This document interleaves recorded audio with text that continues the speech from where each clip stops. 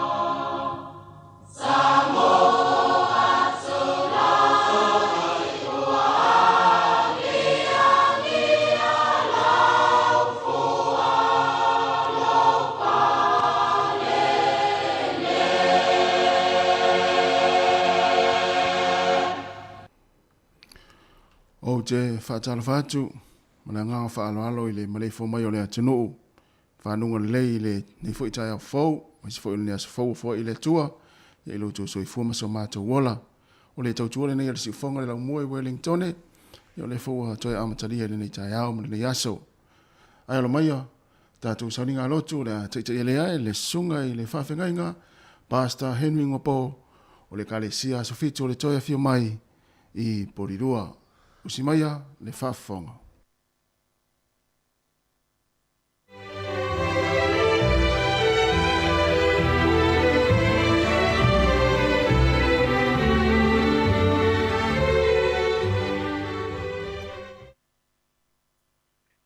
O te toe whaatalo whaatu i le tātou atunuu i le neitai au fau. Whaatalo whaatu i le au whainga luenga stofia le tua i so o se whata whaitaulanga. Whaatalo whaatu na i o tātou tamā matina mātutua. Ia mai se ai fōi ia le au whainga luenga ua ala usu le neitai au i tiute mawhaiva. Ia sile fōi o na whaatalo whaatu i so se tasi o loo maua mai. Ia le tātou polokalame le nei fo'i tai au fau. E o maia se o tātou si i le vi inga ma le whaatai i le tua, se o tātou tāpua i mai atu i a te ia. Ia whaamanuina le tua, o le tamā o lo tātou ali o Yesu Keriso. O le tamā e ona le alofa muti vale, o le atua fo'i e ana le whaama whanawhananga uma. O le na te wha whana mai a te i mātou i lo mātou pua ngā umalaba. Ina ia mātou mawhaia o na wha whana atu i a te i lātou. Ua maua i se tasi lava pua ngā. I le wha whananga ua wha whanai nai i mātou e le atua. Se o tātou tatalo. Le atua e di ia lava la ua fio i le neitai au fau. Wa e whangua i mātou i le manuia. Pātai i le mālosi a totoa ua toi whafoisia. E wha wai ngā ruenga matiute o le nei asofou. Au mātou a mataina ia polokalame o le leitio whaasalalau a mese le nei au onanga. Mātou tatalo i le whaamanuianga la ufio. Māfuta mai i se upu la mātou whaasoa i le nei tai au. I lo lava suafa Yesu o mātou talo atua i nei. Amene. Li inga o le atua ua saunia.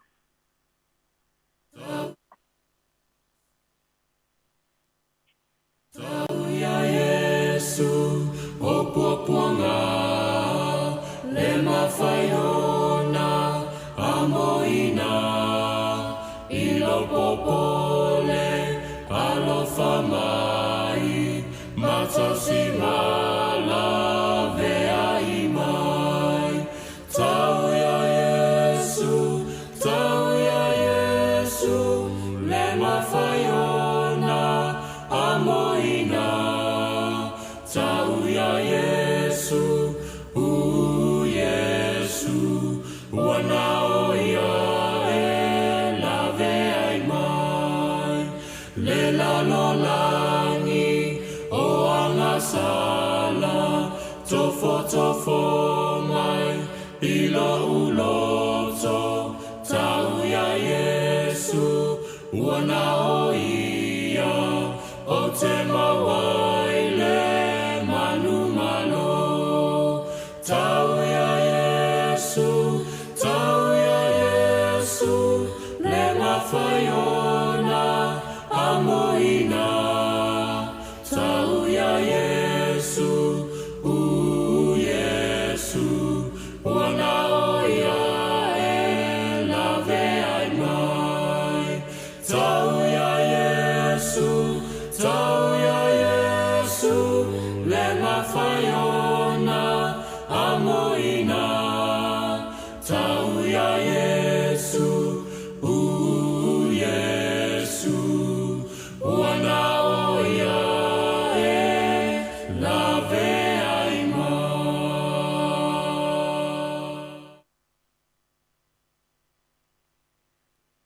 Sa o whaaso atu i le aswharanafi. Ia le autu po o le vaenga o le a mamafa iai ia le tātou whaasoa i tai au te tasi o le neiva yasu. Ma sa tātou a mata ai. I le whamtalanga o lo o tūsia i le mātai o ono a lona whai upo e sfumu le tasi. Ia mamafa ai ia le fōai. Le tatalo na o mai e lo tātou wa li whaolo Jesu Keriso. Ia e fōai mai a te mātou i le aso nei a mātou me ai e tatau ma le aso. I tai o le fōai lo na lua o te sia whaaswa atu ia te oe i le tai au nei. E maua mai lea i le salamo e tolu sfulu mai fitu a lona whai upo e wha. Na mai ia le wha matalanga le tuspa ia. Ia e fia lava oe ia Ioba. O na fōa ina lea e ia te oe. O mea e manao iai lo loto. Ia e fia lava oe ia Ioba. O na fōa ina lea e ia te oe. O mea e manao iai lo loto. O le mea mauti noa lava e le mawhai o na e se ai i tātou o le au keusiano. O le atua nate au maia manuia ia mai ato ai ma le tele o mea e whapena o na manao iai le tangata. E peifo i o na tala noa ai le whaisalamo a tāwita. Ia e fia lava oe ia Ioba. O lou talia ina lea ma le oli ia whaamanu ia ngai maua i le atua. Awa o le atua e au mai ai manuia. E le ina ia whapena o na o tātou me lea manuia o le atua. Ai ose awala ina ia mawhai ai o na whaonga ina e le tangata i lea aso ma lea aso. Mai tā ua ai ia le whaamatalanga a le whaisalamo o loo whapena o na wha autu i ai la tātou whaasoa i le tai au nei. I le susi o manga o le salamo e tolu se fulu ma le fitu a o lona whai upu e wha. O loo iai le whai upu e tolu i lunga atu ma le whai upu e lima o loo muli mai. O loo maua ai ia nisi o wā e ngata ua. E fe soani a te oe mau ina ia whaalau tele ai ma whaailoa mai ai po o le a tonu lava. Le fina ngalo o le atua e au wala mai i lana au no tāwita. Ina ia mawhai o na manuia ai i tā ua i le aso nei. Awhawhanga mai o te fia whaitau wina. Le whai upe tolu ma le whai upe lima. Ai o ngā tonu ai le whai upe wha. O loo wha au tu iai ia la tātou whasoa. Pai mai. Ia e wha atua ia Ioba. Ma e whaia mio le lei. Ia e nofo i le nuu. Ma tau sisi le wha maoni. Whai upe lima. Ia e tu ina atu lo wala ia Ioba. Ma wha atua ia te ia. O na whaia lava lea e ia. O loo manino mai i le whamatalanga tāwita. I waenga ia o ana tustusinga. O loo whaailoa mai ai le whaanaunaunga a le tangata. E tatau o na o whaatasi ma le finangalo o le atua. O le tangata e fia i le alii e tatau o na nofo i totono o lona loto ia le whaanaunaunga a me o tonu. E tatau ona iai totonu ia te ia. Ia le tā ua o le atua malona finangalo. E le tatau ona tupu mai ai ia ni whaanaunaunga e whaia ma le lea miotonu. Ai e tatau ona o whaatasi ma le finangalo o le atua. Aisea, leanga e le ai se tasi. E whapena o na ia tau aveina ia le upu keusiano. Ai ese vaenga e a ngai ai ma upu tala noa ai i aso whaiso.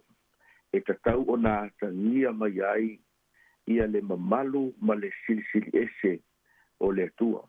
E tatau o na o matasi ma le finagalo o le atua aua le fa'amatalaga o lo'o tusia i le ioane suma le fā a o lona fai upu suma le lima fai mai a fai tou te alofa mai a tea ia o tou tausi mai i a'u poloaʻiga o le ā lona uiga loloto ma lona uiga tāua o le tagata ua iai lona fa'anaunauga ua fiafia i le atua e tatau ona o fa'atasi ma le mea o lo'o finagalo i ai le atua a o lea fo'i e tāua i le fai upu suma le fā o le ioane lava lea e se fulu ma le fā ia le isi vaega tāua lenei fai mai a fai tou te ole atu i se mea i lo'u igoa o te faia lava o le fesili ai se a o le a fai ai ai se a o le a fa'ataunu'u ai ona fo'i o le tagata o lo'o naunau mai o lo'o fa'atasi ona manatu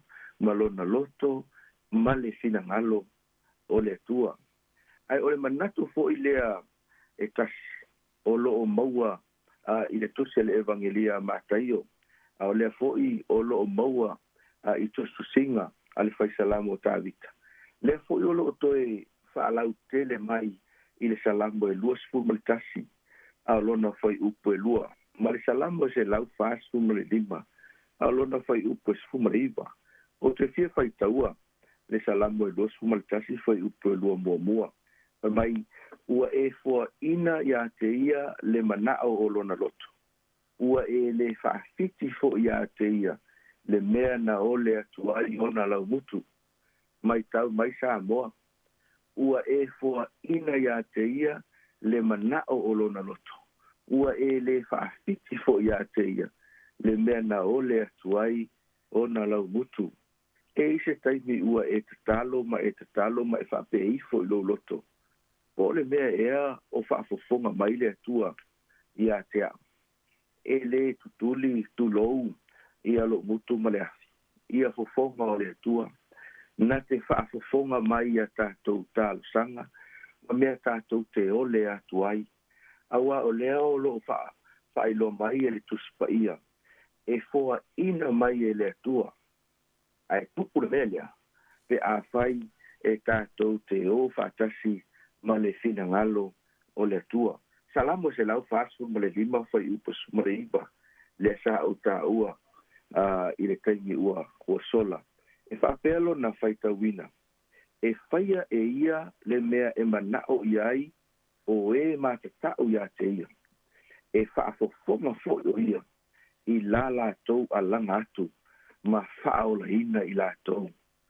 oka se matango fie upu ale tusi upu le faisalamo e whaia e ia le mea e mana'o i ai o e matata'u ia te ia e whaafofonga fo'i o ia i la lātou a langa atu ma whaolaina i lātou o nisi taimi ia e whātoa tātou sulu whailava i le atua pe a o i taimi e tātou te mana'o bia ai o ia e tai o le whaamalosi mai o se lui fo'i mo oe ma'u i le tae nei ina ia fia lo loto i le atua e pe ona fai mai ele fai upe wha o le salamo tolu sfuma le fitu ia e fia lava oe ia Iova ona fua ina lea e ia te oe o mea e mana'o i ai lo loto lona winga e te le whaatali se ia o le aso sa ona e fia lea ia Iova ia po o le aso toa nai foi ia po se taimi whainga tā mani tūlanga e o mai ai pua ngā le ai o le fia ia Iova o le mea e tupu ia so uma e ala mai li tae au ua e fia ia Iova ai e tele ita oto atu i le po i lau whainga malolonga ia e fia ia Iova e pe ona whailo atu i le taimi ua sola o le fia ia Iova o lo tātou iai lea i le sosio manga o le tua o lo au wala mai ai ana whaamanuyanga pafea tupu le mea salama suma le ono alona whai upa suma le kasi papelo na whai tawina e te whaailoa mai a te au le ala o le ola o yo luma le fia e maalia ai o i lou i tū tau matau le oli oli e whaavavau. La ua oi le tai au nei. Ile no fuali i ma le susio manga o le atua. Ile me e iai le atua e whaatumulia i le oli oli. E whaatumulia i le whaavavau e pei ona whai mai ai le mausa whaitawina. Le oli oli i lona i tū tau matau e whaavavau. Mai ai ai se mea e mawhai ono tātou whaia i le tai au le nei ma aso uma o le nei vai aso ato ai ma le lumanai. E ao ona o tātou fia fia ia iova. Ona fua ina mai mea e ia mea e manao ai o tātou loto. Kele mea tātou te mana nao iai. O nisi teimi ia ua tātou mana nao i mea e le o iai la tātou malosi. Ai whawhetai le atua o le atua e whaasoa mai ana manuia. O le atua e na te whaia mea silisili e whetaui ma le tangata i le aso ma le aso. Tote sila fia e tupu lea o Solomona. Te ao ina o tātou su e ilona soifua ma lona o langa. Ai le eise isi tusi e o lo o whaamatala ina ai le sa ilinga Solomona e peo le tusi le nei o whainaunga. Sasa ili ai Solomona ile fia ma le oli oli. Ile tele o vaenga ese o le olanga. Ai whai mai whamtalanga tusi o whailaunga. Na i o maisa ili ilinga a Solomona. Ile ngau i ma le maua o se fia e whaarau. Aisea, le anga le maua, le oli ma le fia i mea o le olanga le nei. E maua i le atua. E maua i le mafutanga va la lata ma le atua. Pai ultusi o Solomona ina ua le ai lava se me maua i le fia. Na ia whautua mai ai te oe maau ato ai ma le tele o ngā tupulanga ua tua nai. I le whaila unga mata upa sumai lua whai upu mua. Ia e manatua le na whaia oi. I o na pō lo tau le lea. A o le i o mai aso leanga. A o le i o mai fo i tau sanga i te whapea. E le ai so o fia i ai. La ua oi le kai au nei. Ia e fia lava oi ai o. O na foa ina lea e ia ia te oi. O mea e manao iai lo loto. Se o tātou te talo. Whaafetai le atua i le tai au fau. Whaafetai ia ua fionga paia o se whaamanatu lea ia te i mātou. O la ua fio e ou le manuia o malapa. Te a o ina o mātou whaanau atu ia te oi. Te a o ina o mātou fia ia te oi ia so umalo mātou ola. Ma ia o matasi o mātou loto ma le finangalo la ua fio. E te tatala ina manuia. Ma e sa saa mai le langi uma mo i mātou. Tuina atu se o mātou watu nuu i le neitai au i ngā luenga o le a whenga iai. Tuina atu lau au whai ngā luenga tutofi i so o se whata whaitau langa. Ia iai o wha manuianga. Wha manuia i taitai o whai ngā mālo. Wha manuia i ta māma tina mātutua o lo tā pua i mai ma o ta malau. Wha manuia i le mālosi o le nuu o le au mālosi a la usu i whi au mga luenga wale tau singo mātou ai. Wha manuia na i o mātou walo ma whanau. Anga le leila o fio i le au whai ngā luenga o le siu fonga o le lau mua. O lato whenga iai mo lato tiute le nei aso. A tasi mai lau o fio i le nei tai au. I o ina whau maina ngā luenga o le nei aso. Fo i atu le vi inga ia te oi. Nei se i o i le whaavavau lava. Amen.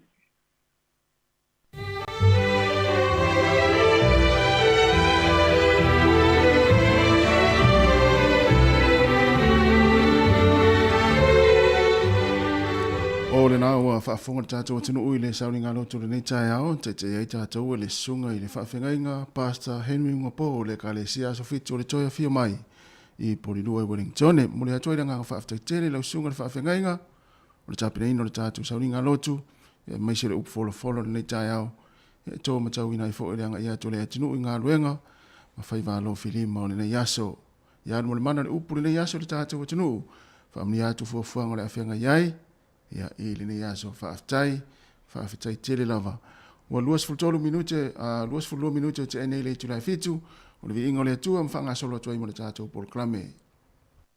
O mai a whama mea tinga e whewhai, pele a se whesoso ani whama losi mai, pea toi lalo maua lea se malosi, pele a ngala wala wale toi fiatatalo, o lea tua lava ia, e tuma.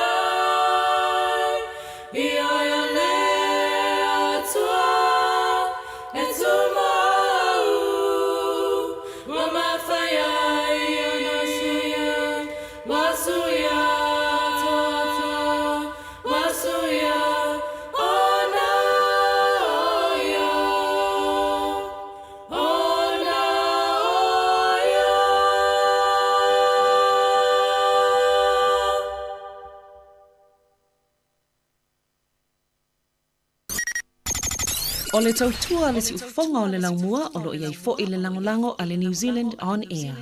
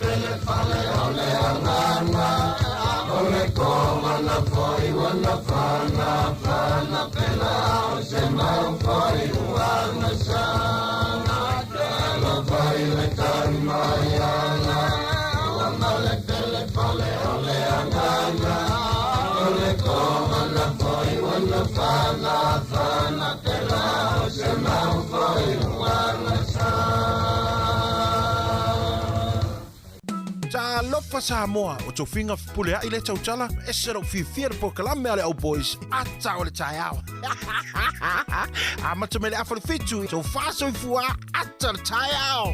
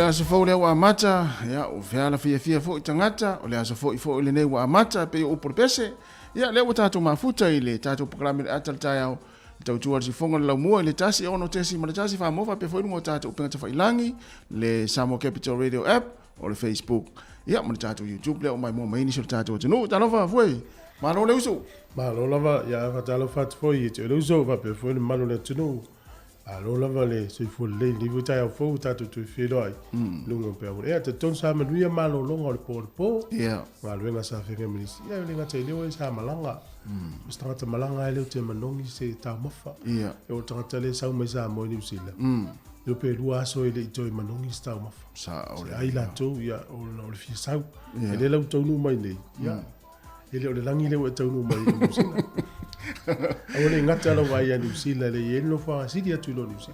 Sa o le ya wa ta o ni tanga tamanga mai Samo. So le o stanga te so le e fe ala e o fenga luenga ta tu ni sila la fenga lu. So le o le man fe ala tamana. Te lo la o mate tanga tanga. Ta te tonu nga ni sila. Masa ni wa le la fa pela no fo ni sila. Lo ingol na to wana o langa fa fe ala o fenga lu. Ya ai la no pona. No tau ma fan le wa to no mai ai.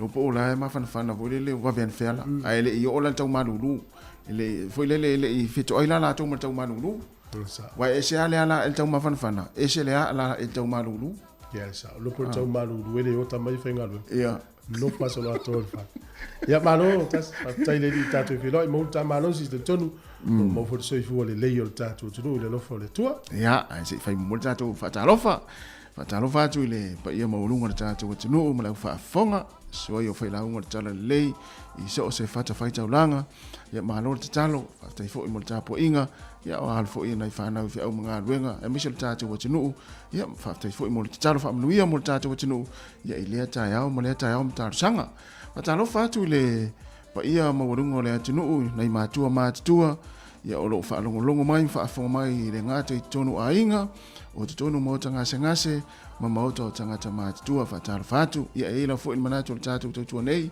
mo le proclame o lo mo pe o tol fa silinga malosi ya pe aki mai la ule tio ile ta ya mo le ta ya o fe la fo se va ngol langi lo e mafuta mai ai I dungo tatu pinga te fa langi o le tatu app o le Facebook mo le tatu YouTube ya e fatal fatu I la mai mo mai le ta ya ai mai se fo ya ai pe an fa manatu atu ya share tatu proclame mo le tautua I lungo le Facebook I subscribe le tatu YouTube e pa fa pe te mo nei lewa mai mo mai ai ya I le tautua nei ali si fofonga o le lau mua mai Wellington e lona ofisa autu le limas fumantasi man Kevin Polilua ya so se vainga lo langi ya na e te ngalue mai ai mai fa fonga mai tono fa fainga luenga ma mai mo mai ai ya ma tu fa tal fatu manui fa inga luenga mater ni ta yao ma tu ala vai I telefone le fa mo monga ma ripoti ala to I fio I pasi ya la to fai do ai to tele o tangata ia mai a sia la to whaonga ina le taimi le whio i fua i tangata mātua i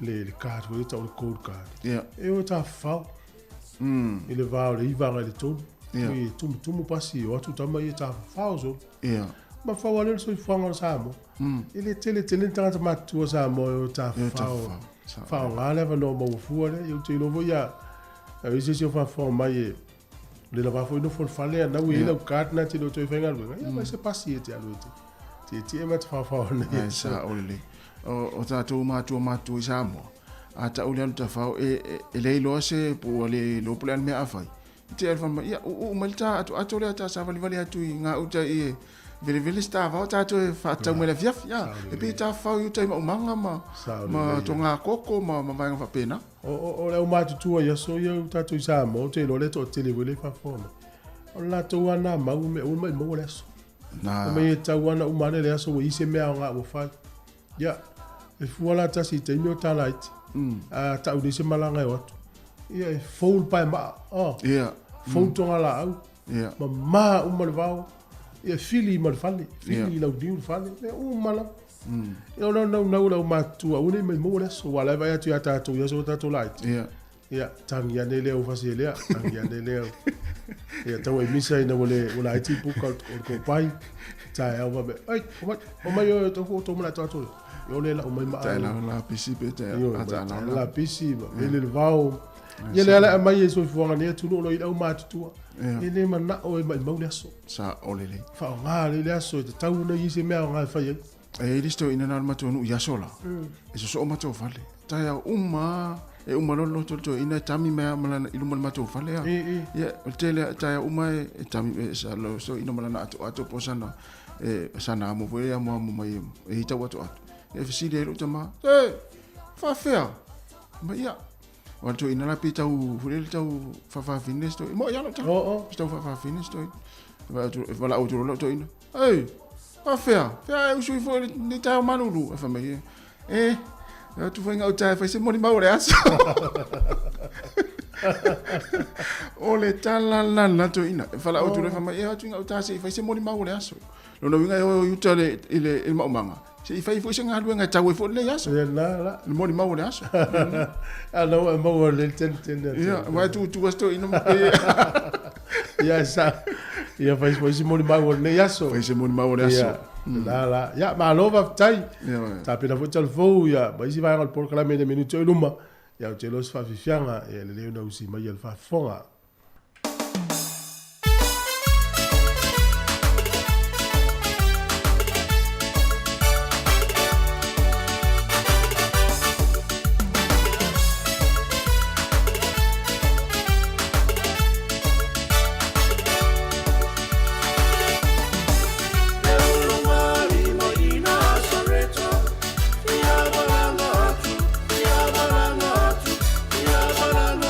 Yeah.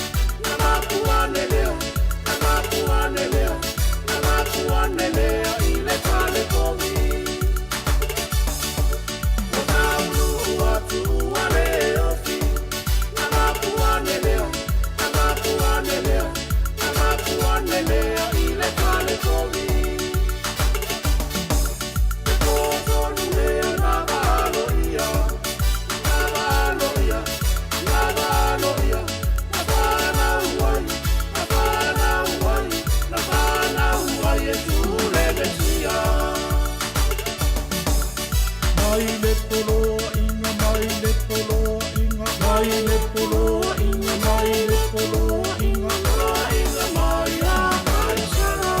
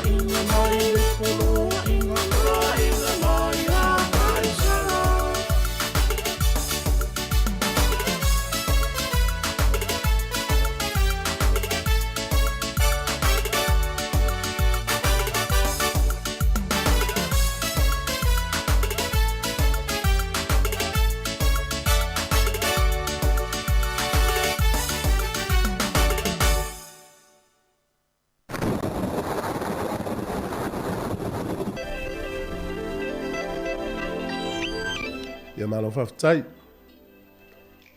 Tatou talo le tau mo nei tai au pe na fai lo official vai tau.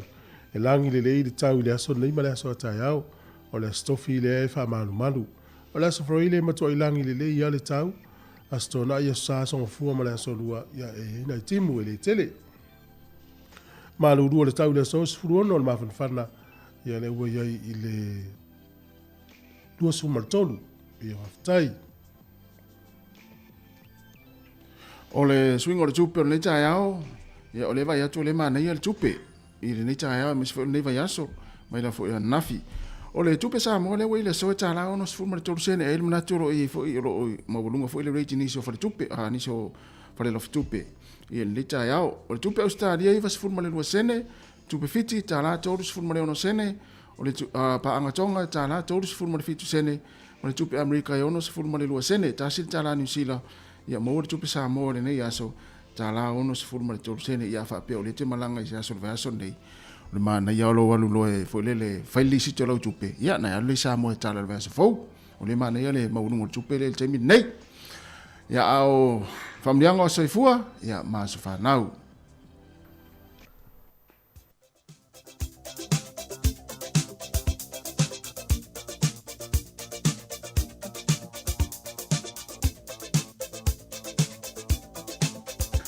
O whaamlianga o soifua mas whanau, whaamnatu at pel tātou imeli, as whanau at samoacapitalradio.co.nz.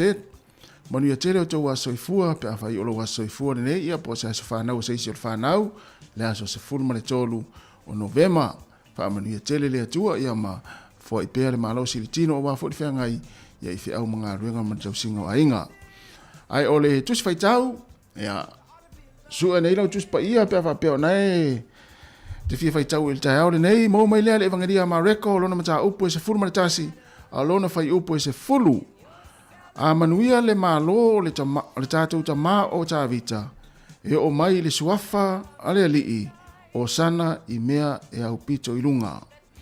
A manuia le malo o lo tātou ta ma o ta vita, e o mai le suafa ale alii, o sana i mea e au pito i lunga. Manuia tele lava o tau a soifua, ia o le pese nei, mautou.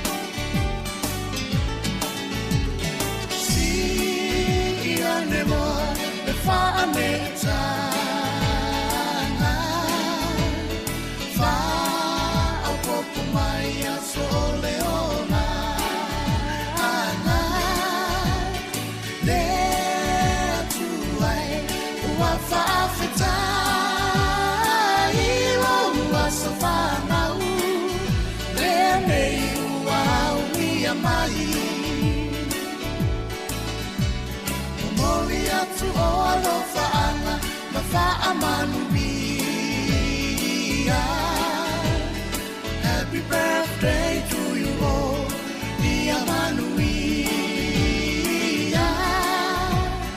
No safana nei wa e au ni ata sofa afetai o le atu ala va ia vi ia le atu ai fa afetai lo alo fa winga se wa e fo ai mai ai nei a sote alo fa ngalo ai ngalo wa so soi fu ai au ngalo bola o ai na ai mai se le atua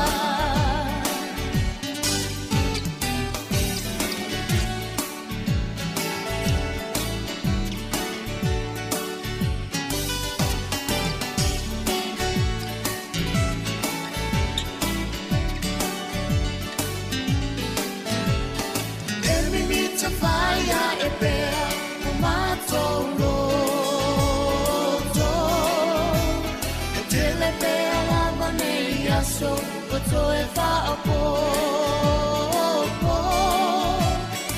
ola fia na to wale ngata ilo wa so fa na le nei wa ulia mali fa amanu ria me tu ai lo wa so fa na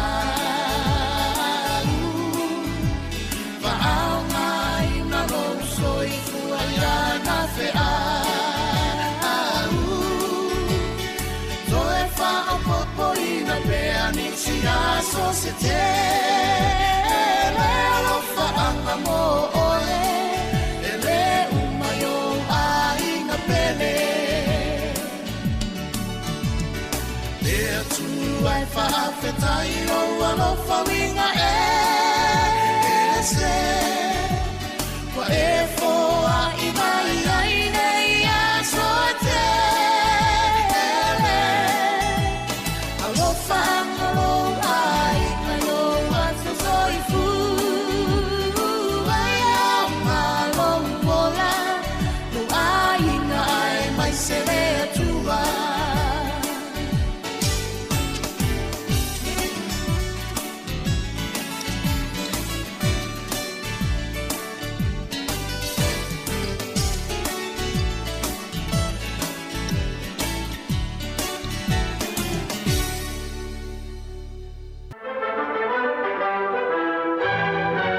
Ia fatala fatu le tunu malo so ifu si mai el fa fonga o se va inga nei itala fo mena tupu la langi le yaso I tau sanga o vai I le so sfur martolu o te sema o le so tau sanga e tasi ono fa lua o ka walewa tele o le ali isu e nuu mai le nuu leo Netherlands o le tangata e swafa ya April Testament o ia le urua I tangata Europa na ia va aia motu e lua o ni usila ia le laua tatou ia le nuu o ni usila fa monga ia le tasiono fa lua o le uri tangata Europa na ia va ia le nuu leo ni usila ia po o le hao pai pai o le solta usanga e tasi iwa tasi valu o le Palestine o Amerika le taimina o Woodrow Wilson o ia le uri Palestine o le malo Amerika lana ia tau ave ina le tofi Palestine na siasi le atu Europa ma tau nuu I falani le aso nei le taloanga le file Musa faya I falani o le solta usanga e tasiva tolus fulfitu na matua to ilalo popo aile o Saina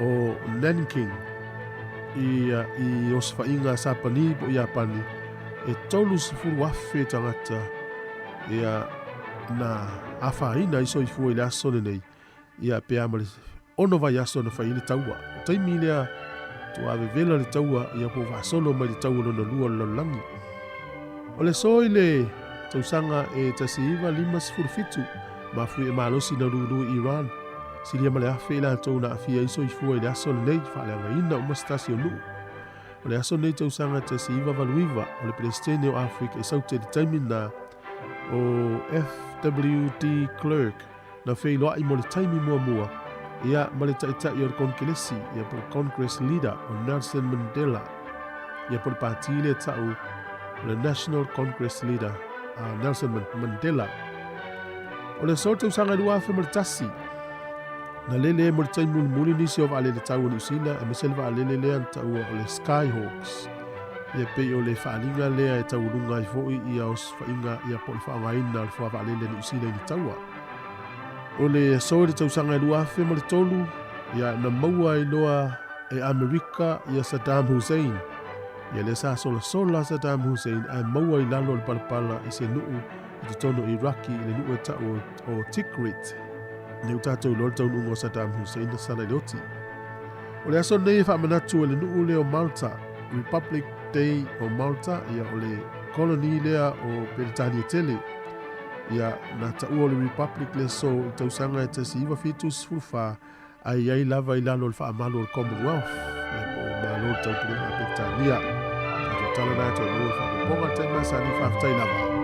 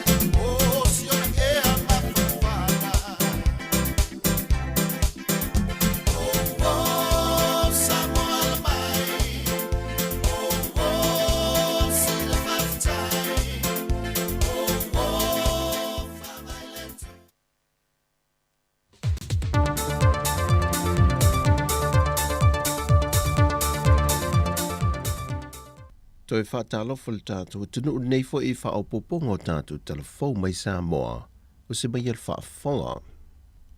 O whaamanino mai le fionga le sui komisena o mtanga luenga o leo, papali I Mona Lisa tia iketi.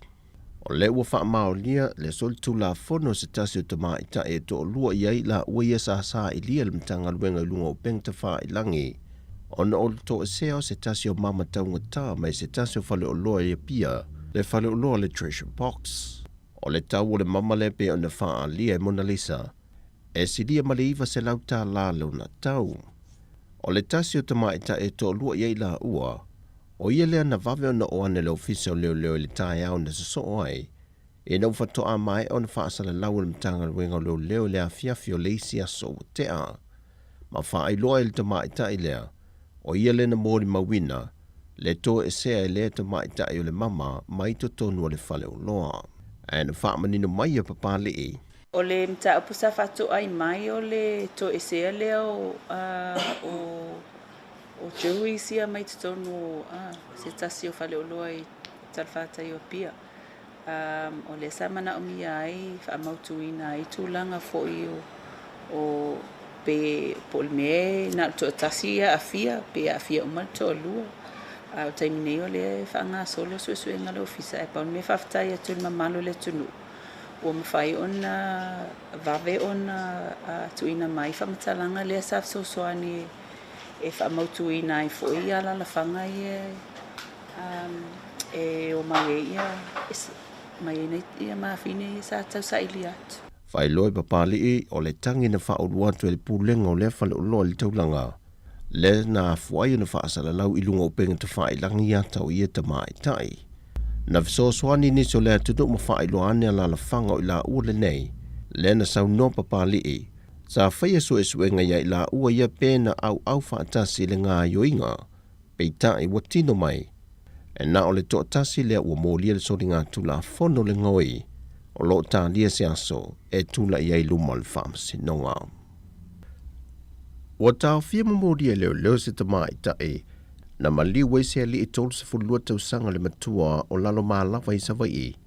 E na wale mawhai le tamai tae le na whaaton tonu lan ta vale. Ma te whai tua malavea ai le ua maliu. Whai loe papali I telefou. Na o ane lava le tamai tae mawhai loe le ofisa o leo I Savai. O ia lava lea na la vea ai le ua maliu, ma o loo tau fia I leo. O loo masano mie tu saima reporte leo na whae loe papali e whaasua a vale ta mai ta lea na ia whaafoi na le ta vale. E leo ilo se aso e tula iai o ia luma le whaamasinonga, e tali I ona mōli anga. Wa whaeloa mai le whaia onga le manu sa mota I to fitu, mulianga tele Brian Lima, o leitu lai ono le afiafia tae au, e tau nua I whanua tama whana o le atuno. Mali po le siampini le na manu malo e le asoana nafi, I Cape Town I Afrika. O se mitamitanga le atuno in ua toe si I mawalunga le fo I alo le atuno tama whana lava a Samoa. E le tūlanga mawa e I le tumutumunga sa I fo I Samoa le taito afitu, na siampini fo I tausanga ua mawhae. O le auta I to fitu sa molo whaatulanga mai, I le tūlanga mua, I le whaase fulfitu ai, le ua tutusa I nema Afrika. Tutusa Amerika mani usila I ai e whaase ful malwha, fiti le whaase fulu ai, ma Australia e tolu se fuluiva ai. E yeltel tanunga o le a whaatumulia fo il malaiva lele whaleolo I le a fiafia tae au, pe ato ai tau nui whanua, tama whanau le atunu o malipo le siampini, mai I le vai Afrika I saute. O lo tai mua le fionga le tamai tai pale mi o Samoa, le fionga fia me nao mi mata awha I le una ia lea, o le tu inatu ato ato le tau la ia tai o tunu o le Pasifika, e le sa ili fo matao fia vaveloa, o ngayo inga o lo whaale ngai nai pele si o manga, o non suinga o ngongo le tau, wa numera tasi ne le whaatama ia o le tūlanga saonga le mō male malupui pui o tunu o le Pasifika, wa fia tele ai malona tamau ainga, ma le soi whanga waso uma, ai maise lava I tūlanga fi whaatau inga. O lo una ia toi pēle fionga fia me ita o malo te tele, ala le fono sa fatu te e Angela i Luanda, a whai ele a ngai lumata ita i on malo e wha atino mea na tala noina o lona winga e mau tala noanga ma phone tanga o lo whai nei ai le o iai lava se fofo. O lo wha awau lava na wha manuia ina le to telo o alo ma whana o lea tunu lea o lo nofo wa ia e le nofanga i ola a manu e le wha ai longa o onga wha atuspa ia i mata opu silisili le na amata mai e le ka le sia e whaka sa le lua fes fulmal wha. O le au ngau lea o onga nei o le toi wha te pai lea o e uno fosala e le leanga o le sala malitu ina nau. Mai le aise tasi me mawhai o na li ua masuia leo langa o tangata mai leanga e na o le li ua lea e lea fionga pa ia le tua e mawhai e o na suia se o langa. Mai sauno fo i tau e le ngata i lea ai o le soifanga whaafawina e a fua ina ua salamomo ni le loto a toa ma whaatua i le tua soifua. E fitu mata au pua lautongia ai i la tona whaamania ina e au fie ma mata au pusilisili na whaamania ina i la tona ia e van ftuau aso lima suru ape ma pale mia tongia ai sione. O le mata au pua ngana sa moe to tolu i la tona whaamania ina ai o aso lima suru ape e van ftuau pale mia tofia ai sione. O le ngana Peritania na whaamanuia i nai i a so o Divine Tautalangia, ni Sani e Wini ma pale mia tofia i sione, ma Dave Sapati. O le matematika, so o Divine Tautalangia, ma pale mia tofia i sione, Dave Sapati ma Ivan Fetuau. O le whaelong o le Most Improved, na whaamanuia i nai pe teli ai noa, ma le to tele o isi o latou, na whamunia ina mai tusi pasita wa loa mta opsi sili li tusi pa ia, whaatasi ma mta opu sili li tusi pa ia le vaenga mātutua, e lea whaamoe moe na mōli mawina le mamalu o ainga o ila tau sa o fia, wo mai masani, whaapea le mamalu o le malo. O matua i langulango ina le mtanga luenga o leo leo e ala le komisina o le mtanga luenga o leo leo mwhal pui pui ma leo la tue fuata ina, au wa paulongo i tino Filipo, na ia sau no le tāua tele o a onga o wa ai ai le te leo swinga le lei, le ua si itia ele soi fuanga o ilantou, na no fosala mua ele whalpui pui, whapea i foi, ma ilantou ia ua whaamanuia ina. O tala fawia mai sa moa, manuia le ne yaso le tātou tino o whasoi foia.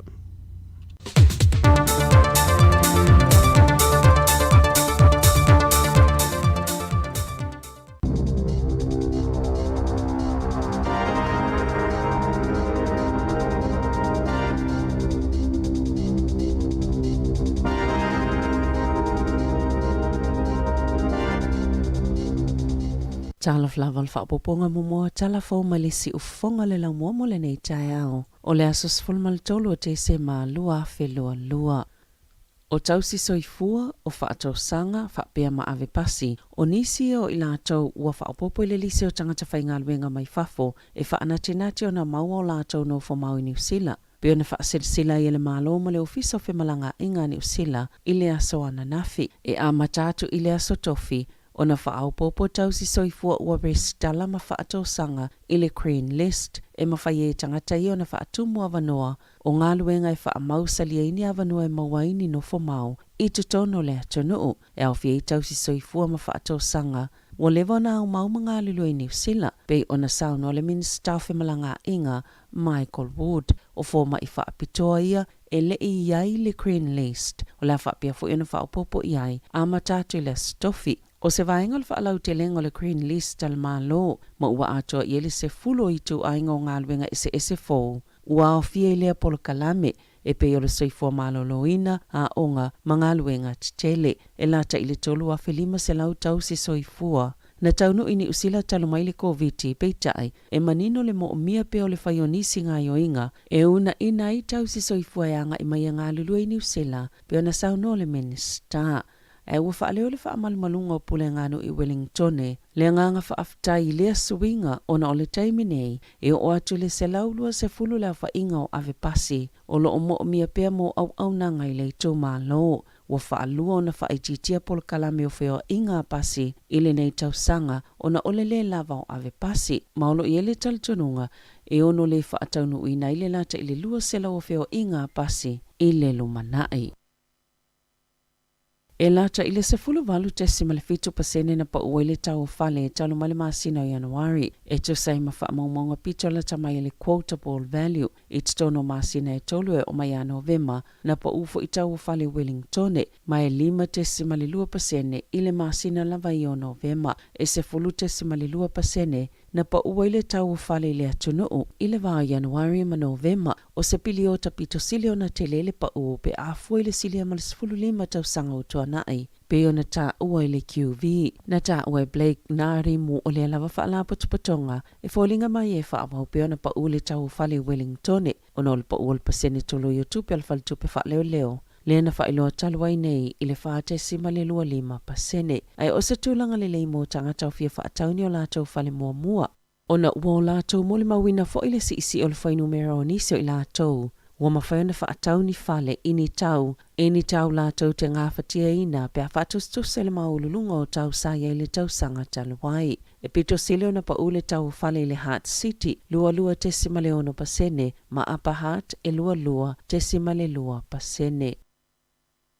O le asau noa le presidente o le malo o Ukraine, Volodymyr Zelensky, i le palemene o New Zealand i le aso a tae au, i le itula e valu i le tae au. O le asau noa Zelensky e ala atu i whaasalalonga tu usa o whaate konolosi, ma o le taita ilona lua leo se isi malo, o le amawhaiona sau noa le palemene o New Zealand, o le taita i mōmona mawhaiona sau noa le palemene o New Zealand, o Julia Gillard, a o avea ma palemi o Australia, i le lua afi se folotasi. E tele palemene i le lalulangi na sauno i le taitai o Ukraine, talo na amata le tau alusia i le masino Februari, sa ia talo sangai mo se fsoswani molona atunuu, ona osfa inga alusia. O lana sauno ngal palemene o New Zealand la faasala lawina tu sao, ilunga o le upenga tawhailangi al palemene o le ondemand.parliament.nz.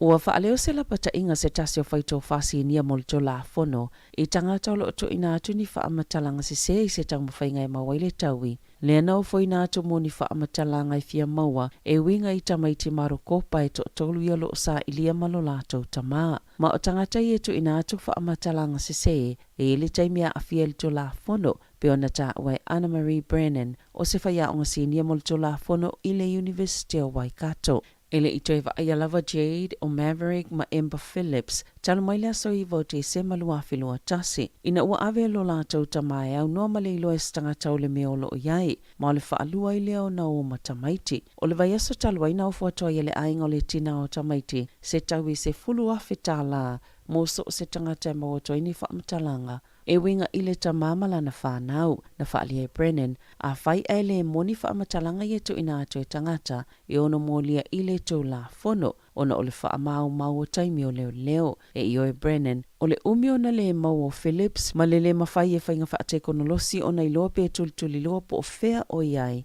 e fōlinga mai ai e ei se tasi o loo whesoasoani i lea tamaa, na ia tā ua, e le iwa ai mō mola vai se tōlanga po o se mata upu whapea i te tono New Zealand. O le mawhailea le tamaa na ave o tamaiti mo le silia ma le tausanga ai le maua, whapea fo i masetau i ua o fōina e se ainga, e sa ilia ia tamaiti. E tolu tausanga se tēnei titi na umalo na ola, o na oni sasi se au nanga whaafalama i New Zealand i lua fesifuluiva. O sa ripoti leo whaalaulo i nei lea so, o lo mai o i vaenga taitasi pio nei ele saililinga la komisina, mo vaenga e ei mana o nga whaapitoa i tūlanga taitasi, i le ola malolo ina o le tēnei titi, i o atu lava le teimina umailo na ola. Na whaatitele ina lo na tale male i o lana manava, le ana le ima whaiona manuia i tonga fitinga i pio na ta awele ripoti.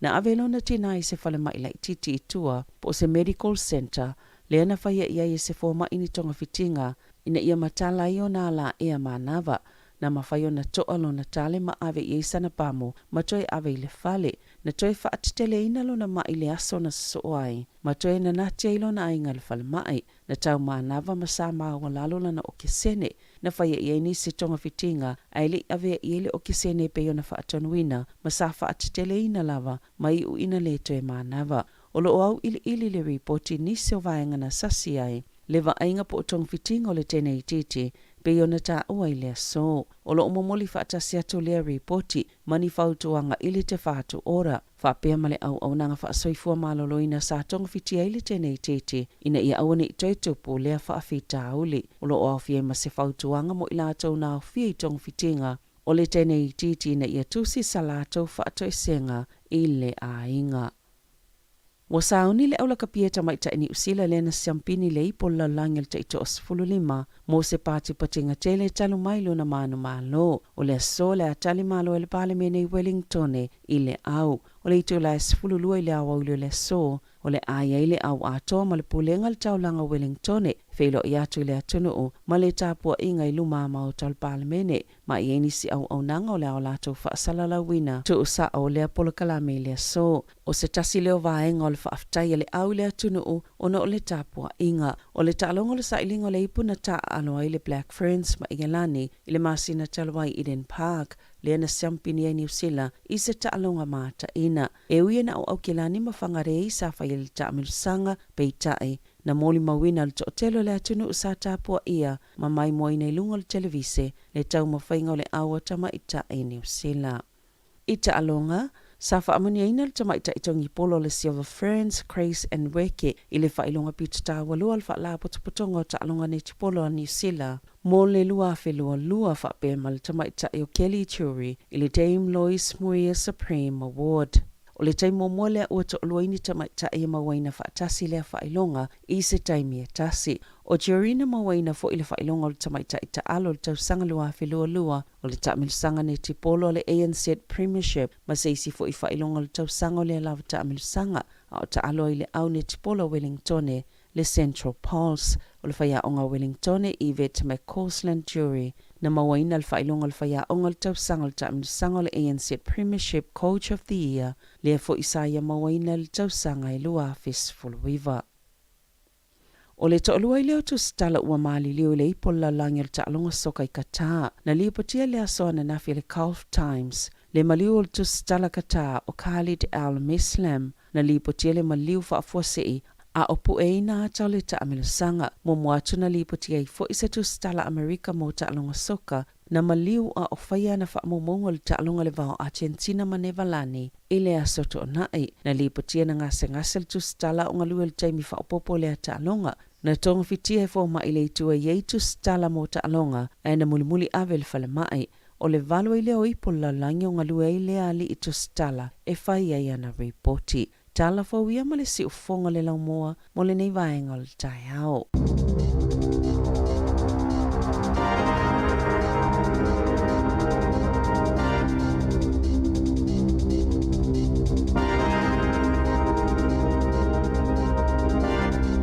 Malo whaftai, le whafonga mana mai mo me tātou tunu, whaponga mo mwana, telefon nei tai ao, ia ma tātou tala mai Samoa, le tula iwa le tai ao nei, yon toi whafonga le whapoponga lona lua, tātou telefon.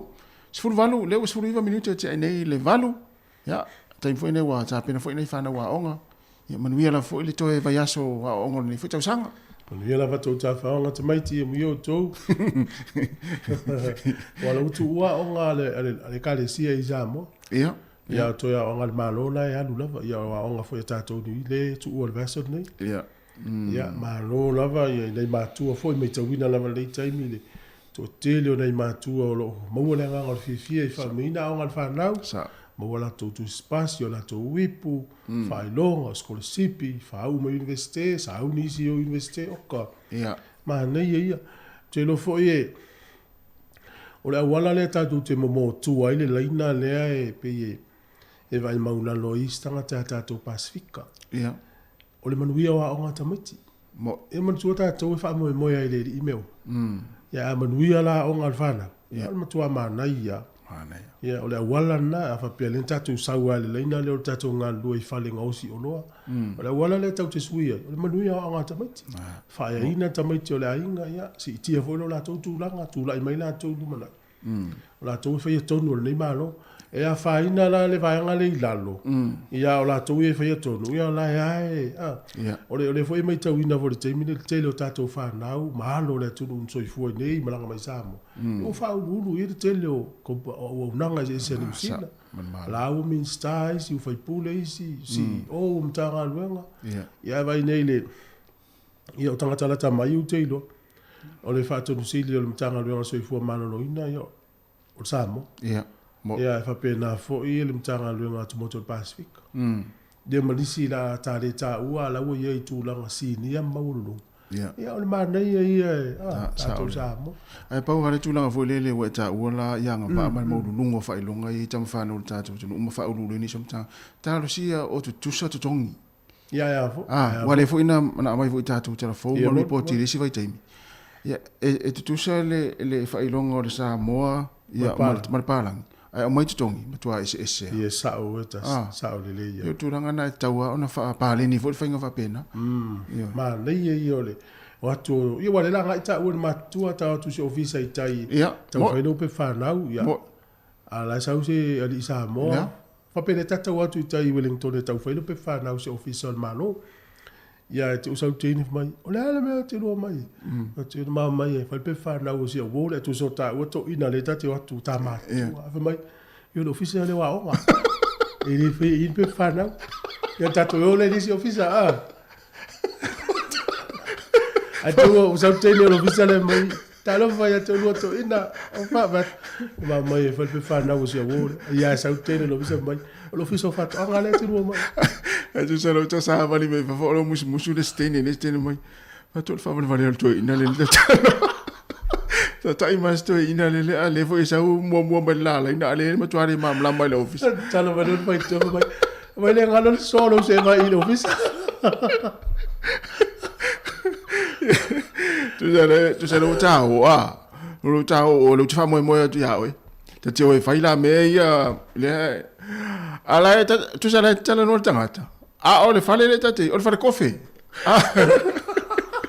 ale tate su o le fale ma fai pe fana ala la uta mo ala fa pe ia le stene le office le stene samo le tama le a fa tu fa vale o le mo fale kofi ale mai vesili mai fale pe fana a tu to ata po e do fale o tiulu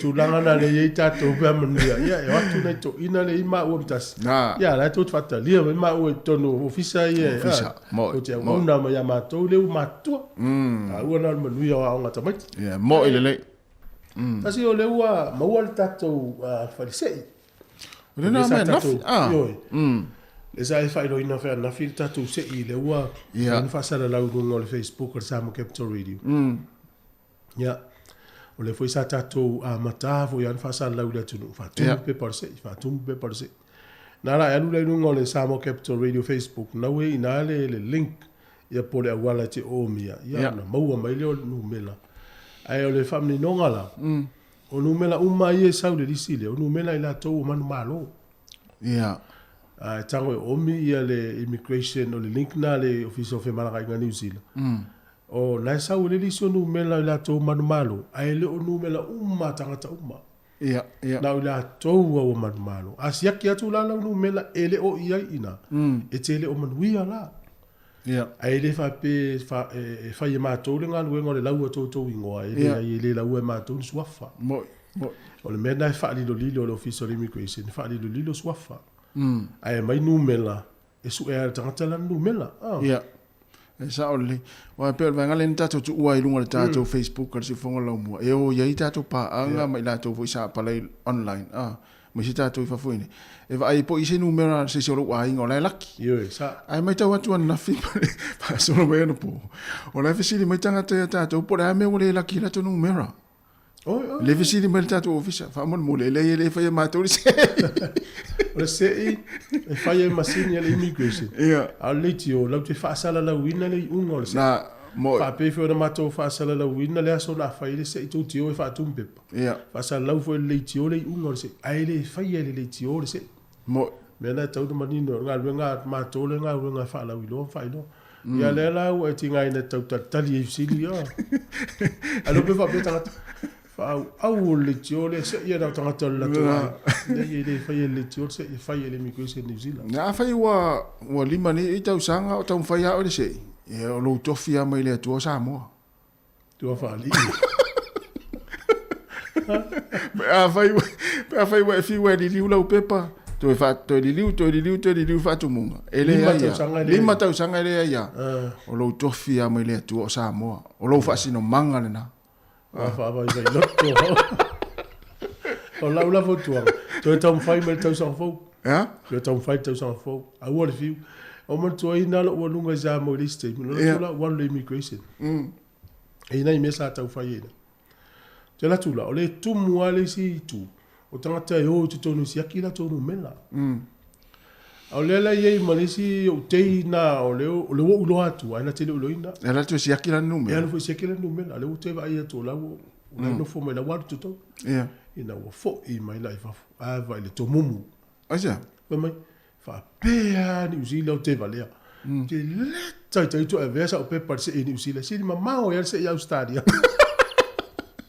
maar tu ele se ia stadia e vai le fai no office New Zealand mai te le tu vale se ia New Zealand pe a botou fa vale fai e la office New Zealand va se ula ya ma totalie a life for le e va persona tu fai le tau sa te mei la sa o la tala le la ua o no e tau sa ta lo ina tu pol mele yo no tofia sa mo o lo fa sino manga o lo manuia fo na fa manuia fo ia lo ainga ya te oi wal te mine vai le ngo pe tava en jufu to telle le o le fia ma se leftawi me ale te la va vele va o le van fia me le va vele va sa mo ja mai foi ni tau malu no foi ngalwa fa pe au mai ne le vele ni no pele o mena ni e stadia e le fa vi fianga taia o 2 minuti o te alvalu tu le nei mo o si fo le la mo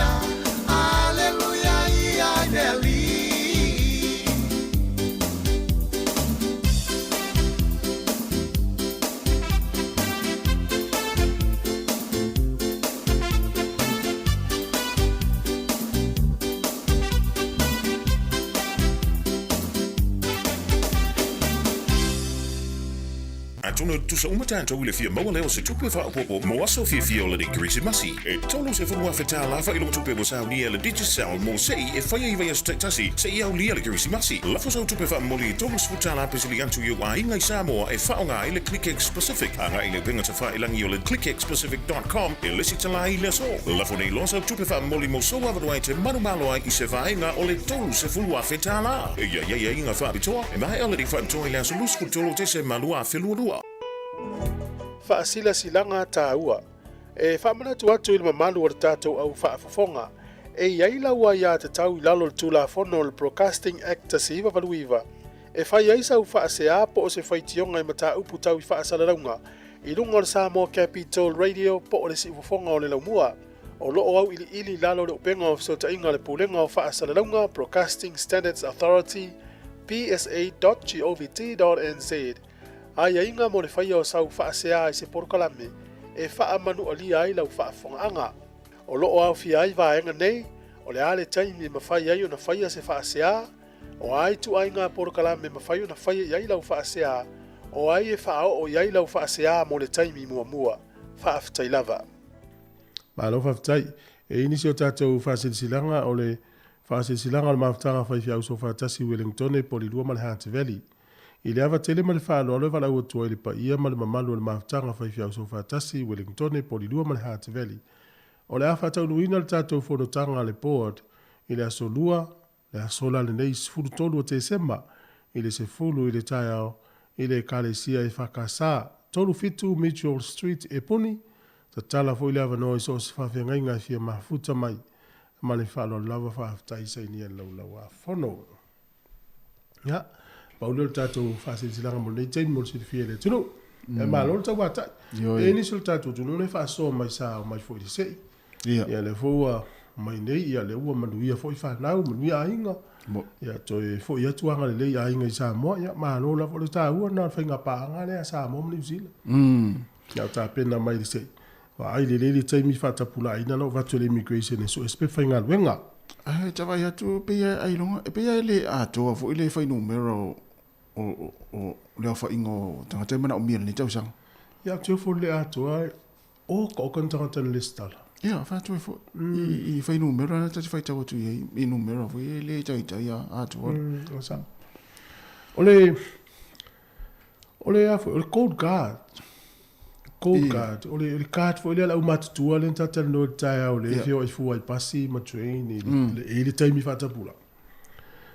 Ona fina ma ta no mastasio tina matua. O te loe mana i fwele wha so atu, i fwele nisi o isi la fia, ni wha manu yanga i le Cold Guard. Mana i fwele wha so mai. Ole whale o lole o countdown. E ma whaina whai e le wha atau o le tangata le wha ngare Cold Guard. Ai mau le pa u se funu pasene i a so lua o vai sa uma. A so lua? So lua. Neila. So lua le vasa o lea. Alu tangata matua e whelan wha atau. Whamei se funu pasene pa u. Oi, ai e mana ia, o na lena tala mariti nā le ia te au. O le ufa aso atu. A tangola fa ta ita a fa mauni na longo mai le fa ilo fo ta tu tu. Mana ia. Sina fa ma. Fa fa ta we se la utala. Ia no le iva su tala le to. A fa pe fa ta we lu se la. Ia le ngana se la fo se la fo. Upa la lu le si o se le si lu su tala. O le te le fa mauni ang ka le. Sa. O ele fa ngala ka. E po le si lu su tau sang. Kato a ngava ele kale. Wa na fa pesa o ka fa pe. Tare fa nga te taso roi su se vai ngo Wellington train. Ta fa o tai au. Ta ai o i le vini te li liu male train to sau to ta ai tai. O ta tu ya so ta ai e fa o ainga. Ya za. Te o winga tu ai ele. E a nga isa mo fa le. Fe pa ai te au. Pia te o se la tala le tau fai atu fa malulu atu. E wa le nai fa nga una le pulo le ta ya ta ua ya ta. Wa ta o ta o ta mati lai ti le fa ya ta. Pe si le ta la ola. Ya o ta o mo o ta le na. Wa te vai mai ale o te watu te ta lo fale. Tu lo fa la te vai mai le te ta sia la vai mai lo la tu la tanga ta la tu ta ai. Vai la le card le na Cold Guard. Mo la pensione ya.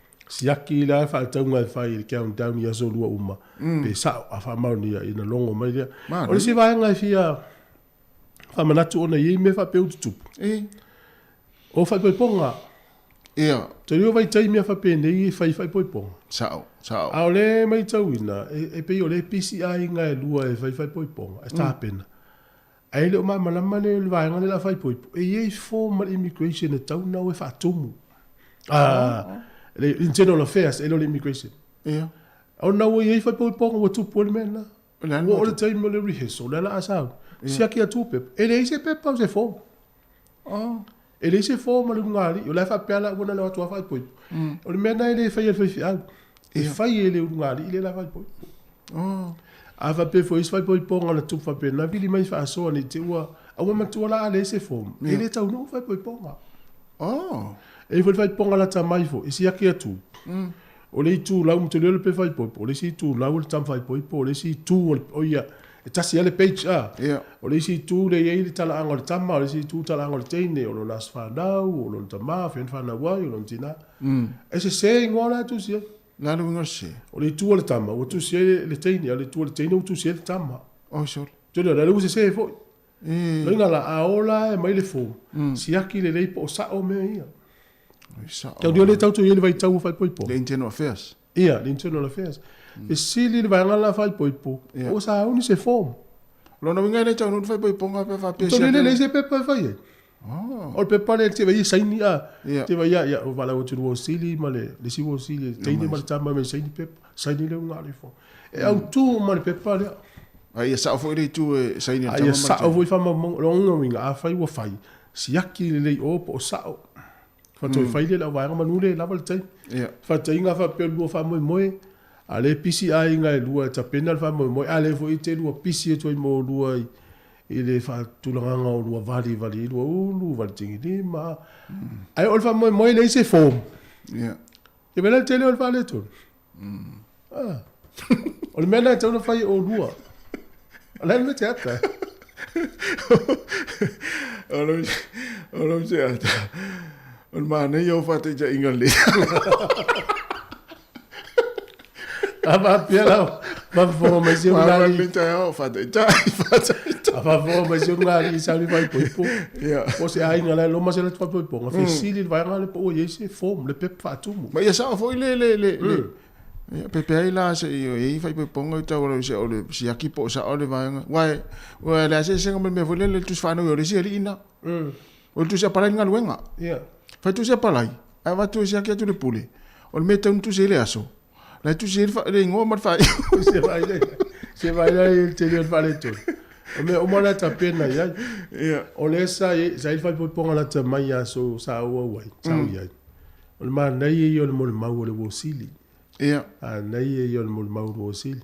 Tu se o le tau mo fai le wosili e fai se tala mali e fa te tau la maftanga ma le le fai po. Ia almana ia mali el falo no. Ale uta to no ia fa po sialo sa mo len talo to sa mo. Le sa fai le vai solente ne. Tu ale nga fai al mo mau le di no to ro lu ai le sa mo. Tu ata va le la mo mau na fo i wo si. Ole fa tu nga foi la e va to po kala me len tata no mo. Tata le fa to no le to no. Si akilele. Le tangata le wosil. Pese tangata ya o ina le lei ma fa alo ma sausi a inga. Ya uane ya ise wa pa ine le ai fa long le tu no le mo le mauna le ile o te romlu ai le fa ponga pranto. Ma ta nga le mo le mauso. Sa o le lei. O ma na ia te le tu langa le wa mo tu fu tu mana tu ai. Fa mana tu fu le mo ta tu ma tu. A fa e wo sili se o rualo. Tama poltene. A me sal tama. Si akile o lula na la unga. Fai estala. Wa o tamiti e tupu ele o tamiti uma. Ele tamiti e tupu e tunu.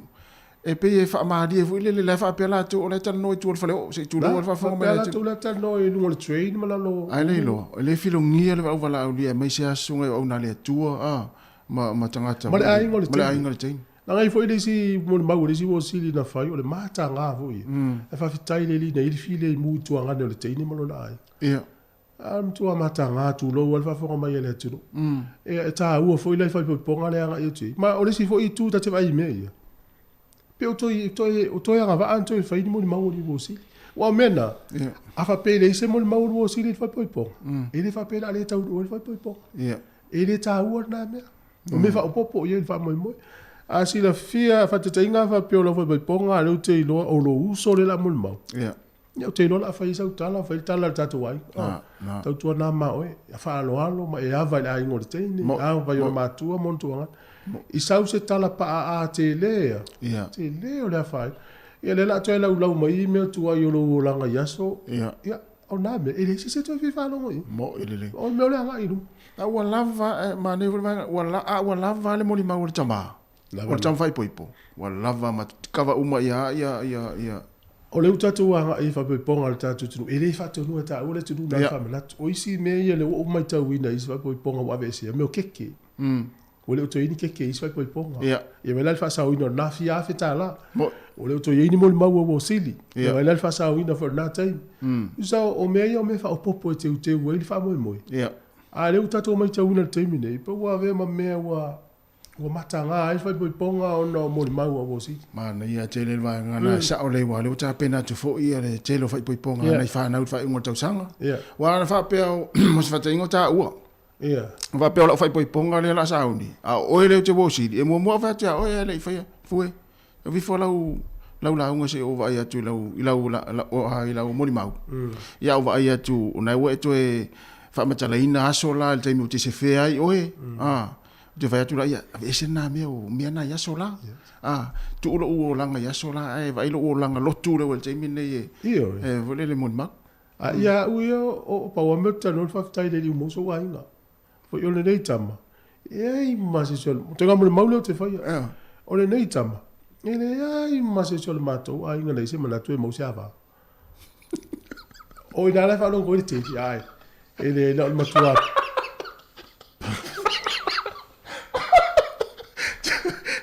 ai o la ona la lai ngori te o manu ia tatu te te va nei tanga e sele o le ngola tala pa ia me alo no la ngola ti te ai am se sina la ma puta o le tanga le se la no mo mau e te lu ta el pelo vai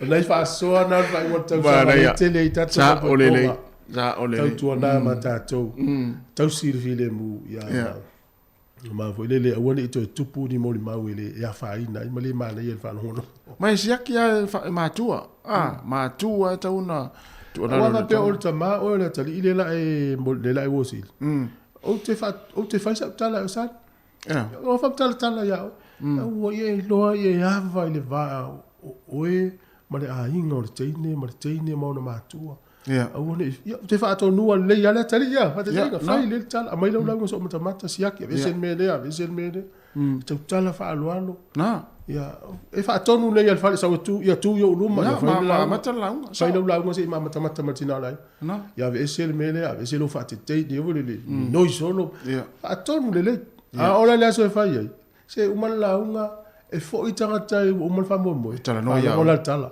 se le la unga le wosili ia fa mai lo marta se la nga le yo ma tu o ta maula titina ta maula titina le ya wa fa pe o le la fa po te fa tu ina o fa pa wala tala ya pe va ya ta uma ftanga te mi u si o te vai ya winga fo le fa poni lo ulu ya sola te fa ya tu la ya o mana ya san va yo winga na le fa poni lo ulu ya sola o le fa ya te mi fa ya si já está o pesa so ai no ta pu yo cold card de que tá no mai ai ma mo mau va me ponga ya vini mai tatan no ana va fi fianga le ta ya le to sfulima minuti le ta le sfulu e il por clam fa torso fu mala lo ina sfulu ta right ya malo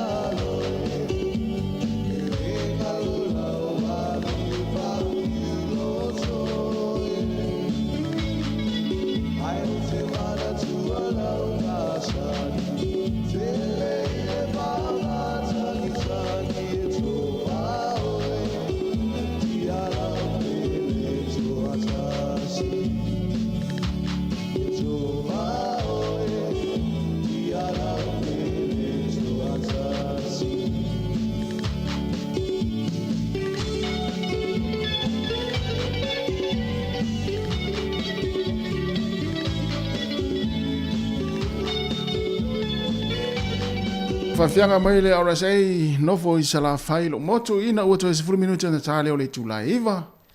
Po kala me ata tai o si fongo la mo. Tato fa so fo le vai tau. Ma le tua Yesu ia e masana fai sto la o Christmas ia so. Io e. Masana fai. La au ia mo I po la au ia plastic. Plastic. Ai wa le o sa le tol sanga. Le o toe fai se la o Christmas. Le o sa mo la. O sa mo. So ia. Le ai. Le se la o Christmas na fai.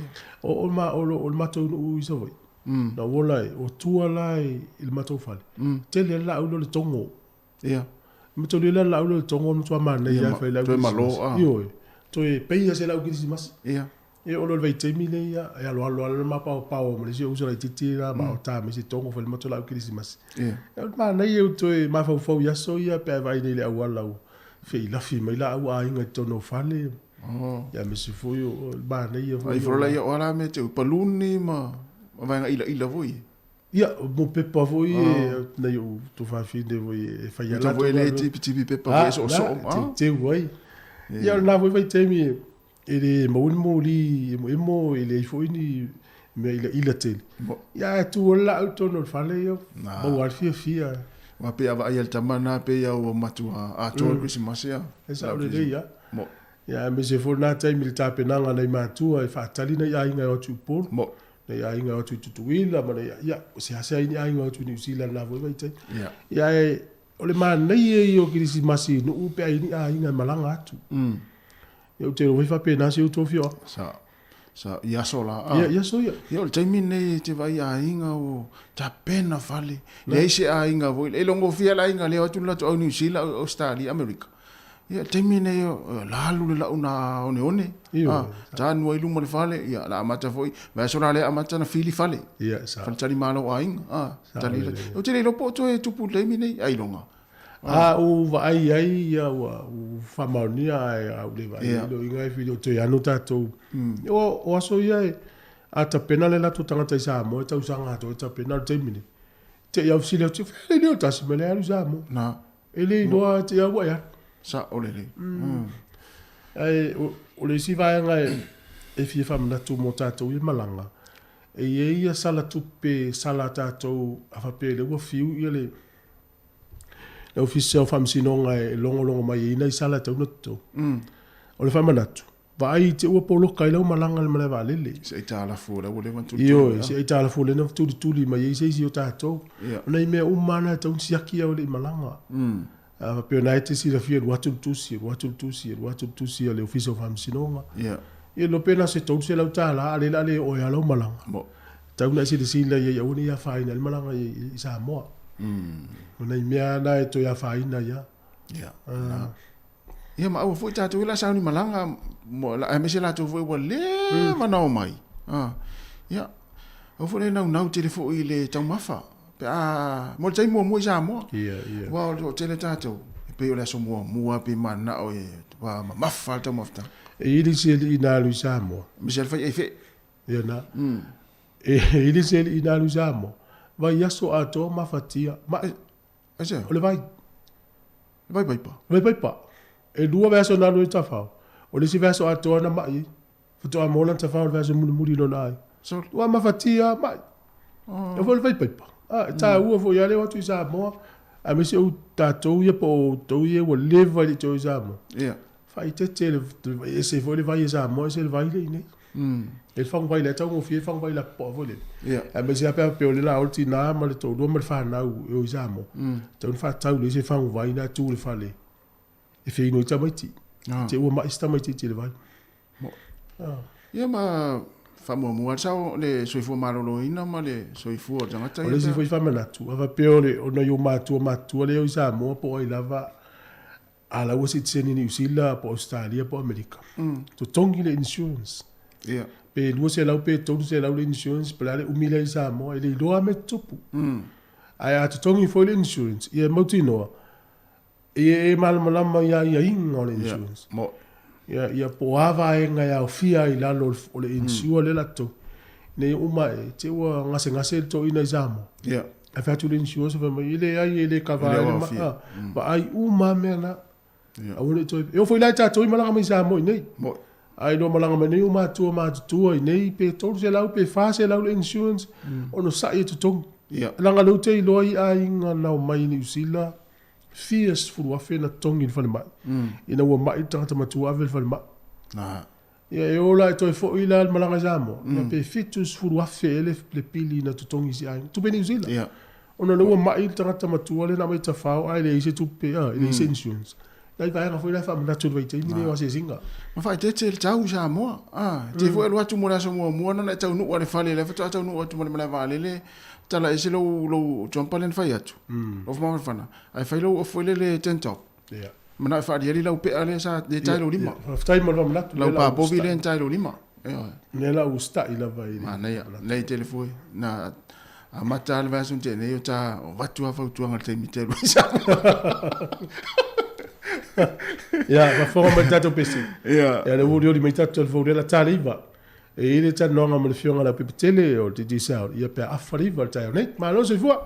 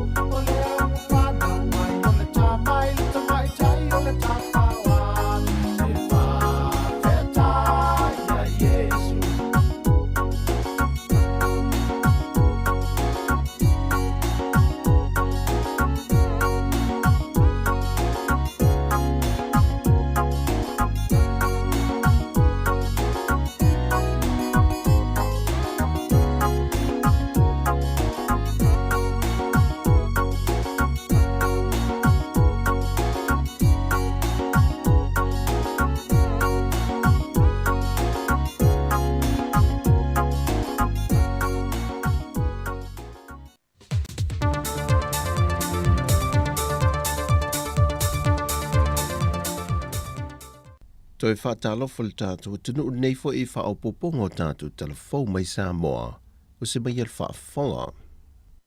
O lo tai mua le whionga le tamaitai pale mi o Samoa, le whionga fia me Naomi mata awhai le una ia lea, o le tu inatu ato o tō le tau lai e taitai o tunu o le Pasifika, e le sa ili fō matao fia waveloa, o ngai o inga o lo whaalea ngai nei pēle sio manga, o non suinga o ngongo le tau, wa numera tasi ne le whaatama ia o le tūlanga saonga le mō male malupui pui o tunu o le Pasifika, wa a fia tele ai malona tamau ainga, ma le soi whanga waso uma, ai mai se lava I tūlanga fi whaatau inga. O lo una ia tuai pēr le whionga fia me I tai o malo te tele, ala le whono sa whātou teie Angela I Luanda, a whai ele a ngai lumata I on malo e whaatino mea na tala noina, o lona winga, e ma o mau tala noanga ma whon tanga o lo whaia nei, ai le o iai lava se fofo. O lo whaawau lava na whaamania ina le to telo o alo ma whanau o lea tunu, lea o lo nofo wa ia e le nofanga I olo a manu, e le whaai longa o ao onga whaatus pa ia I mata opu silisili, le na amata mai e le ka le sia e whaka sa le luafes fulmal wha. O le au ngau lea o onga nei, o le toi wha te pai lea o e uno fosala, e le leanga o leanga sala malitu ina nau. Mai le aise tasi me mawhai o na li ua masuia leo langa o tangata mai leanga, e na o le li ua lea e lea fionga pa ia le tua, e mawhai e o na suia se o langa. Mai a sauno fo I vātau e le ngata I lea, ai o le soi whanga whaafawina, e a fua ina ua sala mōmoni le loto ato toa, ma whaatua I le tua soi fua. E fitu mata au pua lautongia ai I la tōna whaamania ina, e au fie ma mata au pusilisili, na whaamania ina I la tōna ia e van ftuau, aso lima suru ape, ma pale mia tongia ai sione. O le mata au pua ngana sa moe to tolu I la tōna whaamania ina ai, o aso lima suru ape, e van ftuau, pale mia tofia ai sione. O le ngana Peritania, na whaamanuia I nai I a so o te vain tautalangia, ni Sani e Wini ma pale mia tofia I sione, ma Dave Sapati. O le matematika, so o te vain tautalangia, ma pale mia tofia I sione, Dave Sapati ma Ivan Fetuau. O le whaelonga o le most improved, na whaamanuia I nai pe teli ai noa, ma le to telo isi o latou, na whamunia ina mai tusi pasi tau wa loa mata opsi sili li tusi pa ia, whaatasi ma mata opu sili li tusi pa ia le vaianga mātutua, e lea whaamoe moe na mōli mawina le mamalu o ainga o ila tau sa o fia, wō mai e masani, whaapea le mamalu o le malo.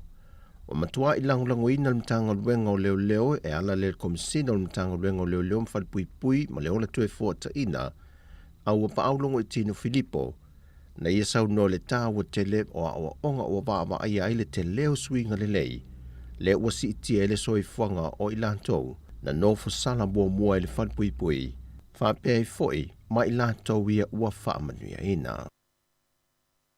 O whaamanino mai ele fionga le sui komisena o mtanga luenga o leo leo, pa li I Mona Lisa tia I keti, o le ua whaamao lia le solitu la fono se tasi o tama I ta e to lua iai la uia sa I lia le mtanga luenga I lunga o pengta wha I langi. Ona o to e seo se tasi o mama taunga ta mai se tasi o whale o loa I pia, le whale o loa le treasure box.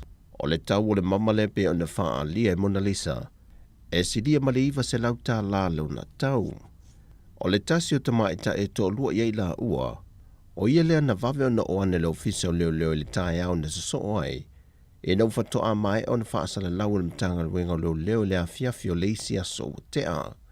Ma wha ai loa le tama I tae lea, o ia le na mōri mawina, le to e sea e lea tama I tae o le mama mai to tonu o le whale o loa. E na wha manino mai a papa lii. O le mta upusa whatu ai mai o le to e sea leo o Joey sia mai te tonu se tasi o whale o loa I talwhata I o pia. O le samana o mi ai, whaamautuina ai tūlanga fo I o pe polme na to tasi a fia pe a fia o mal to lua. o taimi nei o le whaangasolo suenga le ofisa e paun me whaftai atu le mamalo le tunu. Ua mawhai ona vave ona tuina mai whamatalanga le saf soani e whamautuina i fwoi ala la whanga e o mai ia mai nei ia mawhine sa tau sa ili atu. Whai loi papali o le tangi na whaurua tu le pūlenga o le whale o loa le taulanga. Le na fuai na whaasala lau ilunga o penga te whai langi ia tau ia ta mai tai. Na visosoani ni so lea tuduk ma whai loa ane ala la whanga o ila ua le nei. Le na sau no papali sa whaia so e suenga ia ila ua ia pēna au whaatasi le ngā yoinga. Pei tai wa tino mai. E na o le to tasi lea ua mōlia le sori ngā tula fono le ngoi. O lo tā lia se aso e tula i luma le whamasi nonga. Wa tau fia mamodia leo se tamai tae na maliu se li i tolu se fulua tau sanga le matua o lalo malawa i savai. E na wale mawhai al tamai tae lea na whaaton tonu lan ta vale. Ma te whai tua malavea ai le ua maliu. Whai loe babali i telefou. Na o ane lava le tamai tae mawhai loe le ofisa o leo i savai. O ia lava lea na lavea ai le ua maliu. Ma o loo tau fia i leo. O loo masano mie tu saima report e leo na whai loe papali e whaasua a vale tamai tae lea na ia whaafoi na le ta vale. E leo lo se aso e tula iai o ia luma le whaamasinonga e tali i o na moli yanga. Wa whailo mai le whaia onga le manu sa mua tai to fitu bulianga tele Brian Lima o le tula e ono le a fiafia tae au e tau nuua i whanua tama whana o le atuno. Mali polisi ampini le na manu malo e le aso ane nafi i Cape Town i Afrika. O se mitamitanga le atuno in ua toe si i maa walunga le fo i alo le atuno tama whana lava a Samoa. E le tūlanga māua e i le tumutumunga sa i e fo i Samoa le taito afitu na siampini fo i tausanga ua mawhae. O le au taito afitu sa molo whaatulanga mai i le tūlanga mua i le whase fulfitu ai le ua tutusa i nei ma Afrika. Tutusa Amerika ma New Zealand i ai e whase ful malwha. Fiti le whase fulu ai ma Australia e tolu se fuluiva ai. E iel tel tanunga o le a whaatumulia fo il malaiva lele i whaleolo i le a fiafia tae au. Pe ato ai tau nuu i whanua tama whanau le atu nuu mali polisi ampini mai i le vai Afrika i saute. O tala fawia mai Samoa, man real ni yasol tātou tino whasoi foia.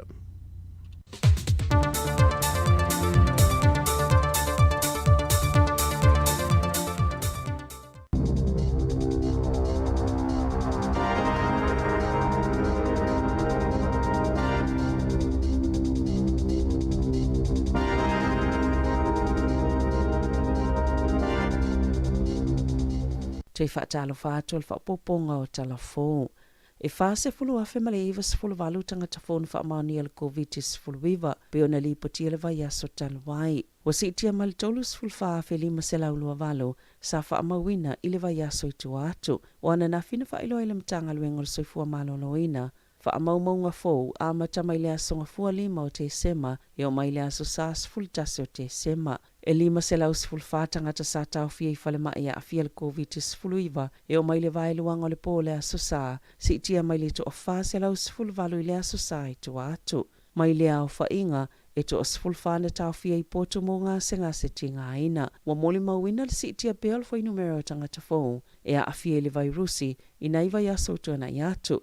Maolo i ele talitonunga i ono si itia mawalunga. Ile whainga le tausanga ile vai aso le Kerisimasi na lipotia le matanga luenga e tolu sifulu lima tangata na maali liu a oa a fia ile COVID-19 i whaamaumaunga o lea lava vai aso.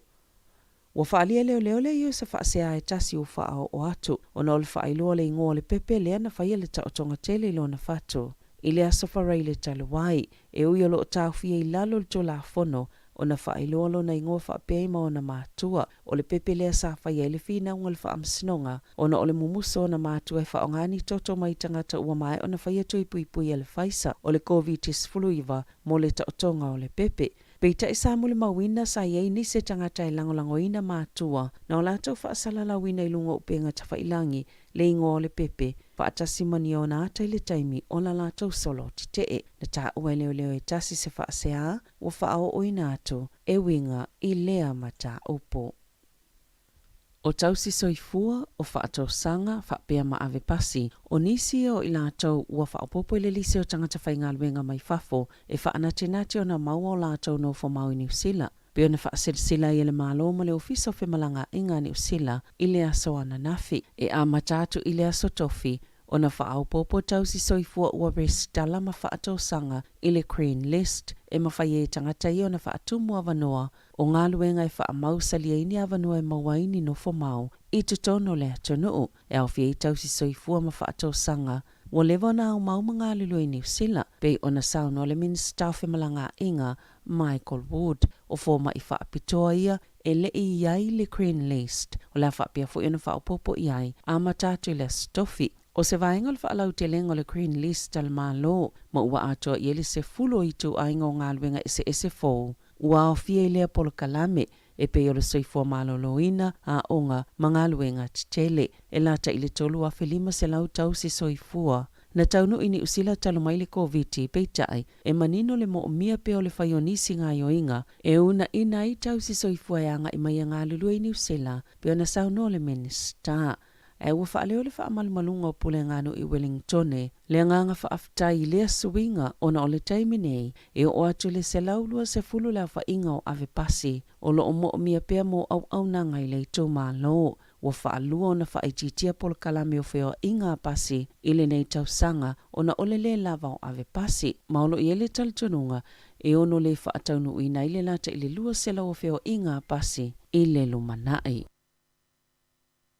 E lata i le sefulu walu tesi ma le fitu pasene na pa ua i le tau fale e talo ma le masina o Januari. E tu sai ma wha maunga pito la tamai i le quotable value i tono masina e tolu e o mai a Novema na pa ufo i tau fale Wellingtone ma e 5 tesi ma le lua pasene i le masina lava i o Novema e sefulu tesi ma le lua pasene na pa ua i le tau fale le atunuu i le vā Januari ma Novema o se pili o tapito sili o na telele pa ua pe a fua i le sili ma le sefulu 5 tau sanga o tuanai.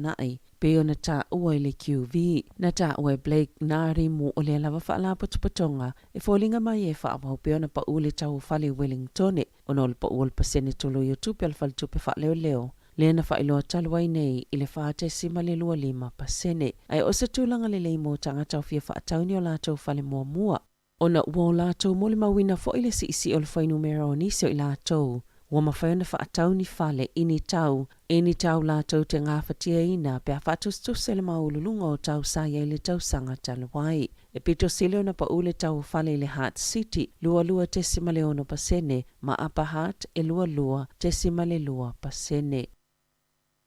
O le asaunua le presidente o le malo o Ukraine, Volodymyr Zelensky, i le palemene o New Zealand i le aso a tae au, i le itula e valu i le tae au. O le asaunua Zelensky e ala atu i whaasalalonga tu usa o whaate konolosi, ma o le taita i lona lua leo se isi malo, o le amawhaiona saunua i le palemene o New Zealand, o le taita i mōmona mawhaiona saunua le palemene o New Zealand o Julia Gillard, o avea ma palemia o Australia i le lua afe se folotasi. E tele palemene i le lalulangi na sauno i le taitai o Ukraine, talo na amata le tau a Lucia i le masino Februari, sa ia talo sangai mo se fsoswani molo na atunuu, ona osfa inga Lucia, o lana sauno al palemene o New Zealand o la whaasala lawina tu sao, i lunga o le upenga tawhailangi al palemene o le ondemand.parliament.nz.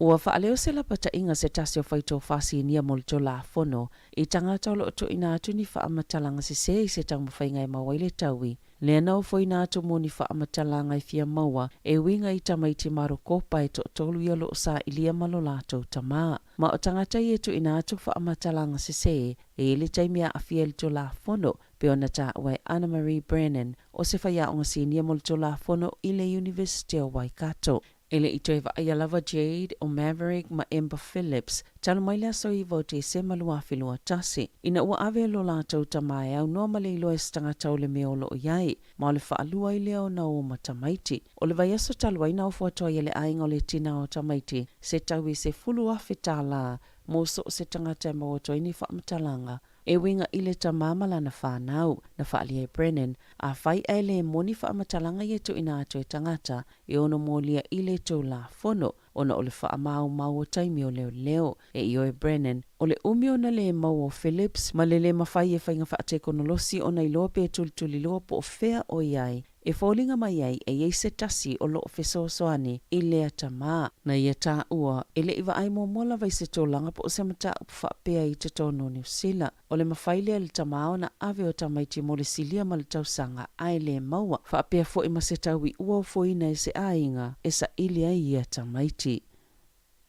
E tolu tausanga se tēnei titi na umalo na ola o na oni sasi se au nanga whaafalama i New Zealand le lua Fesifuluiva. O sa ripoti leo whaalauloa ina i le so, o lo mai o i vaenga te itasi pio na i le saililinga le komisina, mo vaenga e iei mana o nga whaapitoa i tūlanga te itasi i le ola malolo ina o le tēnei titi, i o atu lava le teimina umailo na ola.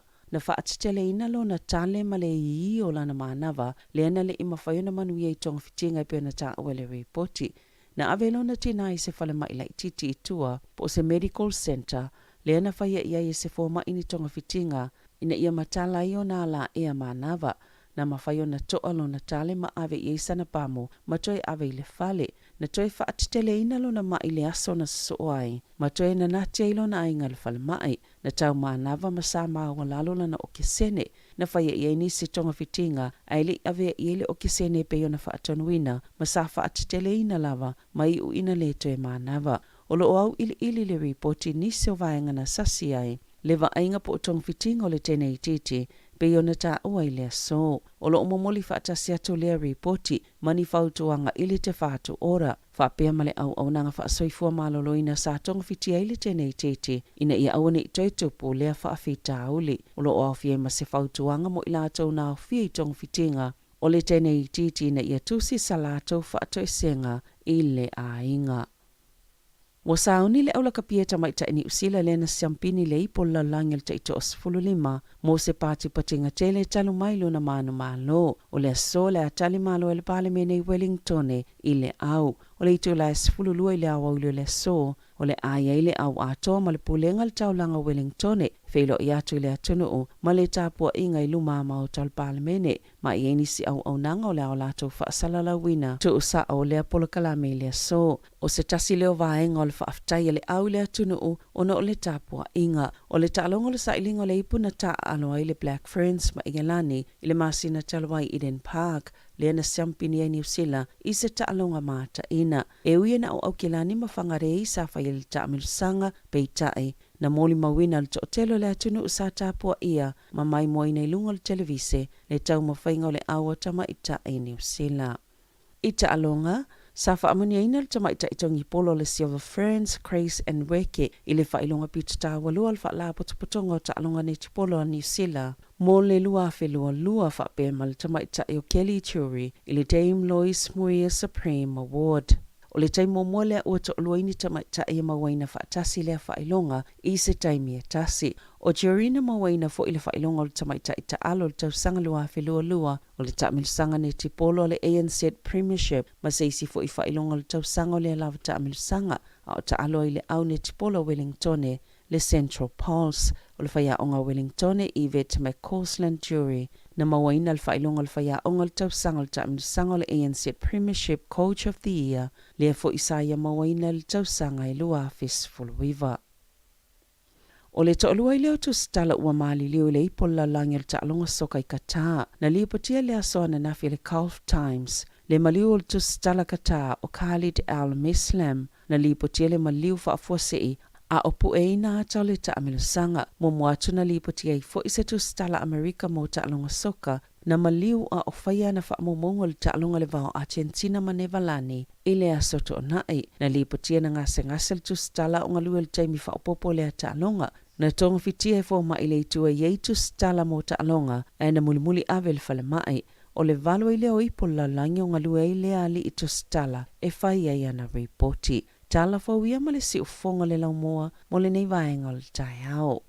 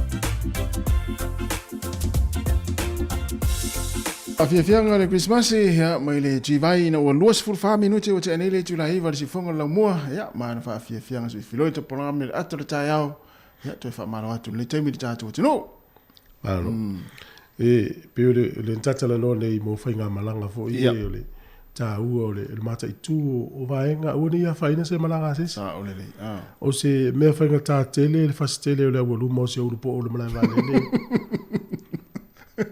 o le alfo o se me feng ta tele le le va ta pena le malanga se urupo e fa si tele le wolu mal malanga le fa le uno ya wala ye ta pela pe wala o le po lo wa ya te ila u fa si se de mo ai le o e se le urupo o le fa ye le ya na me la a me tu pu a inga ai le i chau ni malanga le te mo mo le fa le na ai wala o le no fa tele hangi se lo se urupo o ya te ufa se ne se urupo i so se malai vale sa o le ya a foi pa tu te lo po le fa se malai vale le fa se va fine ma te o le sa le ya te o le me ya o ne i tu wa na fa pe wa le fa se malai vale le fa te inga o la utana le vitanga te fa si ya o sa o le urupo le tu te fa si ya o la utana na fa fa tali a fa pe le te sa wi mo le fa si foi a fa tali malo va o se tino mai mata no po, se fa pero no po le tu mai se.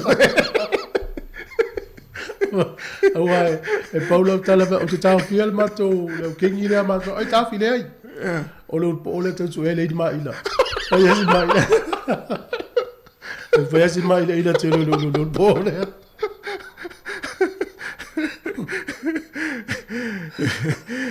Quero não pegar sau pele ai. Eu po. Ja, zo willen we hebben het rescued.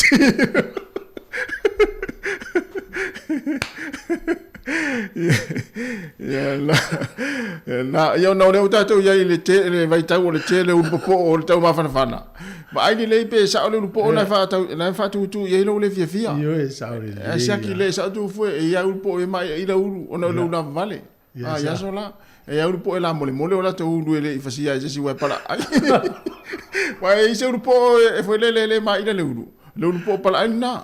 Wa já se fasia le. Ja. Og det har vi lige med lave pepe. Hvor der tog taler det tager. Ja, malo. Det er jo bare vi siger det. Afa jo tali jo malo. Am jo tali vi jo malo. Ja, ma vai på fefa ta for ne yaso. Og ne Wellington. Jeg må starte på boldu. Og le man ne jo le hotel la kun. Jo le tager på le fa sa vali jo malo. Ja. O le sile vai nga tau sina mai tangata mai fafo i New Zealand. Ona lau whanua. Ona tu maunga, ona vai tawhi, ona sami. Ma tango fie le vai. Oi, sien tau tia. Ia ave o malo na whasawil vali leo tia la kun.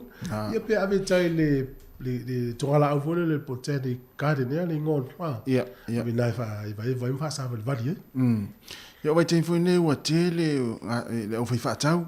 Ai watu e fwoi male au le intupe. Ia te awai o le o ngā le moni mea te o mele tupu. A reisa o tupi, au te alu.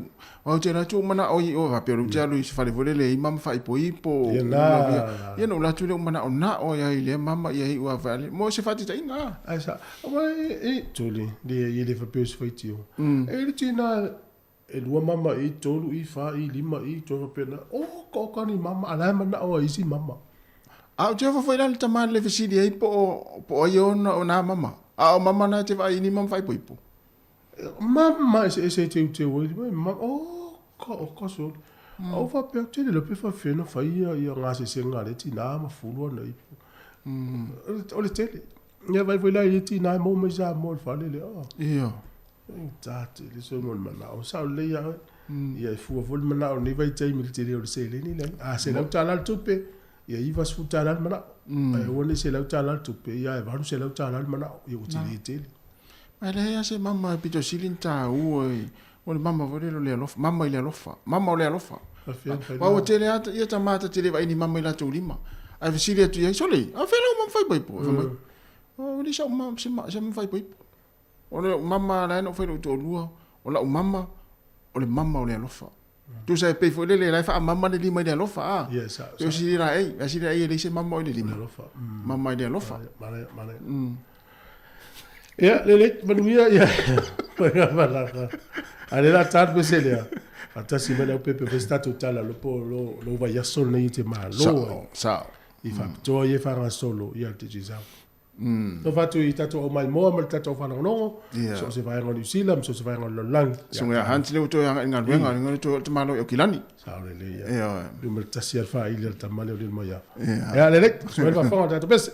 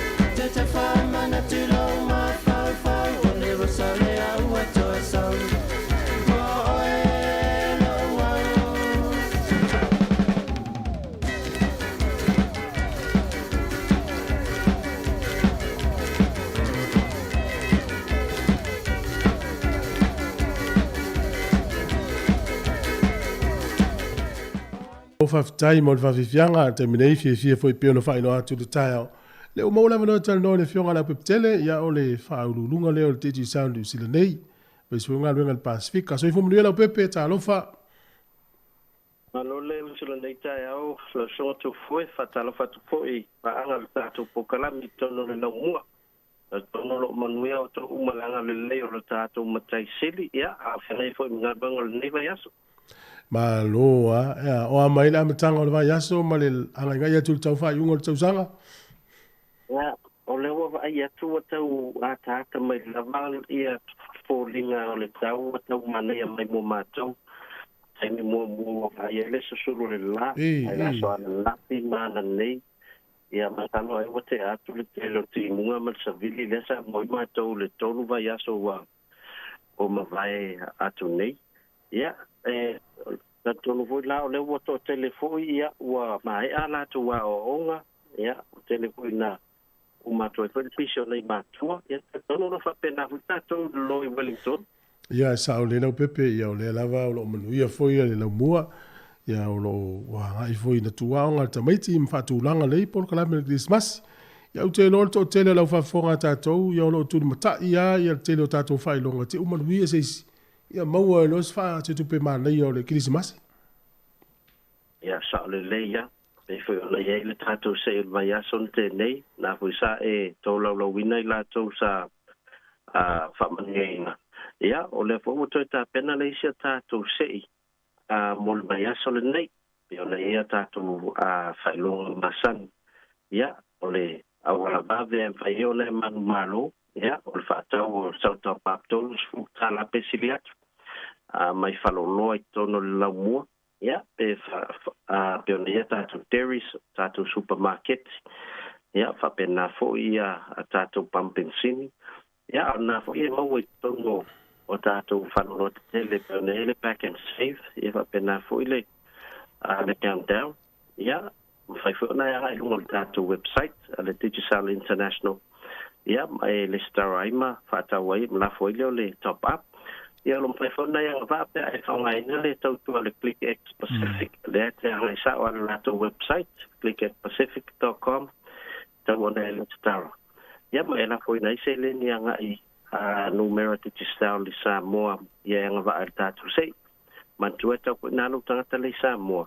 Ia ele stara numero i le au nanga le mai cash at Digicel. Ile mfaiona ia tau mwate tupe nana telefon, whai ngofi ai le atino ni mwale tūlanga. Au ngā tere mo tātou ia tele whainga luenga. Ele lava teimi e tawalu e lafo tupe. Ia wae umalona ele stara. Ia whatino mai lava lunga lau computer ia po runga o lau telefoni. Ia ngatala na mo wai o entry tono le tātou ia tātou o le Christmas ile mo e tātou whailonga tupe. Pe le awhita la lima se lau tol se lau malu se lau. Ia ai mo fo ia no to ai ne sa mo ia e o tono se o tātou food ranger le puta tono e tau ia tono to fo e lan finga malanga sa mo ai se lo tātou ta vale na Ai sa o le leia. E te loe pia o manuia, i toi whati iti ele lei mea ta vale ni usi laso. ia o me fa pena e ngalo e fo tātou mafutanga mai ngai sa mo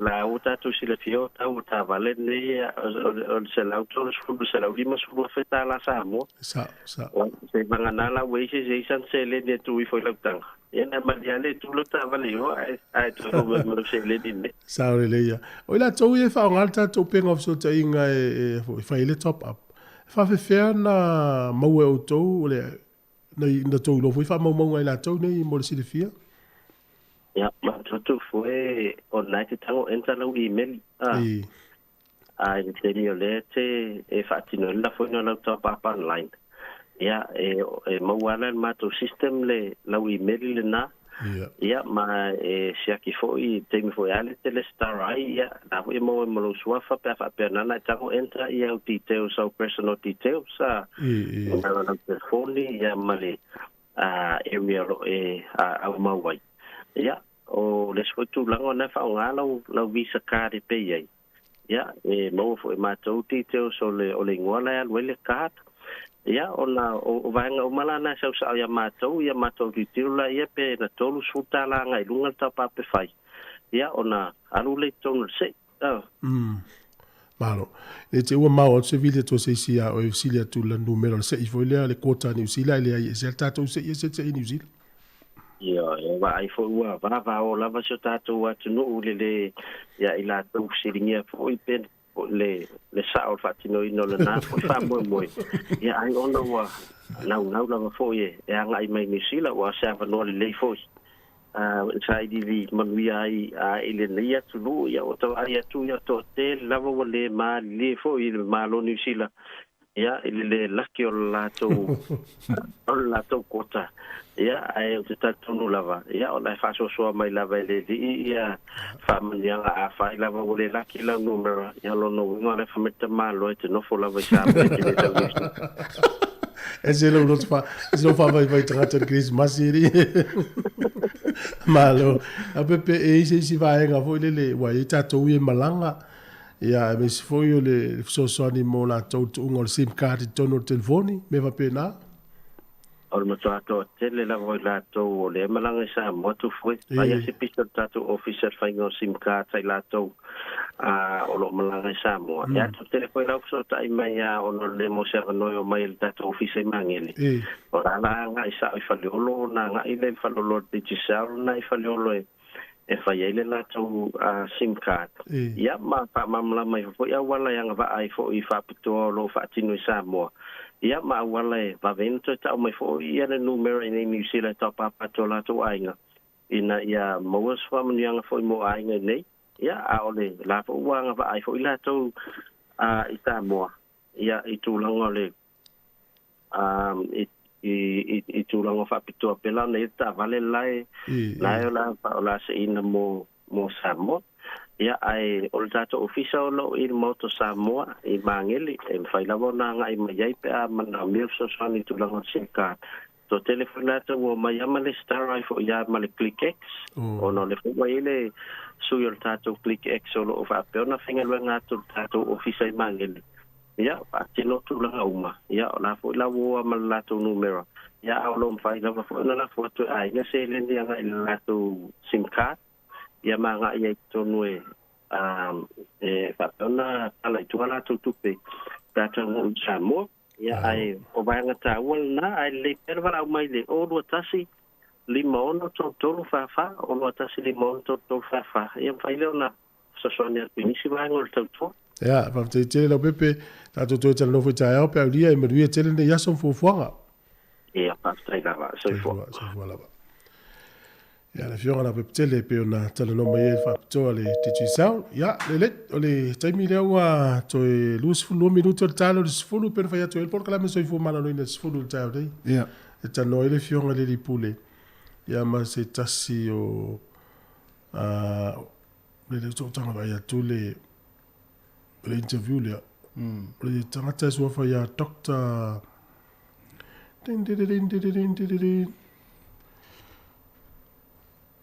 ya le la utango to e siaki alona lo so fa te o se tu au ya fa no le statement ya doctor dak o ia na le la tala no le ia pe yo la to i to mai fa to fo il fa ngo me fa atam tu la pena ya va tu fo tu togi o tangata nei o ko mauru lunga tu tongi so ya telefon ta tu tanga tenga lu e I o tu mana ia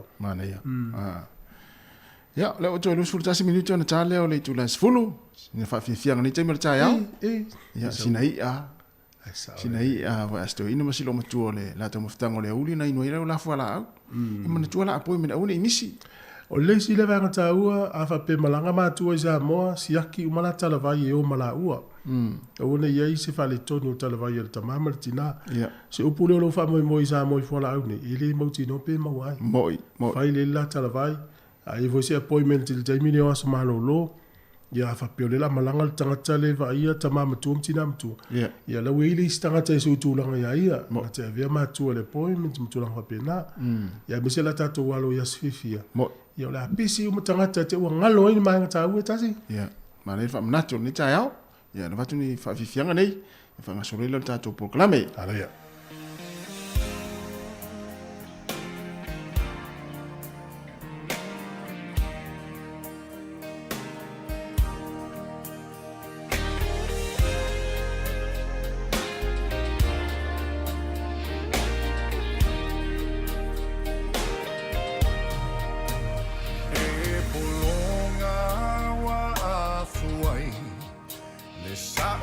Tonga po fero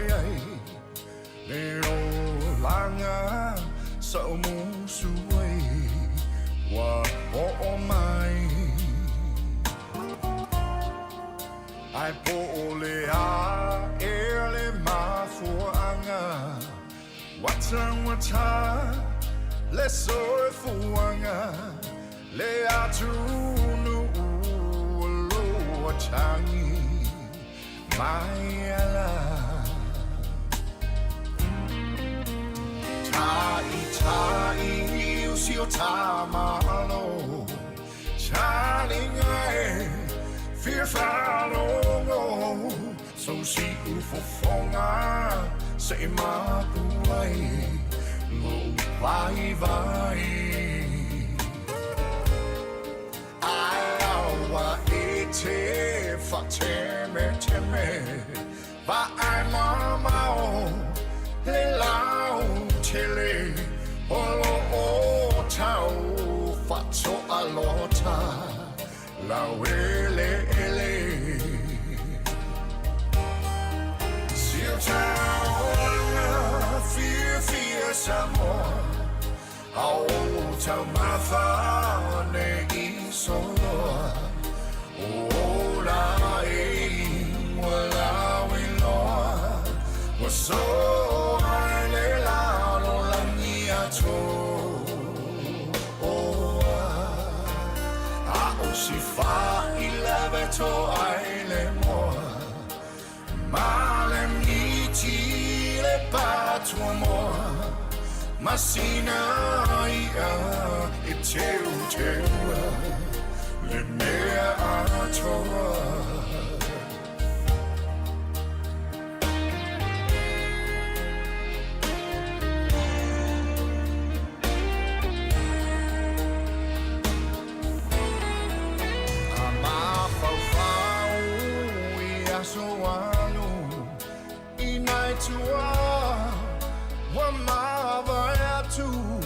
Le tau mafainga pela ea E lava singangu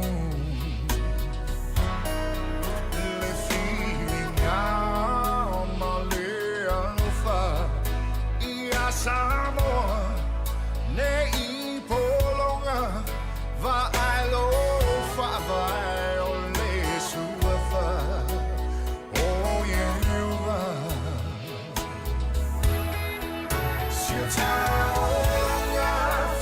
Fear someone Oh, tell my father so Oh, la wala wilo So I le la langiato Oh, ako si fa 11 to I le more Male miti le patro moa Masina ia e teu Le mea atoa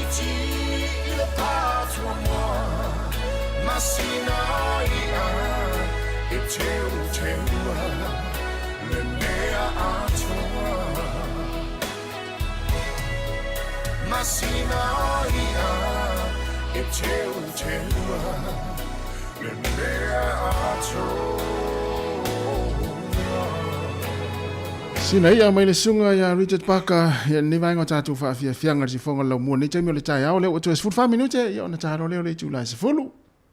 Le tele o tau mafa fela na wai.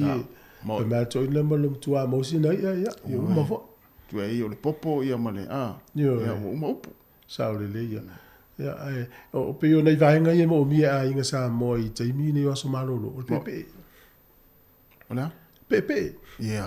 Tori o ia o na pisi a inga sa mo e fe fa lifu fe so ia fe ko le sa fe ko pai le so popo. Toi ti ale i se tau mafa sa mo le vel pepe. Ia pe ia tamana manungi. Ia fa pera lu a inga fi pepe. Ma le fa tau tol pusa tu fale. Pusa pepe. Pusa pepe. Na pisi ale i botolele la veves pu le tanga tel me. Ya tanga tel fe nga se senga. E tanga tu la ia ele tau sale. O mai a tu local fa lo le level 4. Fi tau mafale vangan fa papa. O si kokola ala tanga tu la ia. O ila mo Wilson. Na mo pusa pepe Louis fa apa ai lima sutala. E wala tau mo fi. Ai le fa tau mo te fa tala la patas. E mai maula te mi fa tau tu pe fa pe ia wa ya pepe wa on tala. Tu fo. Tu wa me lo tu vai nei fa mai. Ala fa tau mo si pepe fo le tala sa o mo ta puni. Yo tamala na no mo te mine. Tala sa o ta puni. Al tam vole le tala le nei fi se tulo. Ye wo na me o on tai. Ai pe o fa mala tu vole le o no le la ta to ya sfia. Yeah. E la leisi si to ya lui fa ma popo fingo ni fa tau. Na. Alu nga se singa. A me se pe atali foi tato malo. Yeah. E tau wana tango to ta kuka la ye. Tango to la ye. Ile tau su e si el foi mi fa tau. Na. Tamale va. E ti ro la le tau ma fa tiri to ai ya se tu ro fa fo me taluna no. O le su elin. Elin vole ro pal pepe male alisa. Ti le i to ai le tau mal na so. Ya o tau ma fa na o ma to vo ile la val fa so ya o i pe wa apa i lunga i ham mistake pe la to va i tamana. Pe ti va i mai fa pe la lo. Le ai le tu langa na. Ya pe ya. Polo le lo fai. Le o te lo fai. Ai lista le se tai mi fai ya. Ia to e lango. Ia. E te tala le yu pe o feo helicopter feo ya lango pe tala le. Ya me o tala mo lo wo lo. O le tamana to ma fa fana. So ele sama tala i mo pui o lo fale al me. Ta puni le so. Ya, maluia ta ya ta faonga ma ta penanga fa ingo te usanga fi company fa finga luenga. Ya ole no foi le popo i se ta o le sin fai. Mari foi lo to me na tu por ne te usanga. Na. Ya fa ngalo vo ia na va ngala tu. Wai e me fa pela tu. Ia na malo te usanga me se usanga la fa ia vale. Na. Ala no le te le ia. Na ama pe foi wa au te usanga to le to video tu ra wo lo uso. Miri ai. Le la tane krisi masi ta te to fe lo ai. Ava ilo street le so ta street te se ai o mai. Sau. Te sau pe te ruatu. Fa pela o lo uso foi. Fa pena ai. Ia. No a tuan le tau sanga e ta milone i ta fe lo pe ta te ma. Sau, have style tina nei. Pe o te ruatu, o te ruatu pe sau. Le tafta le fa. Sau e ruatu tafta la le paina le tava. Le fait passer à tout à valer fu su singa ta o fa le lenga vole me le. Sau la e mal fu ani usi la ruatu mal fu sa mo. Tafta le la paina le va ta fal. Mana. Fa ta falinga. Mana ia. Ya vai le mana ia. El watu mal ham. Sa we mal pusa ma mo fu ia. Mana ia. Mana ia tele la ai kia. Ai mesel ham di fa Christmas ide. Ma vai a se un po' i fa se Mana tua, al fa manatu le tai au. Ia sa o tanga te le urupo te tal no ia. Ja, sa. Te le urupo fa se se te. Ai fa se te le wolu. Fa se le wolu mai le fa se entam. Ai fa met vala. Ja, fa nga mala e New Zealand fi tu lo tolu nga ilo fa ma ala pulu le fisi nga jo po fa fo. Alo fa i se le urupo fa se. E le le por club so fu malo lo le ta per mai. E mala fa fi fianga o tai au. Ya le te bidei ya tatu pese o te pena mai di start programe e fa maula lotu fa te yatu.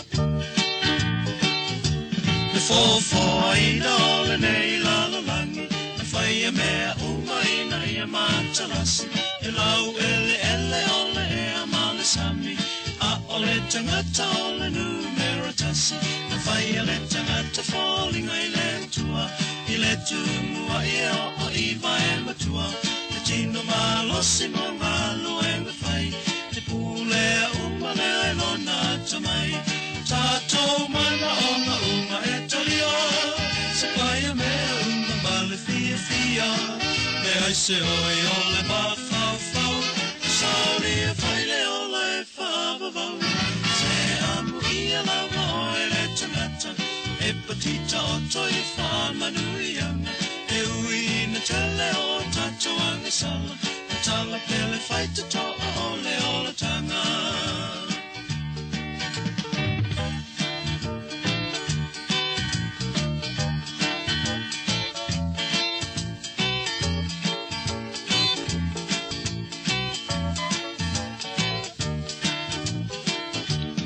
e te sa o te lo tomalie Whainga tā umau o whainga o fie Inu le suanga lie o le o langa Ua tutu sa paua lele leima lele anga O la whaitalia ua le punitia So sa tau whainga mo so manuia O ni le anga ia wha atua tua nai Kalua wha a mao ni mo se rumanai Tātou mana o ngā e talio Sa paia mea unga male fia I se hoi ole fau Sauni e whai le ola e whaavavau Se amu ia lava oe le tangata E patita o toi whamanuianga E ui na tele o a tato anga sala Tala pele whai te toa ole ola tanga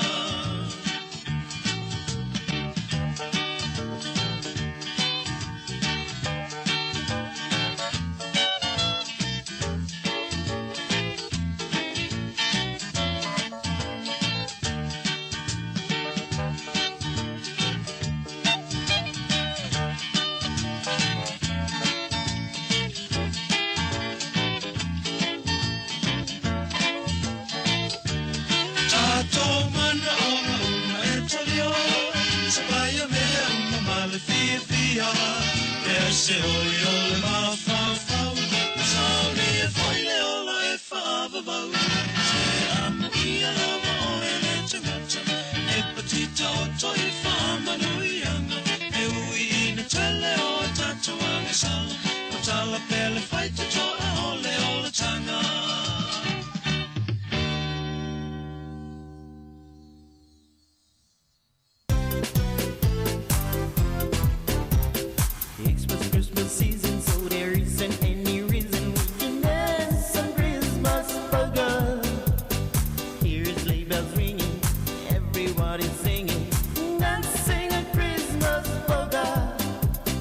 Christmas trees so holly, make everyone so jolly. Love just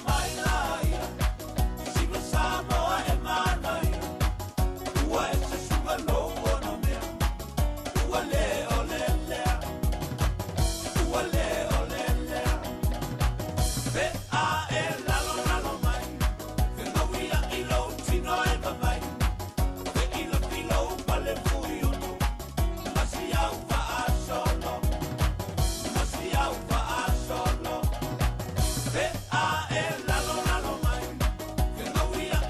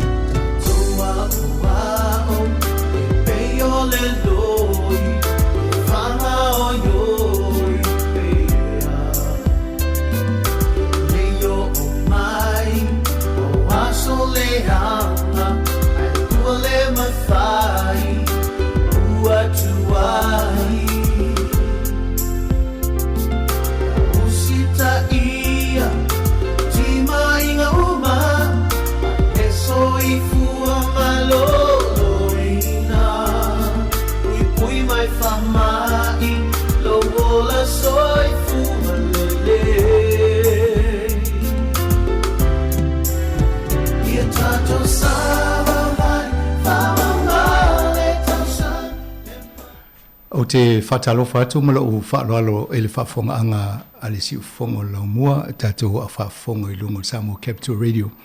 O le polkalame le soifua malolo ina tai au nei. O maua le awa noa e taltanoa ma le sunga le foma ia Douglas Upati o ia o le radiation oncologist. Ia se taltanoa fo inga ruenga la tō ia ma vaenga me whaamamlamba inisi o ngā ruenga a soifua malolo ina o ngafa mai ia. O le telo tatou tanuanga I whaile ngan whaapiritania a mai ia ona se mai leo savalino o ia lai tustusi a noutu le tatou tanuanga ia mo le soifua maloina. Ia matau whaile whaasamu atu le tatou tanuanga. Talofa, good morning, Dr. Douglas Upati this morning. Good morning. How are you this morning, Doctor? I'm good, thank you. Thank you very much. Yeah. Talohani. Talohani. No, thank you. That's good. That's giving me an indication about your ethnicity. Malo, it's not very many Tokelauans who have a position called radiation oncologist. Perhaps, Douglas, I'm just looking at the photo of yours, Murray, just taken off your website. You look like a 26-year-old. That was 26 years ago. Oh. So you must have treated so many patients in 26 years. Yeah, it's been a long journey. But I'm 50 years old, so. I'm 25% out. I mean, 50% out of the age. Anyway, Dr. Upati, thank you. I think we met in the past into some other recent things I need to discuss with you. But thank you for making time to talk to our audience this morning. Our broadcast is on 106.1 FM frequency, and it's also on the social media platform, Facebook and YouTube. Unfortunately, we couldn't see a live, sort of interaction with you on our link. Obviously, the health ministry is very protective of, the safeguarding the people accessing the system at your end. Yeah. But that's all right. We can talk on radio. Back to the old technology. I mean, on the phone. Yeah. Sorry about that. Yeah, that's fine. I guess part of the reason why I asked for profiling you to our audience, people are very proud to know, or they own who you are when they get to know whether you are Tokelauan or Samoan or Tongan. Perhaps if you wouldn't mind, please tell the audience, listeners, about you and your pathway to where you are now through education. Oh, yeah, thank you. You can call me Doug. Doug, yeah, thank you. And I was born in Porirua. Oh. Yeah, so my mum is from Raro, actually. Okay. So the Akabi family is quite a big family in Porirua. So I belong to that crowd. And then my dad is from Atahu, Tokelau. Yes. So they actually came. He came over as a teacher, trainee to Teachers College. Oh, right. Yeah, so that's where they met. Ah. So I'm a child of two primary school teachers. So they're very strong on education in our family. Yes, I can see that. Yeah.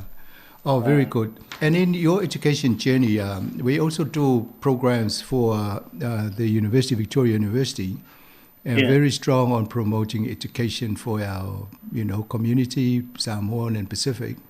Perhaps if you wouldn't mind sharing the pathway for you that leads you to what you're doing now. Actually, I started, but my dad was a scholarship teacher, so we actually went back to Tokelau. All right. So I did my primary school in Tokelau. Yeah, and then you came back here and continued here? I did. It was taught in Tokelau as well. So then after, at probably the end of primary school, we came back. Yes. Because I think Dad has done his time or something like that. And then I just went through the primary school here. I grew up a little bit in Wellington and in Auckland. So I went to Tamaki College. That's in Auckland. Yeah. But for myself, I've always been someone who reads. I enjoy reading. Right. So probably that makes me a little bit different, but and I like finding out about things. That's very curious. Yeah. So a lot of reading, and I enjoyed that reading, and of my family, they really emphasize on work, schoolwork. Yes. So I guess a lot of families, they emphasize on different things. Some do sports, so my cousin's a good sportsman, but my family particularly emphasize on schoolwork and trying to do well at school, trying to do best at school. Right, and then you went to university in Auckland or down got south? Into the Auckland University and did the medical course there. Fortunate enough to get into that one. I was very lucky. There was quite a few Pacifica in that class. It was in the 1990.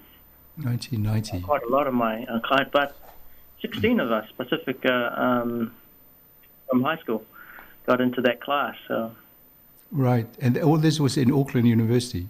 In Auckland Uni, yeah. Did you go down Otago at all, or was it all done in... No, okay. My wife was married to a doctor, unfortunately. She's from Otago, but myself, I'm an Auckland graduate.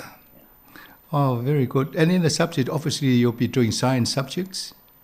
I love science, yeah. I'm not very good at languages, and so I do speak a little bit of Tok and very little Raro.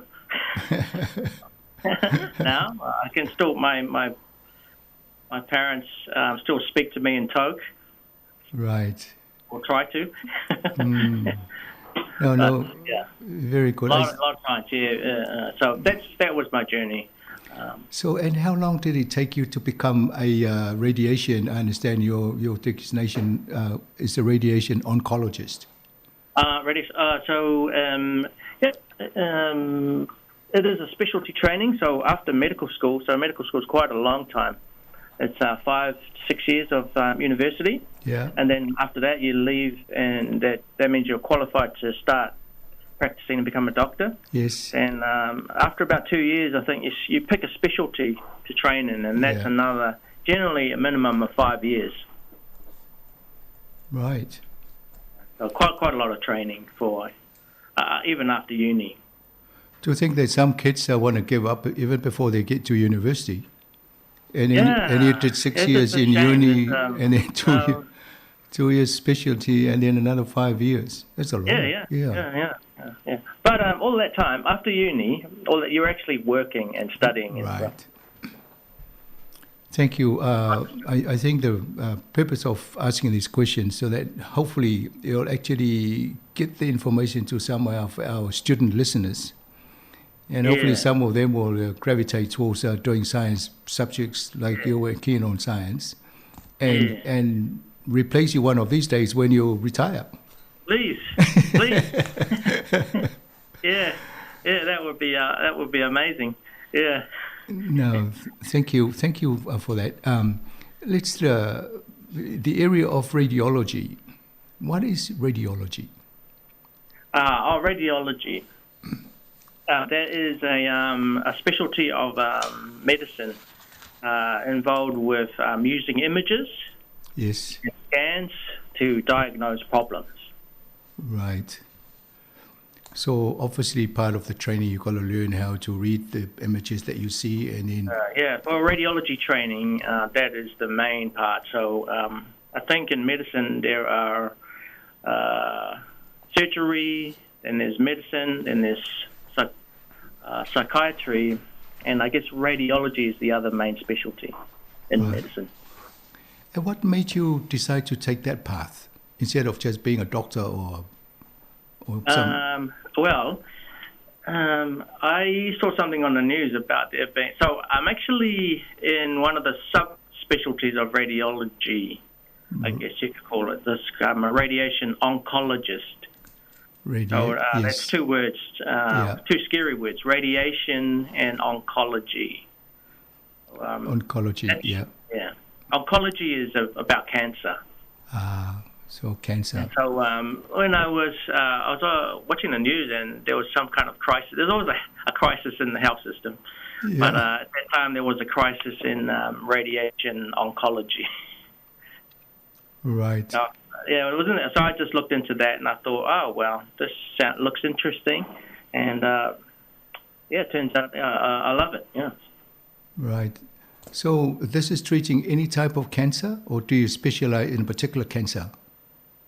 I myself specialize. Yes. I specialize in, generally speaking, cancers of the body, and particularly some of the what's called the genitourinary tract. So that's basically the male parts. Right. Yeah. But also the bowels and the chest. So basically from the neck down. Okay. So all the males listening now, if somebody has one of these problems, they probably want to talk to you. Hopefully not. Okay. So I understand there are 5 types of radiology, but we'll bypass that question given now we understand that you focus on the radiation oncologist and the cancer, for male. Is that right? Yeah. Okay. Yeah. Now, is radiology the same as MRI? People talk about having this MRI scan. Is it the same or is it different? So radiology is it's like saying is heart surgery. Yeah. So radiology is the main umbrella term for all kinds of scans. Yeah. Or even an X-ray is a kind of radiology. So MRI is a part of radiology, but it's only a small part. Yeah, part of. Yeah. Okay. But it's very, very common to get confused. Yeah. People ask me, am I having an MRI or a CT and actually just having an ultrasound scan or something like that. There are many, many different types of scans. Right. Which can be confusing, yeah. Yeah, one of the things that we've been discussing on the health program is to see how we can get some of our Pacific people to get into allied workforce in the health sector. People that assist you like doing the X-rays and all those things. Yeah. And I get you probably want to encourage that because you need some support. Well, I think that our Pacific people, I think it's normally, you see a brown face, maybe you just feel a little bit more comfortable, Yes. And we have ways of talking to one another, right? Yeah. That are not, you can't say how, but when you're talking with each other, it just happens naturally so that the communication seems to flow easier. Yes.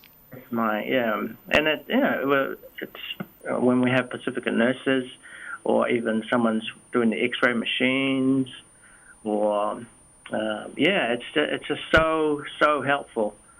And I've even had, I myself have had the people saying to me, "Oh, so good to see a brown person," and we can have a kind of have a normal conversation and just bring the stress levels down. Yes. Yes. We can, have a useful and hopefully helpful conversation about what happens from here. I will ask this question. You probably have to give an answer to make to assure people. It's amazing sometimes we find when we talk to people, they say they prefer to see a Palangi doctor instead of. And then I said, but when you're in the island, did you ever see a Palangi doctor, or did you just see a Samoan doctor or Tokelauan doctor? So, what would you say to the people that have that sort of feeling? Yeah, that's kind of understandable. And have I had that feeling myself? Of some people come in and have a look at me and think, "Oh, are you for real?" I don't take it personally. Yes. I think you've just got to try and push through it, and then if you can tell when someone is good at their job or not by the way that they handle themselves. Usually. So, I personally just it's just human nature.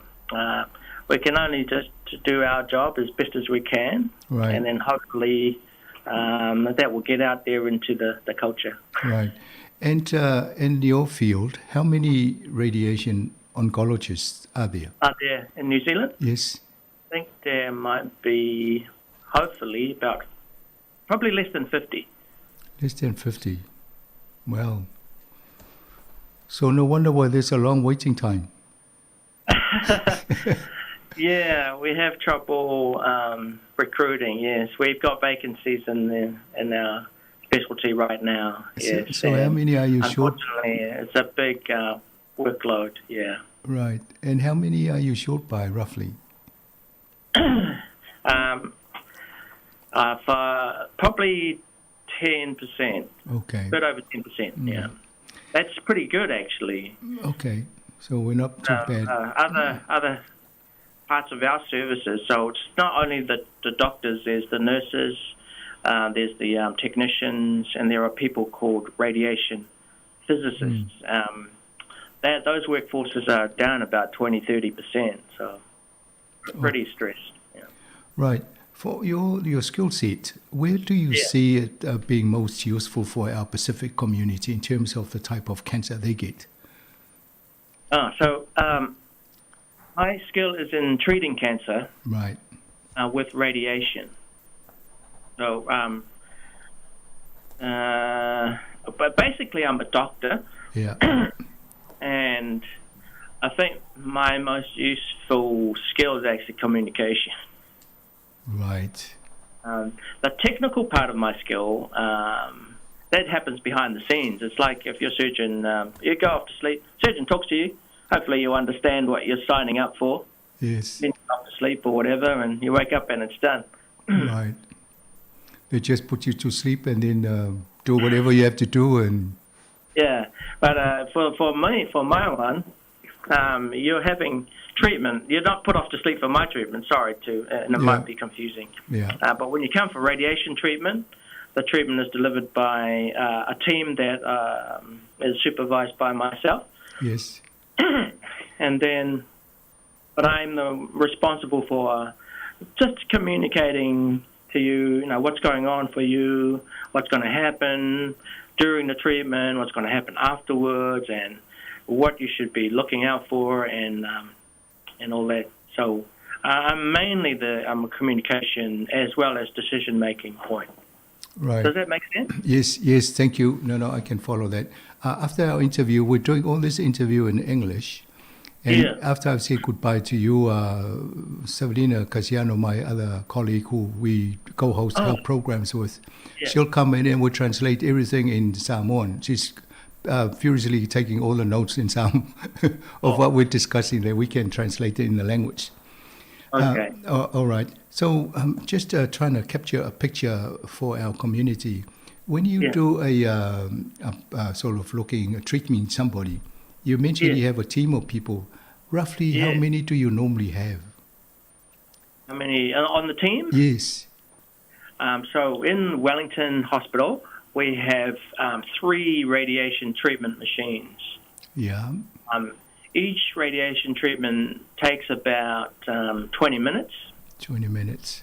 Yeah. So we could treat 3 people an hour.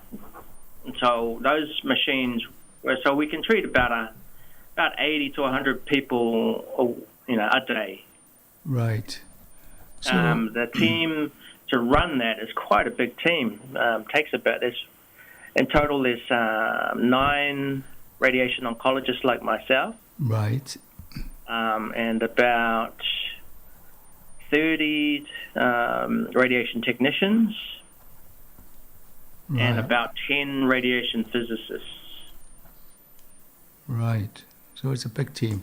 One of the things we've been trying to get our community people to take seriously, if they can't attend one of their treatment sessions, they should try and advise you in advance, because we suspect that you'll have a team of people waiting there. For the person really to turn out. Because we are, the time is actually very precious. And thank you for raising that. Yes. Yeah. And I don't want to put more stress on people than what they experience already. So I don't want to make anybody feel bad or guilty. No. But just want them to just think about letting us know if they can't make that appointment. Or if they can't make, because they're very precious, these treatment slots. Yes, yes. A lot of work goes into them. A lot of work goes to scheduling them. And we don't mind as long as you just tell us what's going on. We will likely still try to persuade you to come in. Right. So if someone is listening now and then they've been told by the GP that they have cancer, let's take some of the common cancers that affect our Pacific community. It's usually lung cancer or colorectal or prostate cancer. That's right. So the 5 commonest cancers, as you say, lung cancer, breast cancer, prostate cancer, bowel cancer, and some melanoma, although that's less common for us, Pacifica. Yeah. Perhaps if you can explain that, the last one, the melanoma, because, when they do this marketing campaign about using a certain type of sunscreen, and they never say, you Pacific people don't really need this. Well, sorry for me to say that we do need it, but not to the extent, I guess. How do you explain that, why it was a bit different for us, for this melanoma? We're lucky. We have the natural pigments, sunscreen protection. But no protection is perfect. And so the sunscreen works by increasing your if it's a double, triple, or quadruple, 4 times the protection that's afforded by your skin. It's a complicated one, and I don't think we fully know, because it may be something to do with genetics or our immune system as well. Yes. But there's no doubt that still Pacifica and even brown people can still get melanoma. So please do look out and try not to get sunburnt. That is one of the highest risks of getting melanoma, is sunburn. Yeah, I actually help. Especially the young people. Yeah, I actually helped one of our Pacific gentlemen once. It was a case with ACC, trying to claim ACC for melanoma treatment. And then because of the language, I was asked to come and sit in. And then I did this. And then that's when it proved to me, even us Pacific people can get it. And because his was terribly bad.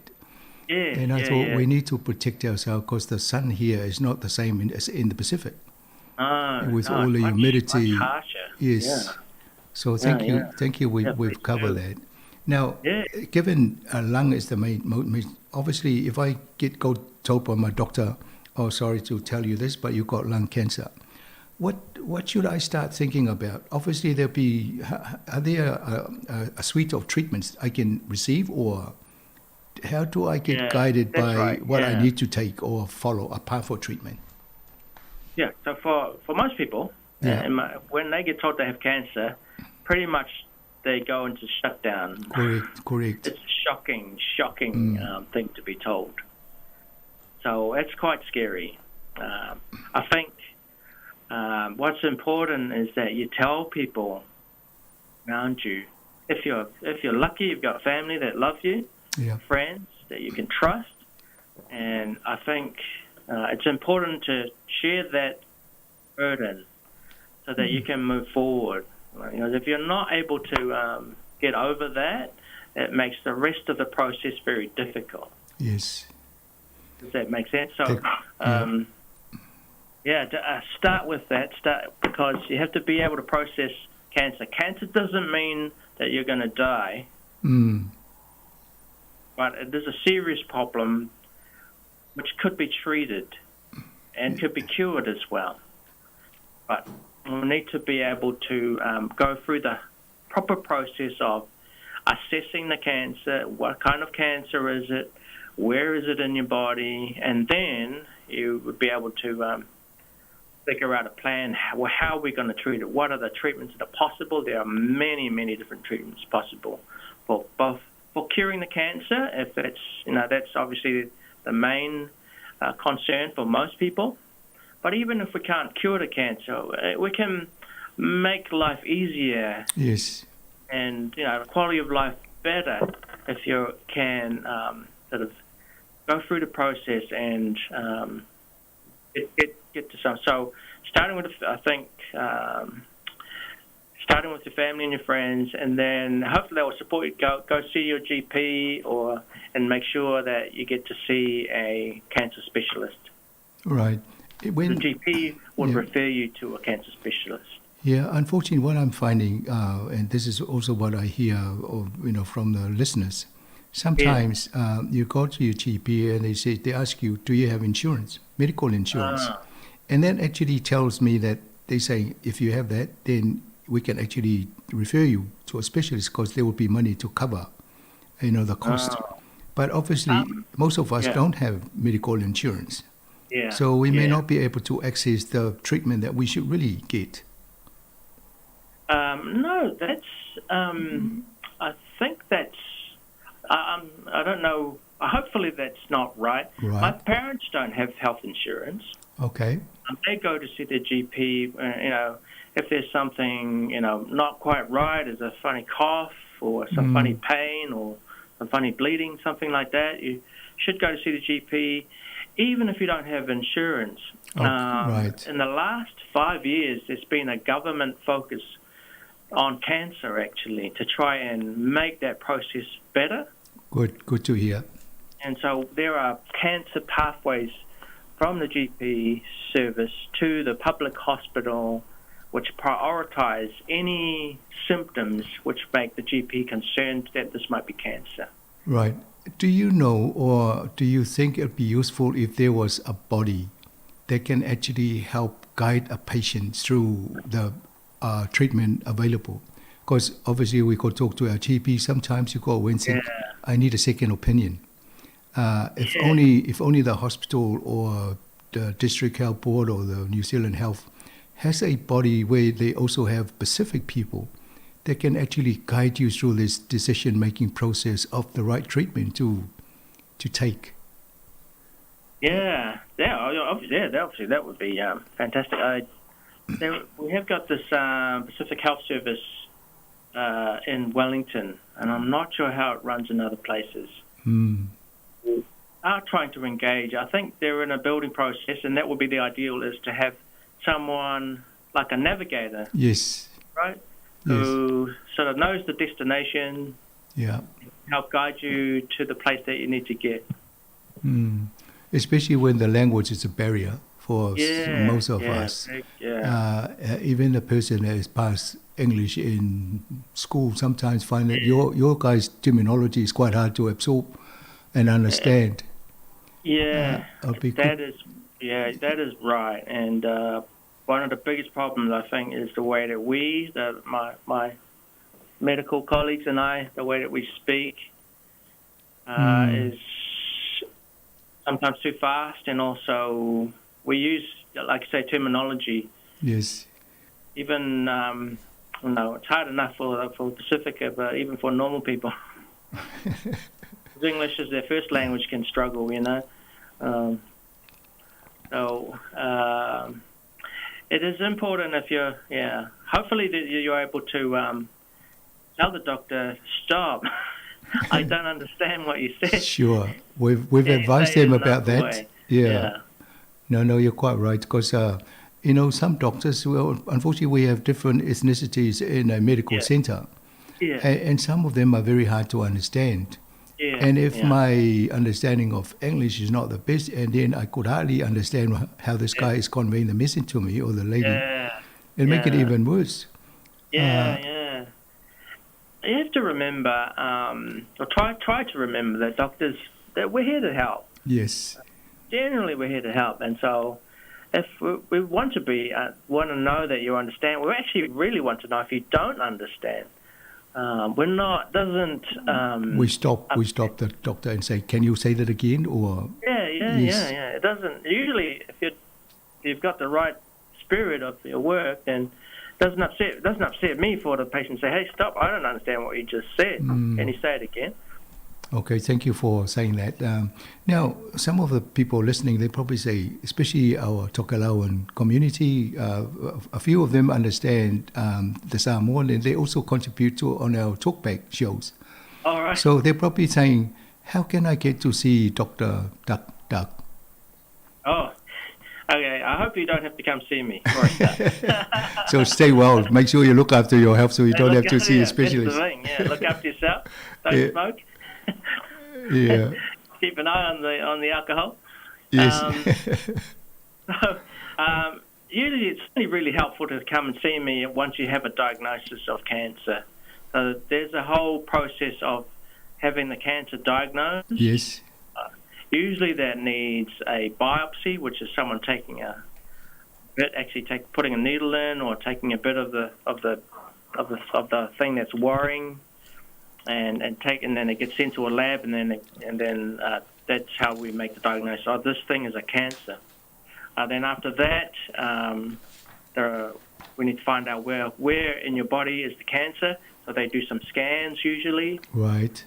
Once we have a good understanding of the kind of cancer and whereabouts it is in the body, then it goes to a team. So that team involves a surgeon, someone like myself, radiation oncology, a chemotherapy doctor as well, and some other specialists to decide what might be the best way, what can we do about this, and what might be the best way to manage this person's cancer. All right, so that's all part of the process in finding the right treatment for this person's... Yeah. So the person might have a problem, let's say it's bleeding in the bowel, they've noticed some bleeding in the toilet. Yes. That's not normal. Yes. So you shouldn't ignore that. You should go to see someone about that. That doesn't mean that it's going to be cancer, but at least go see a GP, get it checked out, just in case. So they would go see their GP, and if that's working well, the GP would send them to see someone to maybe have a look at the bowel or find out why they're bleeding. And sometimes, maybe about 10% of the time, that bleeding is caused by a cancer, something like that. Right. Oh, or maybe a bit less than 10%. So then once that's diagnosed, so the GP has referred the person or to the specialist to make a diagnosis. That specialist would then refer on to the rest of the team. Right. So it's like we're handing it along, got the halfback, passing it to the first five, yes. second five, all the way down the line. And then. Oh, I like your analogy.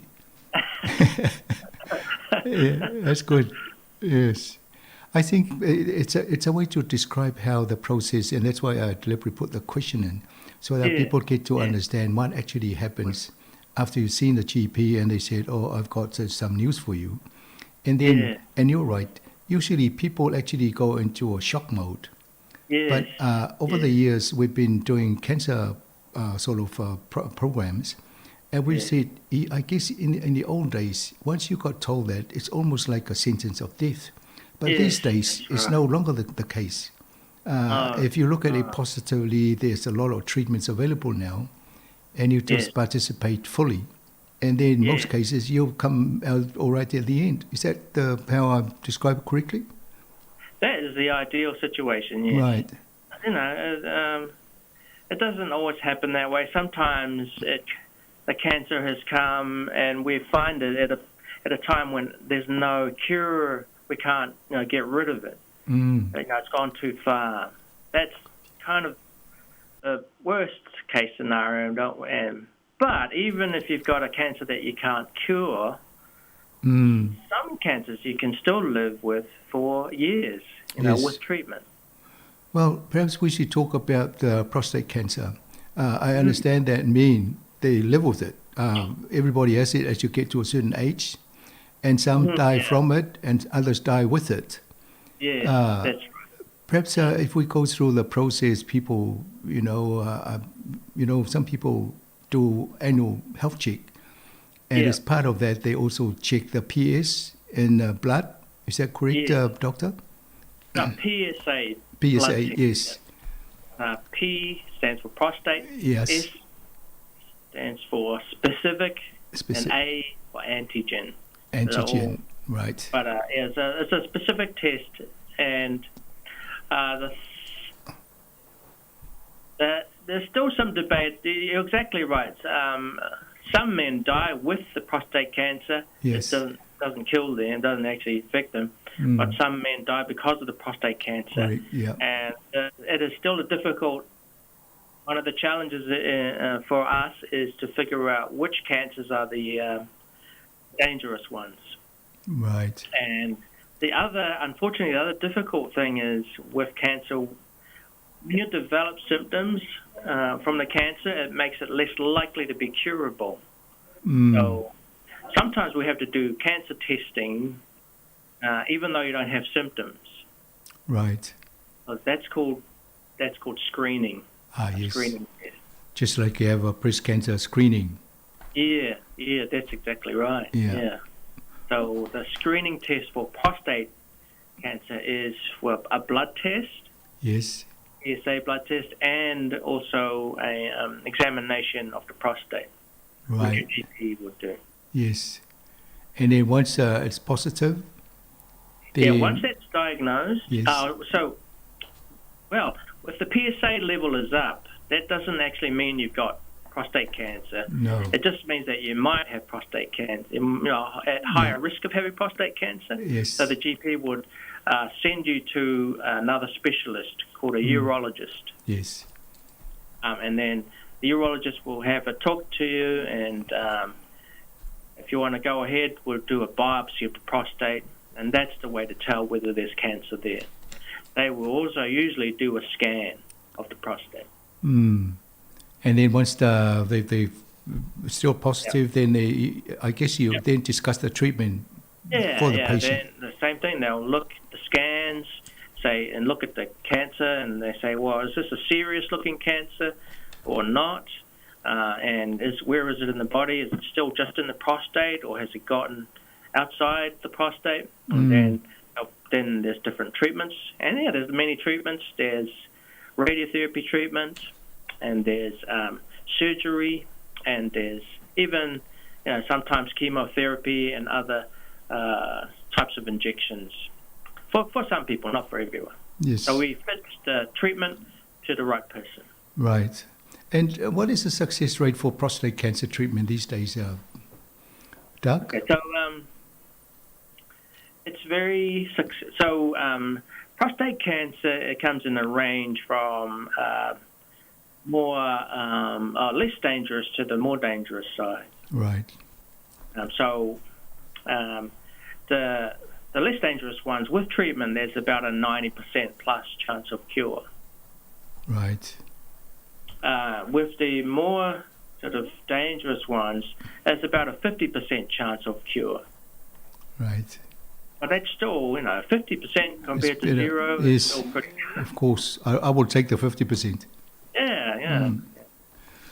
No, thank you very much, Doug. It's good that we covered some of these things. I hope this is not the first and the last interview we'll have with you.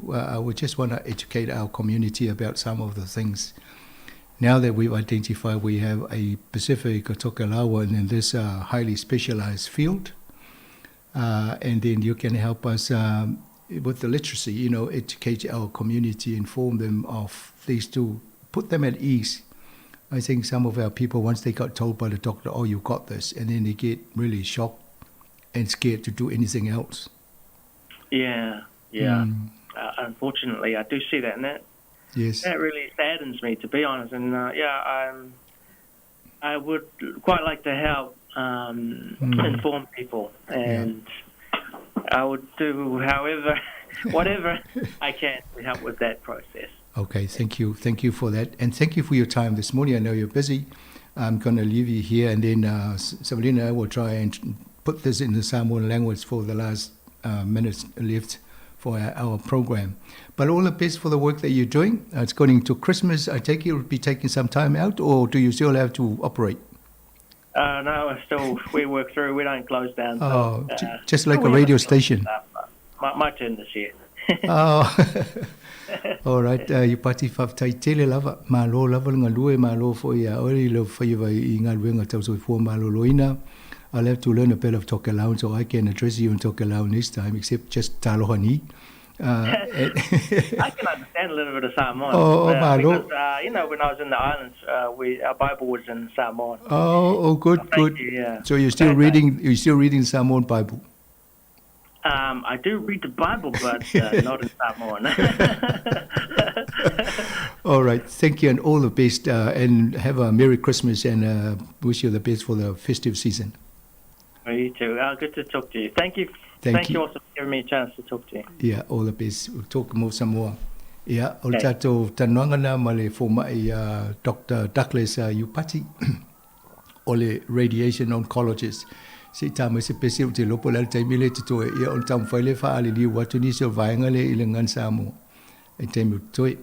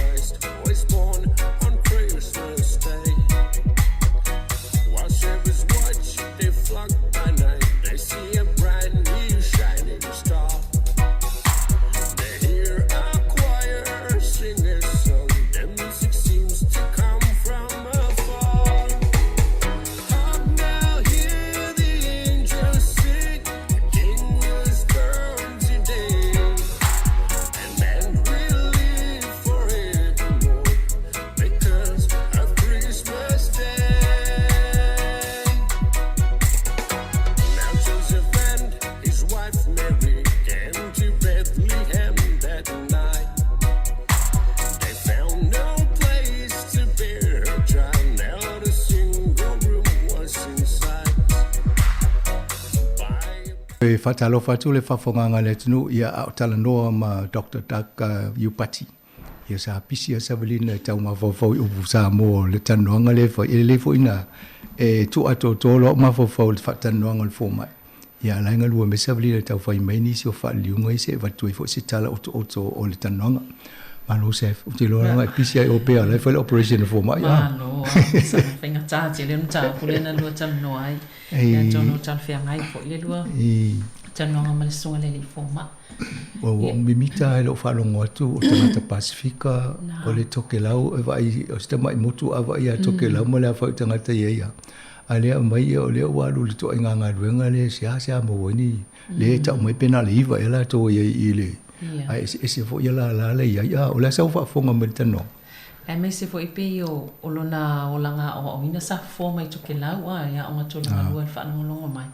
Ia e pe malanga mai nei ma na ia le whanongo atu e ma losi le o ngai tono la ingo mai pe o matu o male le whanongo whaia o ma ia pe e una i o ai se fifi e talonga ia ai i fo I se fifi I tūlanga taua o ngā mai pe o lona soifuanga fifi e whaitau tusi pe o lea e anga ia I tūlanga ia e fifi e le ia o onga So stanga tai fi foi tau tusi ia o le tūlanga le o iai o toi ngā ruenga maulunga whapea mani a tele le.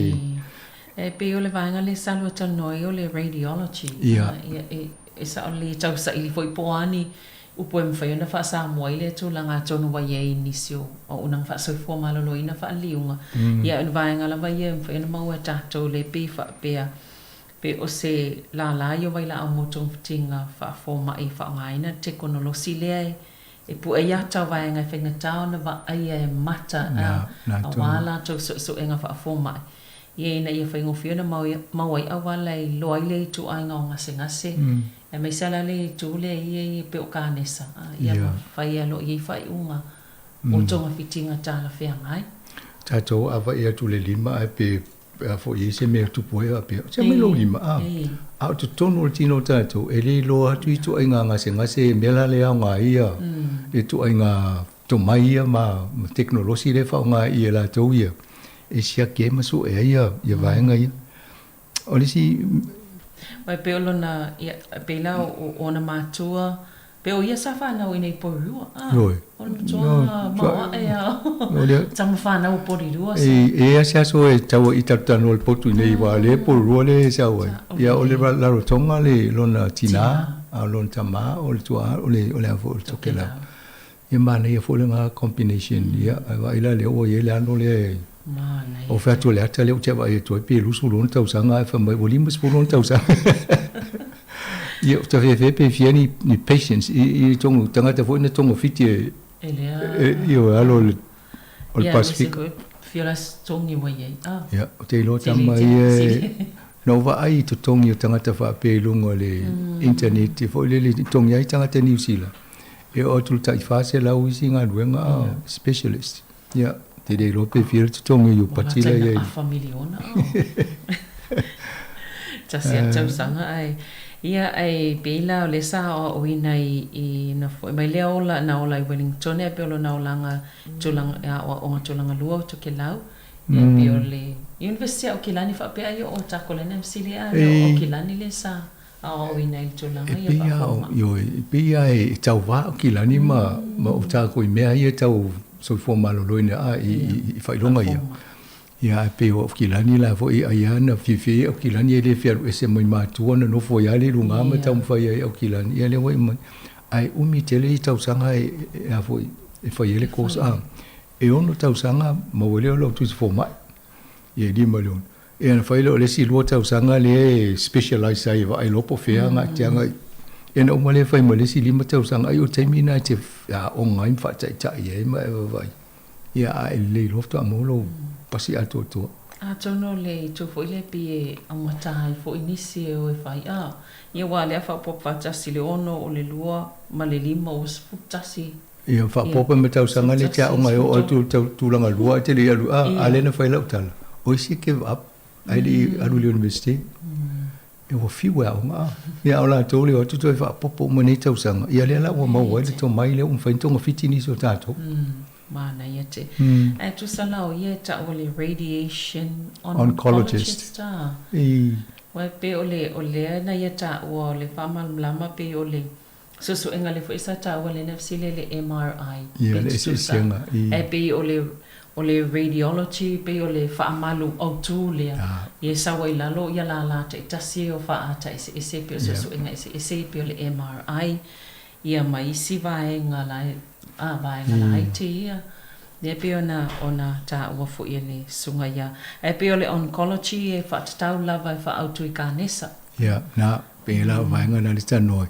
ia na mai lo le o kanesa le tele tan no fo ta to pol kolam e maulunga lava mama kanesa mama le mo ta to so o kanesa susu le prostate le breast ia mal prostate o le bowel tonal manava ia male melanoma le lana ofisile o tan normal melanoma fa melanchal ia pe ele a fine te le tato fat ai a sau nei le mo le campaign fu ko ngo sunscreen a wole fo le o te mi o sama e han fa ta se mal au pacifica e pe le mana mi o tala na fa o to fa tu le fa sa o langa le mo ya ta to langa i fu tanga pacifica mo le kanesa o le pa o tino ia ai pe ia le fa mai o tato ia tato pigment ia o tato o lo mai no o te le la Ia. Ia atol mena le fa pe le pa ulo tino wa le ye pek me tonu.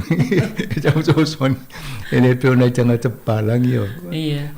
Ia. Ai mana ia. Ole isi va nga ta ole sa FC le I to nga I leo fa ingola to ia nga lue ia pe la lui fo limas fula fa ingo tanga tai fa ye to nga so nga le ia radiologist tonu ale o Wellington ia ai pe ole sa FC linge fo ile to langa po o pe to fia nisi ele o lava ile fa ingo to nga tanga tai ia le fa pe la lui fo por full pasene nga lai ia so lo ala to le le tong yo lo ie fo leo e stadio na mana yo le o lo ngai ni sile so enis ai pe ole si vai ngo le na yata we tolu masini fa ile radiation ai to Wellington o to inga tala le le tau na mai fa for fal mai wala fa pe ta to le ato to ale sa le li potel fo mai le tonui ele o complain wa pe ole lava tanga fa nga wenga se I fautu ile tai so le vo le New Zealand have wa tal no mai u pati sa ole e vai le lava la to ye luas to say e luas ful minutos so inga tanga tai to tas no winga tolu tanga tai le tu la tas le pe fo pe fia tanga tai le aso tas inferno fa ia so so fitinga ia to tinga ia fa ia la to ia to iva la to yo lo iai e sele to tele o tanga tai fa onga ina pe a fa ile so enga la vale o tanga ta na mo mai la lo tan no fo le me le fo to ita to fa mole ia longo wale mo wat o le tele o le team po tanga tai enga do fa ta si finga a misi la lo appointment io la ngau atole na tai milena tal no ai o le mele fa mai fa tai o batul ta pule ai ele fa mai fo le fa sia ala fa mai fa mole mane ye tele pe alongo tu la to ina ia tu wa no I ni stanga ta mole o tu fa tong fitinga I vai nga fa pe sa ole ia ta olo no tolos fulu I le si vai nga le technician po la to le nga fa ma to la ngol technology io le si tolos fulu po le fa numero na ia isa ia ta ia olo mo to tele mo tanga te to ta si misi ia le pena e sa na msanga sa le ia ia pe o isi vai nga ta wa ia le sa ia pe o le vai nga le medical insurance le sa FC ia ia me se fo io le nga senga selia mo le tu pali so nga senga selia ka sale ma ne le na fa sa o mai lo ne ia fina ngalo tu langa le o ini so tato e lu vale forma e fisi forma po isa medical insurance na fa pe lo la ia e fisi mai wa le ele referring o pe tu o le wa la tu ne mai le pili ia le fa mai ele ai o la ni tel tu no o le tu ava no le malo wa le lima e pe on tau sanga tal wai sa te le ale fa malo si mal fa lo malo ina ia mafai ona fa tupe mutong fitinga ta to pe yo lona winga au te pole pe si mai pe sa insurance social media fa for mai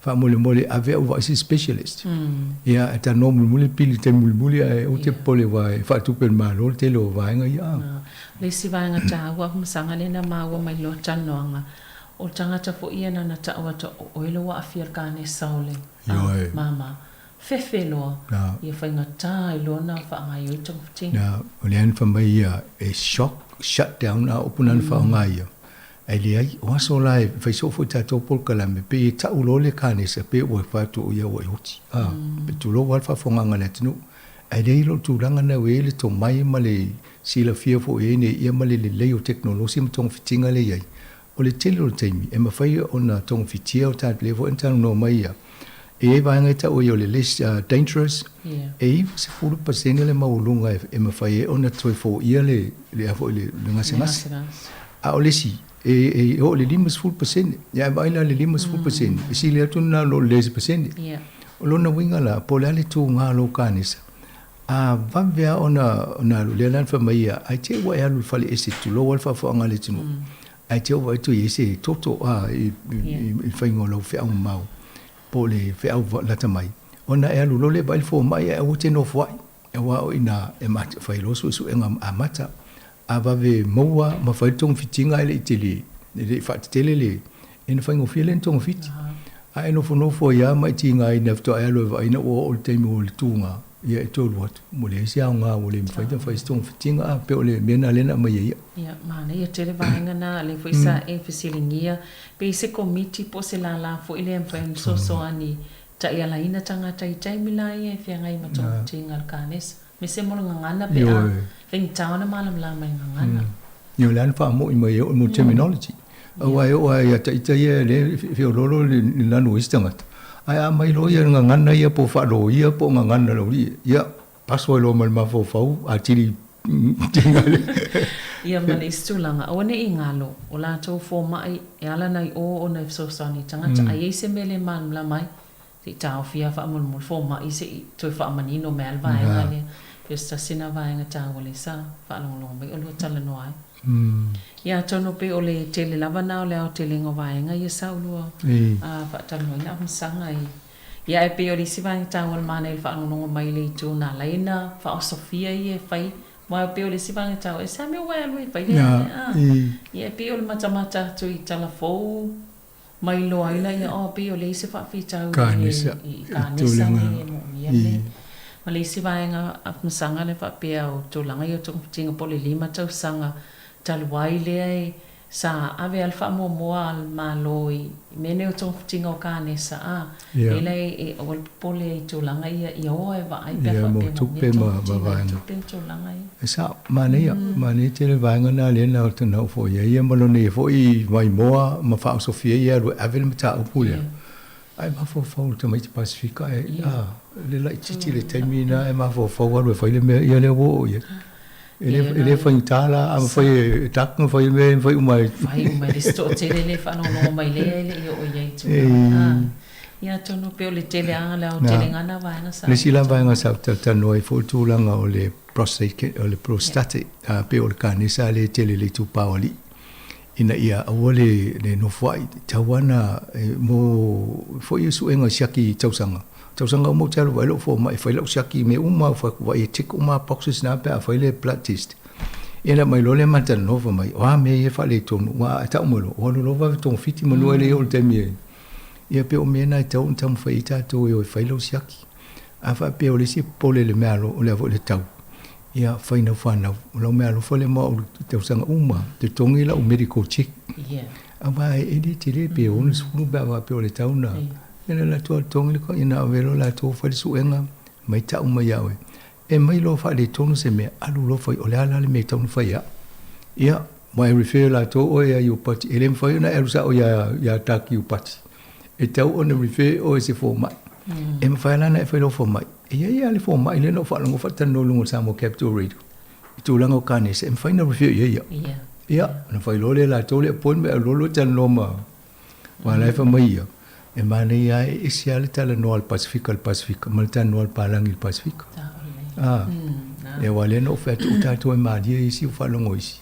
e le fio vai ta to fo ma il Pacifica e fio vai palang alenta to mai no Pacifica e le ni palangi ta to ina Pacifica le fo e so fa nga vilinga fa ia ai mana ia mo ta to la le tu pa oli ia mata mo olai alu siaki wai e fai le PSA le na ta mo o le siaki na ta to ai fai le toto e so e vai ngole toto nei lo le po le ale mo lunga po le e mo le si tu langa le na mai afa pe mai e positive o ta to fefe ole vai ngale la vo le PSA le e mo mai ta to le la vo le kanese le osila e mali di wai ono le tong fitia ausi e mali di wa ole tonu ai le faina e penaing e fo ile fa ta mai e le faina ai sia ia ava velope aggressive le upun faunga fo le telina va vele ne tupu ia on mama ia role ma fi ta to e pe usi va ngana ele fo mala ni fa manu ya ta to fa manu ya fo ia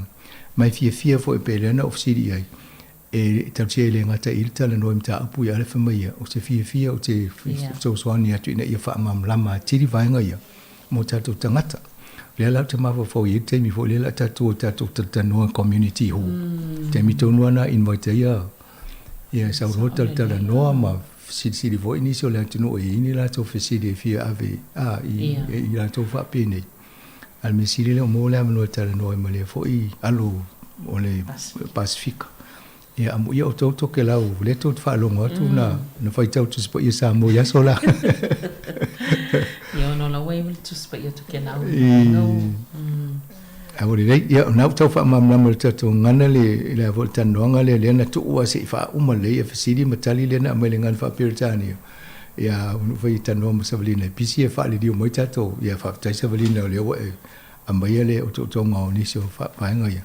Na voi lau mo me vai ngolo telefone le la alu. Ai tato Paul Kalame na mo su fo malo loina nei a vai aso ia mo fo siam no to tan no ta o fa pene lumunai. Ia men mi tele le a fonga tato. E fio ma ko fe kalai ku limu mo lau I faka ke o pro ele vai ka pa pele o soli. Lo maru ya ku pai ma le ngoka pa le fa. Iso tia lo no pele. Siba mai.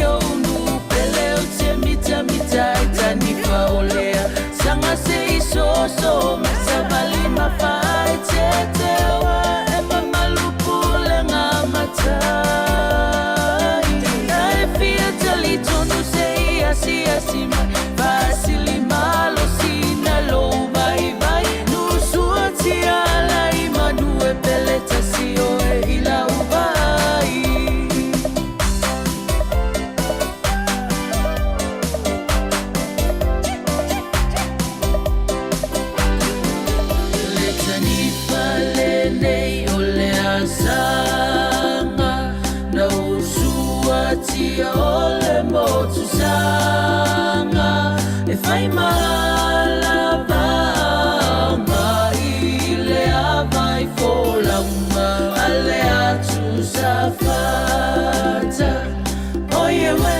te fefe o le tanifa e tele ia e fai te tende e malebe Asua mai o le ta ai o le tanifa wa mata o na feai o le tanifa le nei o le asanga na usua tia o le motu sanga e fai malava mai le avai folama ale atu Safata Oye we te fefe O le tanifa e tele Ia e fai te tende E malebe Asua mai o le ta Ai o le tanifa wa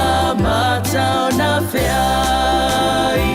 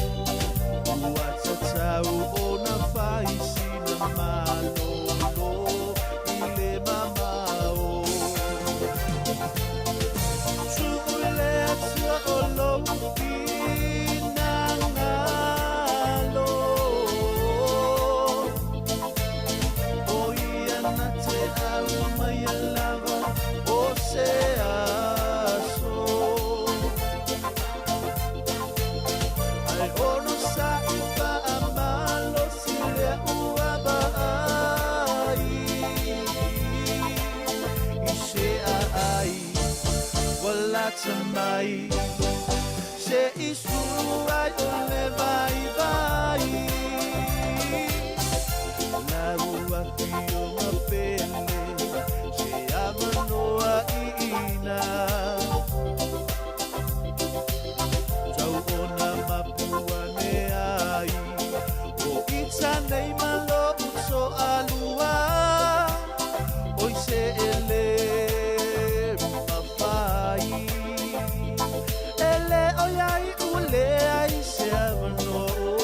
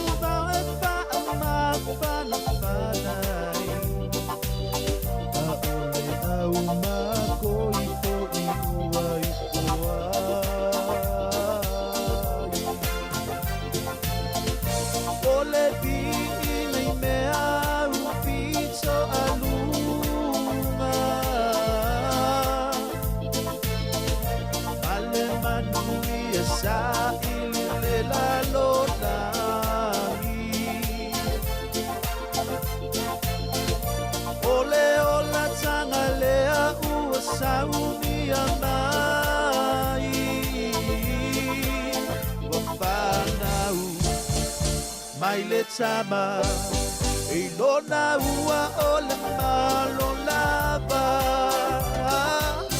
o ia lava o ali o le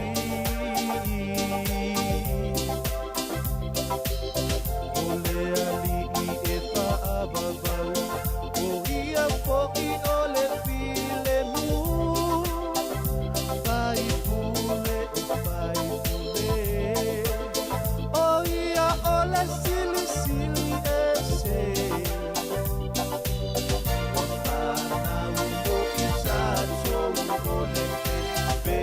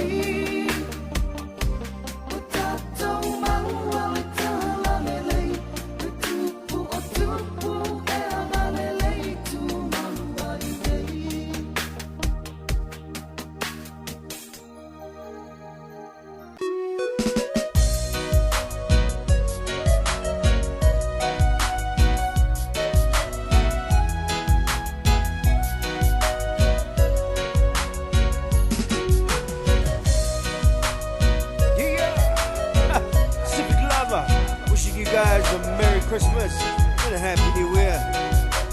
Yeah, all night long. Merry Christmas. He gone. He don't stop. He gone. Flickers in the sky.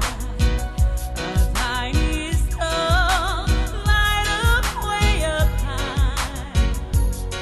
All across the land, Lord's a brand new morn. This comes to pass when the child is born. A rosy settles all around. You got the field, your own solid ground, and the walls come down, crumbles on their soul.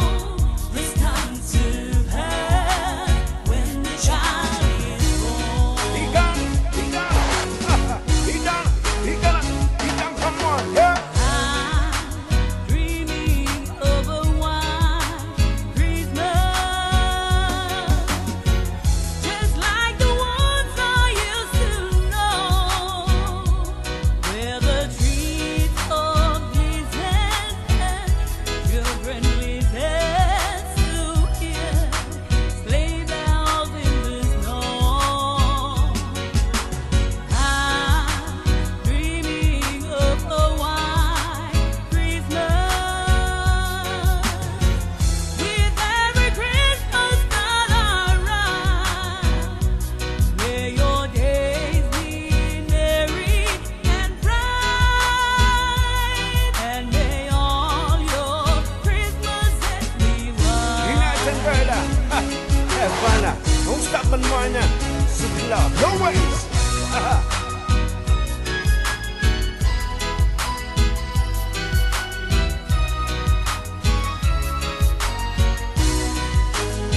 Yeah. Next one. Tell them brother. You don't stop. Come. I'm dreaming of a white Christmas, just like the ones I used to know, where the trees of Jesus and children listen to hear sleigh bells in the snow. In the snow. I'm dreaming of a white Christmas,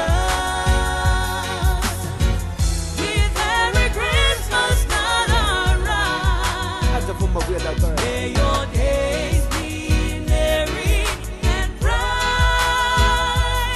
and may all your Christmases be white. Your way up. Enjoy everybody. Yeah. That's the form of weird girl. You don't stop now. We mix. Yeah. Are you ready? Love your mercy, girl. We don't stop. We go. Joy to the world, the Lord is come. Let earth receive her gift. Take it to see the king now. And every heart prepare it room. And heaven and angels sing. And heaven and angels sing. And heaven and angels sing. We want to take it to see the king. Everybody. Yeah. Jamming with us. Here we go. Tell them, girl. Don't stop. Be by with the girl. Rejoice, rejoice when Jesus reigns, and saints the songs employ. While fields and flowers, broad hills and plains, repeat the sounding joy. Repeat the sounding joy. Repeat the sounding joy.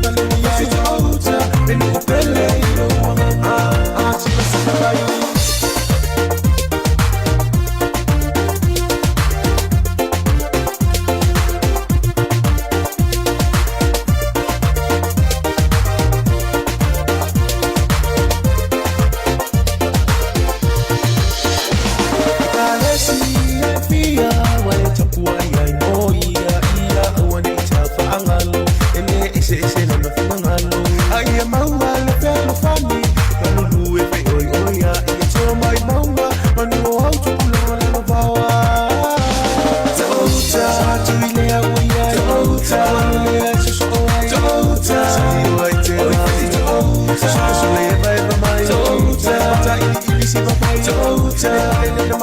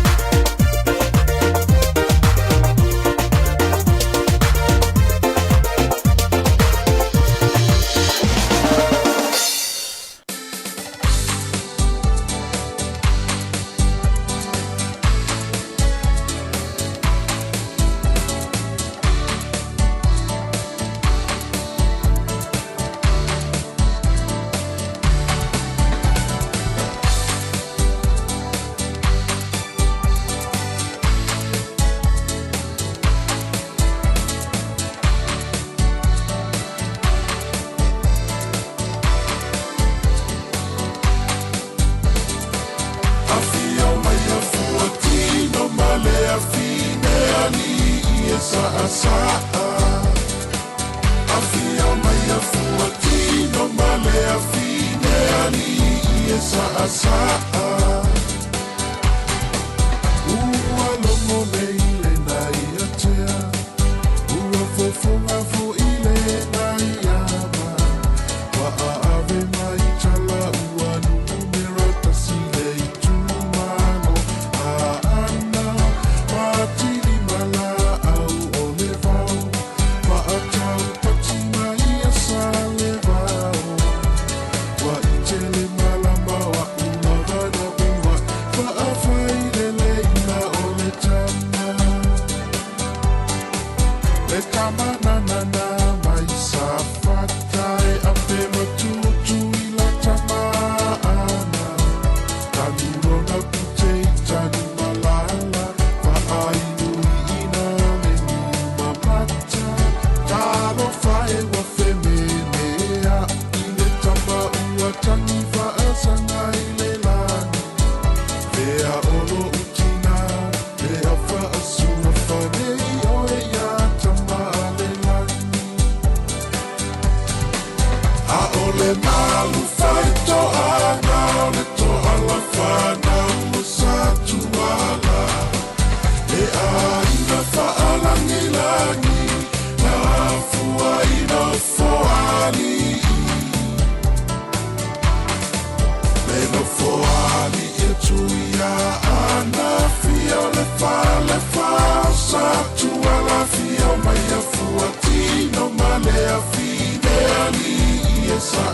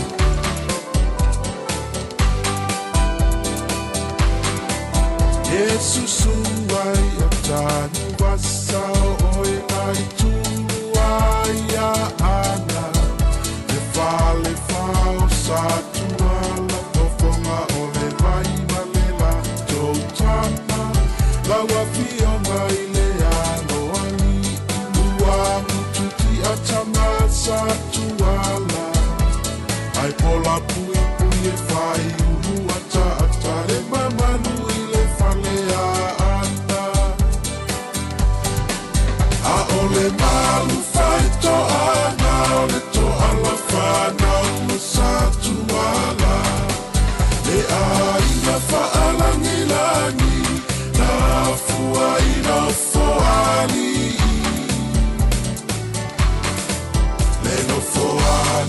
tuia ana fia le fa sa tua la fia mai a fuatino male a fine ali e sa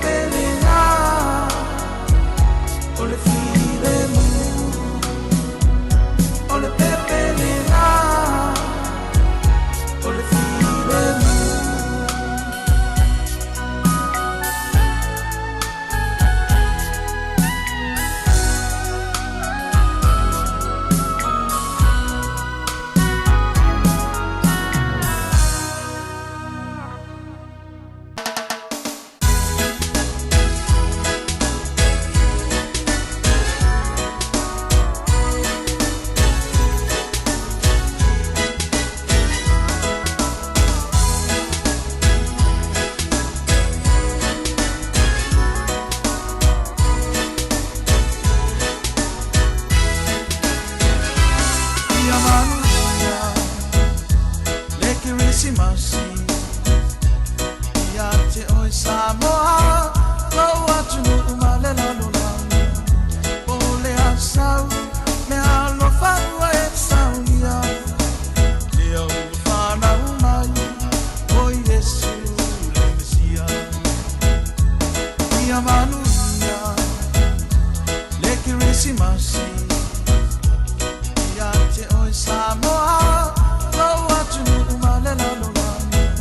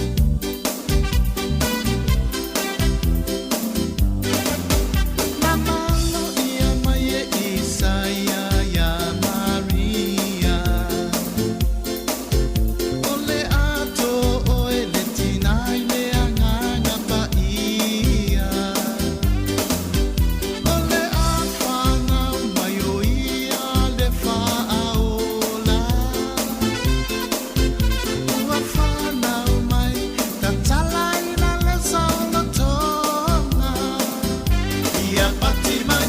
Aleluia, aleluia mapepese. Aleluia, wafana uole pepe.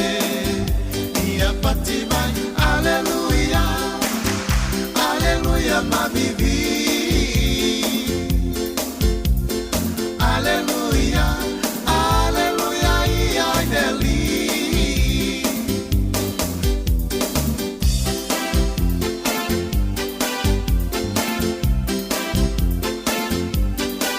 Irisi masi fia fia ua fana mai le mesia. Le lalo langi umaya pepe se ma aleluia. Ua fana mai o le alo peleto atasi.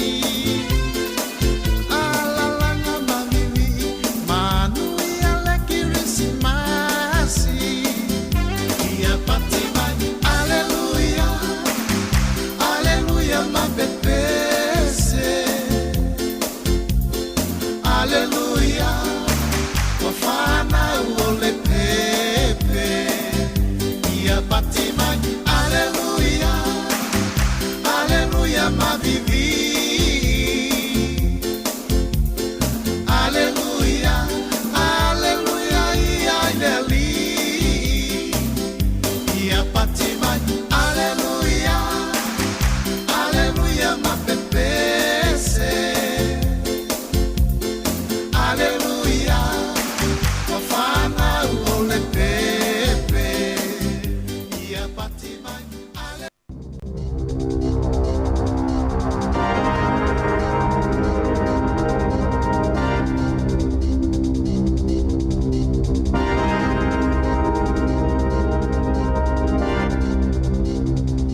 Toi whaatala whaatol whaapoponga o talafo mai le si ufonga le laumua mō le nei au auli. E to ono whaipule le leipa o le amalo Lori taia e au fiei nisi o minister e pe o le fionga ia au Pito Sua Williams Sio, Poto Williams, ma David Clark o le ale to e tau vail whai ngā pālota o luma nai. Na whaamaonia fo e le fionga le tamai tai pāle mia Jacinda Ardern o isi whaipule o le amalo lo tō mau. E le to e tau vai le whainga pālota e au fiei Jamie Strange, o Marja Lubeck, ma Paul Ecol, o le atau avina bea e ia whaipule to ono la tom tawhaioi se i au lia le whainga pālota. Na sauno al pāle mia, wa mai o na tala noam whaipule teito tasi, ma sa whaia lava la tau whai unga. E fua i lunga o la tau lava si o manga, tau ia i lātou lava ma ua ia whaaloalo mataliei na foi a lātou whaai unga. Na whaafetai e Ardern le fionga le Minster mo tangata Pasifika, le fionga au Pito mo lana ngā luenga i le whaato isenga ona o le Dawn Raids, whaapea Clark, le Minister mo mta aptau pi sinisim tangata whaatau, whaapea ma Poto Williams mo le whaatinonga le swing o le tulafono i whana, o Marja, Paul ma Jamie, safi nau malo si mo la toitu malo, ma o ni sui tau wa fo i o le vanga whaapwhai, pe o na sauno Ardern. O le ale i se suinga tele le kāpeneta mai sui o le amalo lo tō mau mo le taimi nei, se i au lia le amatanga le tausanga a sau. Aina whaalia le teitai o le National Christopher Luxon, e le i se tasi o lana vanga whaapwhai ua whaailo atu, pe o le amalo lo retire e se mai ai Ian McKelvey, David Bennett, ma Jackie Dean.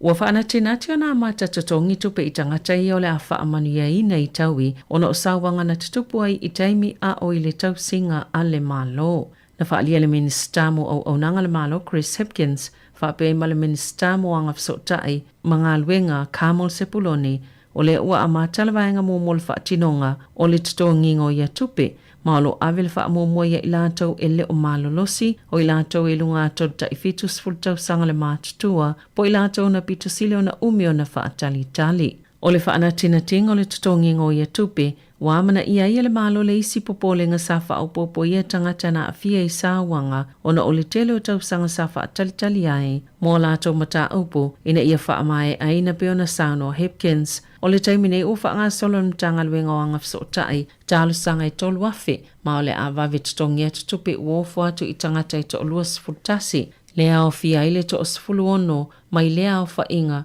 lea e au fia ile to osfulu ono, ua taliaina ia ofo na Taʻua Hipkins o le tausaga fou o le awhai e se whaasilsilang o se whaatu esenga i tangata ia na sawaina o lo soifua pea i le taimi nei.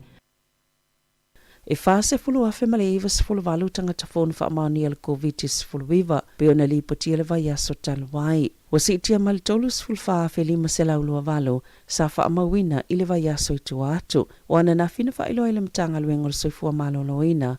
Whaamaumaunga fou a matama ile aso ngafua lima o te sema e o maile aso saas fulu tase o te sema. E lima se lau sifulu whātangata sa tau fia i whale mai a fia le COVID-19 e o maile vai luanga o le pōle aso sa si itia maile to o wha se lau sifulu valu i le aso sa i tu atu. Maile au whainga e to o sifulu whāna tau fia i poto mō ngā senga se tinga aina. Wa moli mawina le si itia peol fo numero o tangata fōu e a fia le vai rusi i nei vai aso tuana i atu. Maolo i ele talitonunga i ono si itia mawalunga i le whainga le tausanga i le vai aso le Kerisimasi na lipotia le matanga luenga e tolu sifulu lima tangata na maliliu a oa a fia i le COVID-19 i whaamaumaunga o le alava vai aso.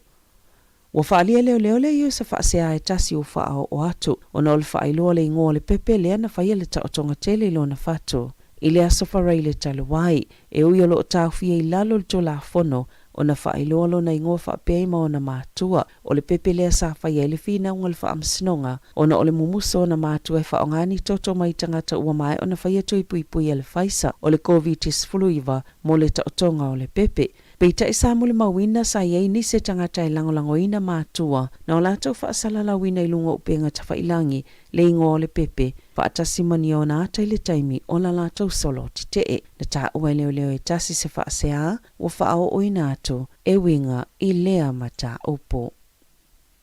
O tausi soifua o whaatau sanga whapea maave pasi o nisi o i lātou ua whaopopo i le lise o tangata whainga luenga mai fafo e whaanatinati o na maua o lātou no whamau i New Zealand. Peo na whaasirisila i le malo ma le ofisa o whemalanga inga New Zealand i le aso ana nafi e a matatu i le aso tofi o na whaopopo tausi soifua ua restala ma whaatau sanga i le Green List e mawhai e tangata i o na whaatumu avanoa o ngā luenga e whaamau saliaini avanoa e mawaini no whamau i tutono le atonuu e au fia i tausi soifua ma whaatau sanga wa lewa na au mau mga lulu i New Zealand pe o na sauna o le minister o whemalanga inga Michael Wood o fōma i whaapitoa ia e le i iai le Green List o le whaapia fo i na whaopopo iai a matatu i le stofi. O se vaenga le whaalau te lengo le Green List al malo ma ua atoa i ele se fulo i tu ainga o ngā luenga ese fōu. Ua o fia i lea polo kalame e pe o le soifua maloloina a onga mga luenga titele e lata i le tolu a whelima se lau tau si soifua. Na taunu ini usila talo mai le COVID peitai e manino le mo mia pe o le whaionisi ngā yoinga e una ina i tau si soifua e anga i mai ngā lulu i New Zealand pe o na sauno le minister.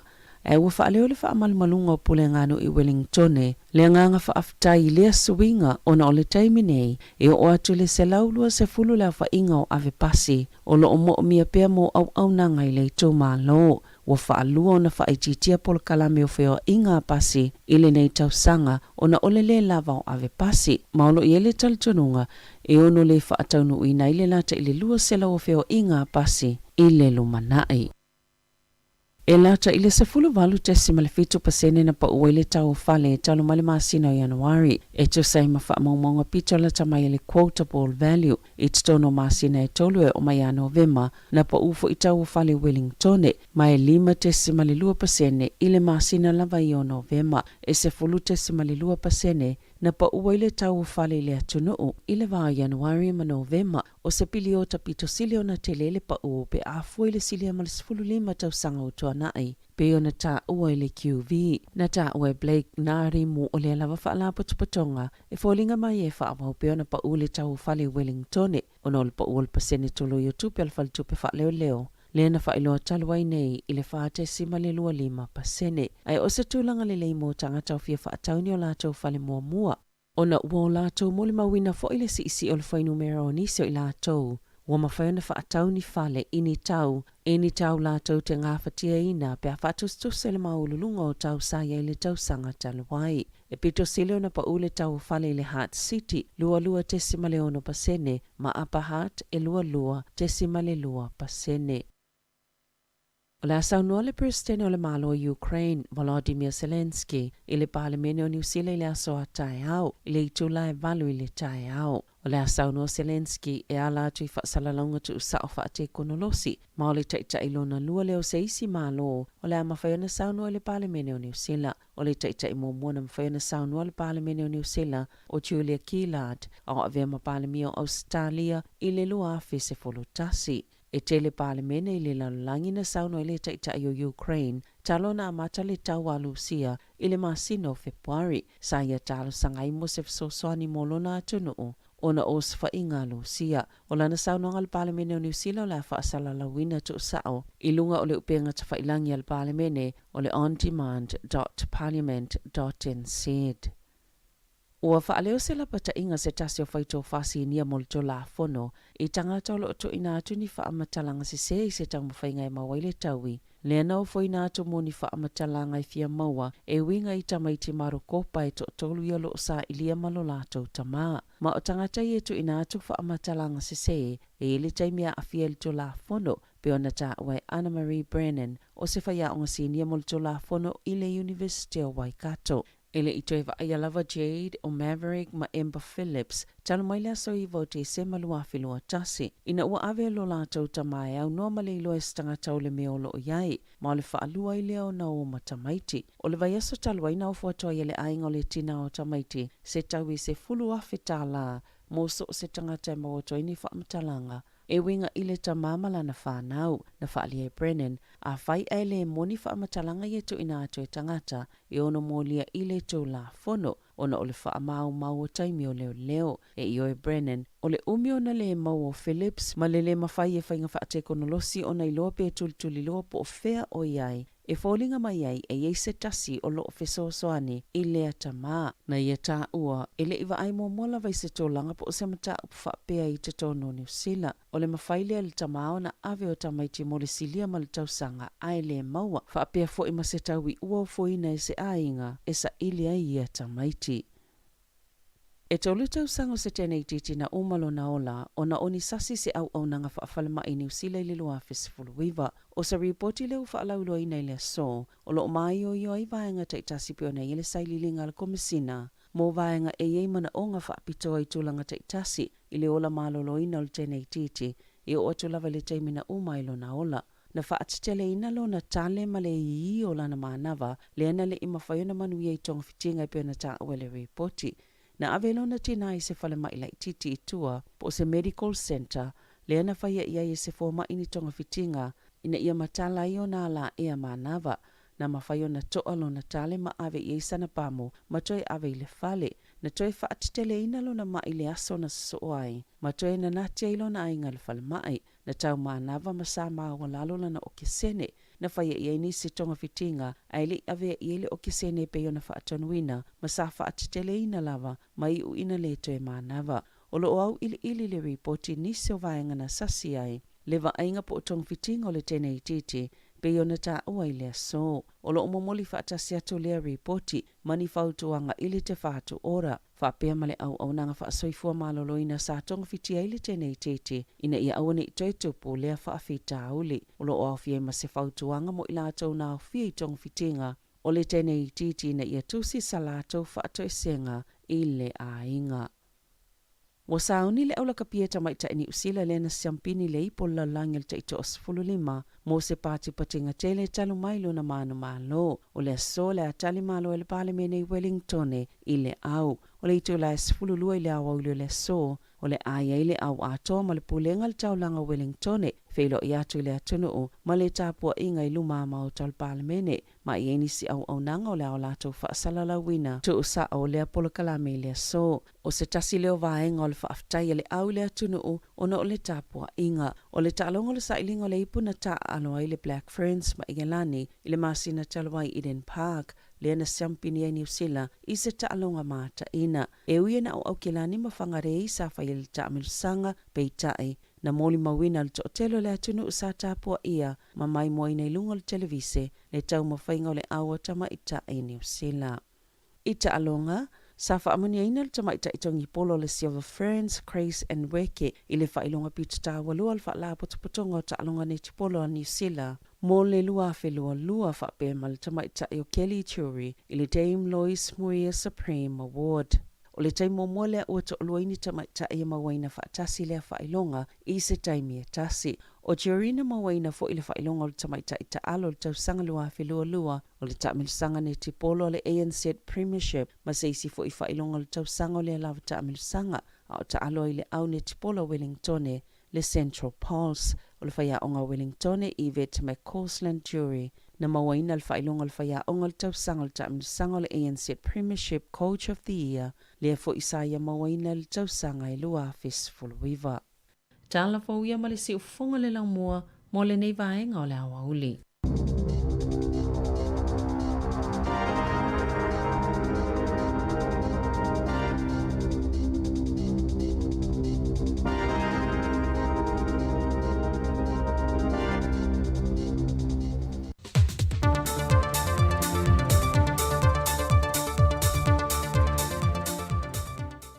Toi whaatalofa le tātou, tunu nei fo I whaopoponga o tātou telefou mai Samoa, o se mai al whaafonga.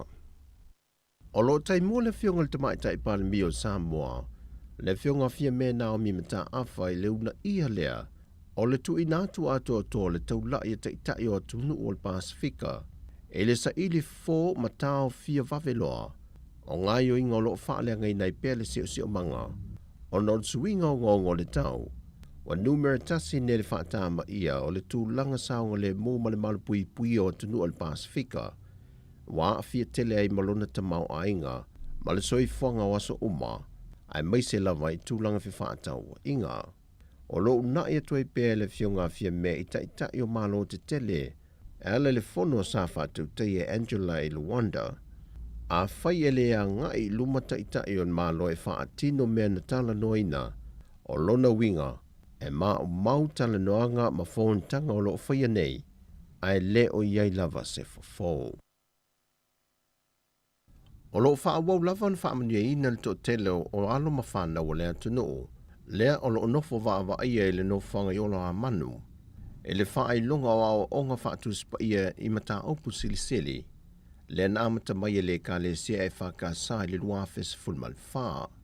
O le au ngau lea o onga nei, o le toi wha te pai lea o e uno fosala, I le leanga o leanga sala malitu ina nau.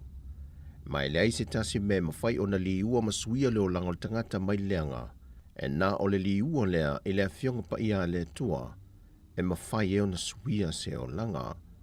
Mai a sauno fo I vātau e le ngata I lea, ai o le soi whanga whaafawina, e a fua ina ua sala mōmoni le loto ato toa, ma whaatua I le tua soifua.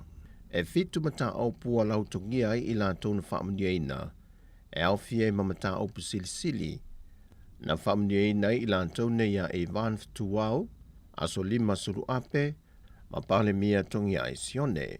O le mata au pua ngana sa moe to tolu I la tōna whaamania ina ai, aso lima suru ape, e van ftuau, pale mia tofia ai sione. O le ngana Peritania, na whaamanuia I nai ia so o Divine Tautalangia, ni Sani e Wini ma pale mia tofia I sione, ma Dave Sapati. O le matematika, so o Divine Tautalangia, ma pale mia tofia I sione, Dave Sapati ma Ivan Fetuau. O le whaelonga o le Most Improved, na whaamanuia I nai pe teli ai noa, ma le to tele isi o latou, na whamunia ina mai tusi pasita wa loa mta opsi sili li tusi pa ia, whaatasi me mta opu sili li tusi pa ia le vaenga mātutua, e lea whaamoe moe na mōli mawina le mamalu o ainga o ila tau sa o fia, wō mai masani, whaapea le mamalu o le malo. O matua I langulango ina le mtanga luenga o leo leo e ala le komisina o le mtanga luenga o leo leo mwhal pui pui ma leo la tue fōta ina, au wapa aulongo I tino Filipo, na ia sau no le tāua tele o awa onga o wawa ai ai le te leo swinga le lei, le ua si itia ele soi fuanga o ilantou, na nofo sala mua ele whalpui pui, whapea I foi, ma ilantou ia ua whaamanuia ina. O whaamanino mai ele fionga le sui komisena o mtanga luenga o leo leo, bapa li I Mona Lisa tia I keti. O le ua whaamaulia le soltu la fono se tasi o tama ita e to lua iai la ua ia sa i lia le mtanga luenga i lunga o pengta wha i langi. Ona o to e seo se tasi o mama taunga tā mai se tasi o whale o loa i pia le whale o loa le treasure box. O le tau o le mama le pe o na wha lia e Mona Lisa.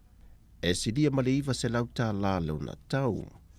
O le tasi o tama ita e to lua iai la ua. O ia lea na vave o na oane le ofisa o leo le tae au na se so ai. E nau whatoa mai o na whaasala lau le mtanga wenga leo le a fiafi o leisi a so te a. Ma wha ai loa le tama ita i lea. O ia le na mori mawina. Le to e sea e lea tama ita i o le mama mai to tonu o le whale o loa. E na wha manino mai a papa le e. O le mta upusa whatu ai mai o le to e sea leo o Joey sia mai te tonu se tasi o whale o loa i talwhata i o pia. O le samana o mia ai whaamautuina ai tūlanga fōi o pe polme na to tasi a fia pe a fia o mal to lua. O taimine o le whaanga solo suesue ngalo ofisa e paun me whaftai atu mamalo le tunu. O mawhai ona vave ona tuina mai whamatalanga le asaf so soani e whaamautuina ai fōi ala la whanga e o mai ia mai nei ia mafine sa tau sa ili atu. Whai loi papali e o le tangi na wha urua tu e le pūlenga o le whale o loa le taulanga. Le na fuai na wha asala lau ilunga o penga te wha ilangi atau ia ta mai tai. Na viso swani ni so le atuduk ma wha ilo ane ala la whanga o ila ua le nei. Le na sau no papali e. Sa whaia so e suenga ia ila ua ia pēna au wha atasi le ngā yoinga. Pei tai wa tino mai. E na o le to tasi lea ua mōlia le sori ngā tula fono le ngoi. O lo tā lia se aso e tula i ailu mal whamasi nonga. Ua tāo fia mōlia leo se tamā i tae. Na maliu se ali i tolu se fulua tau sanga le matua o lalo mālawa i savai. E na ua le mawhai al tamā i tae lea na whaaton tonu lan ta vale. Ma te whai tua malavea ai le ua maliu. Whai loe papali i telefou. Na o ane lava lea tama i tae mawha ai loi le ofisa o leo i savai. O ia lava lea na lavea ai le ua maliu. Ma o loo tau fia i leo. O loo masano mia tu saima report e leo na wha ai loi papali e. E wha asua a vale tama i tae lea na ia wha foi na le ta vale. E leo lo se aso e tula iai o ia luma le wha masinonga. E tali i o na mōli yanga. Wa whailo mai le whaia onga le manu sa mota i tō fitu, mulianga tele Brian Lima, o leitu lai ono le a fiafia tae au, e tau nuua i whanua tama whana o le atuno, mali i pole siampini lea na manu malo i lea soana nafi, i Cape Town i Afrika. O se mitamitanga i lea atuno in ua toe si i maa walunga le fo i alo le atuno tama whana lava a Samoa, e le tūlanga māua e i le tumutumunga sa i fo i Samoa le taito afitu, na siampini fo i tausanga ua mawhae. O le au taito afitu sa molo wha tūlanga mai, i le tūlanga mua, i le whase fulfitu ai, le ua tutusa i nema Afrika. Tutusa Amerika mani usila i ai e whase ful malwha, fiti le whase fulu ai, ma Australia e tolu se fuluiva ai. E iel tel tanunga o le a wha tumulia fo il malewa lele i whaleolo i le a fiafia tae au, pe ato ai tau nuu i whanua, tama whanau o le a tunu o malipoli siampini, mai i le vai Afrika i saute. O tala fawia mai Samoa, man real ni yasol tātou tunu o whasoi foia.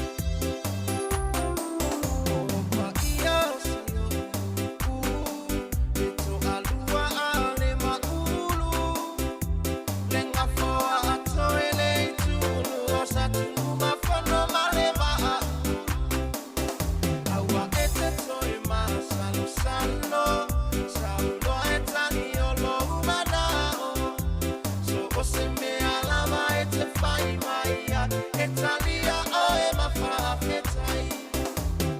O te re whaamau anuka, uanu mera mua mua si o ui sama uma. Ile ami o maulala, male solo inuma. O te tautino atu, sa ili mai ka te a. Ole alanga upu wha Samoa, pau ia ae o ile pe, o toa muana mafua. Te au moenga ana i ali ina malanga mai ile motua salawhai. Nā whea i pui pa apanga mali e nanga lue i le ana. Te ui ina whaale tonu le malu malu titi sala e iana. Pau ae o i le pea, o toa muana mafuai. Sau la ia ta sa vali o ula ufanua. E te le whai a senga lue, nā ona e whaama e pa. E ala mai i le tau sa me whangu sea o funga umiti whaani ani. Ai ina i le suama i talo ma le koko Samoa e tali ai lo mana o. O te re whaamau anuka, uanu mera mua mua si o ui sama uma. Ile ami o maulala, male solo inuma. O te tautino atu, sa ili mai ka te a. Fale a tele tumalu, ele to inalu. A olo na manos, e tuman se io o i leonti. Ele ai o se siri, ile nei la lolai. E to i la lai lo malo siri siri.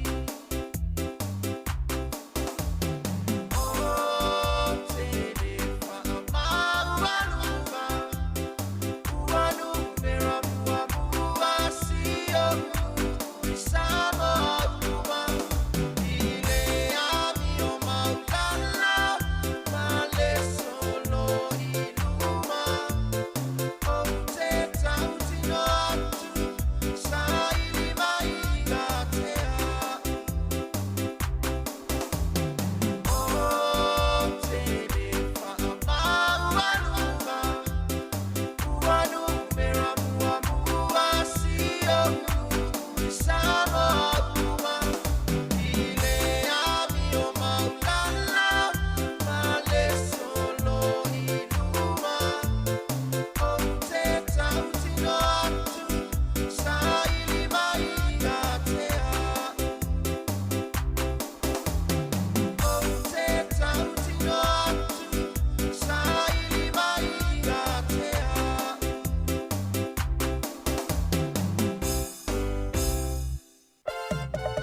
E ki o makua whekalai kui limu malau I whaka ke o plau ele vai ka. Wapea leu soli, lo maru ia pupai ma nei ngoa ka pau le whanga.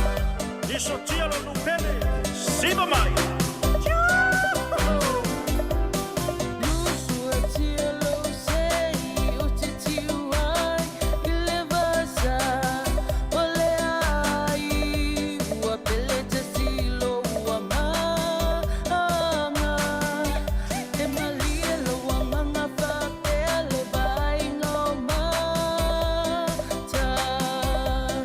Moli mau ina lo nu pele lo anga.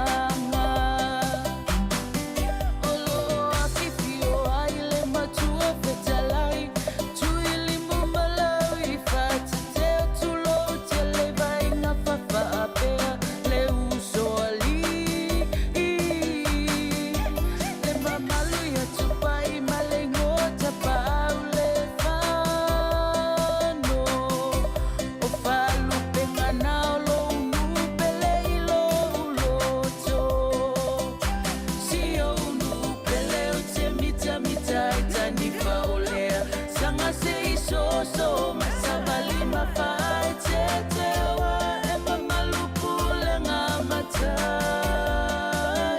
ai fia tali tonu se asi asima fasili malo sina lo vai vai nu suati ala imanu e peleta sio e ila ubai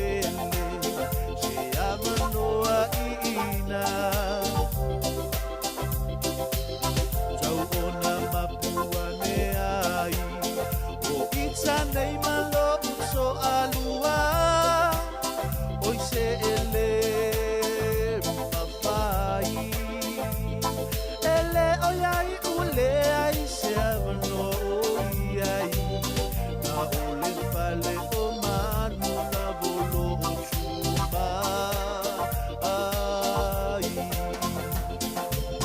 fa afetai wa fa afetai wai ai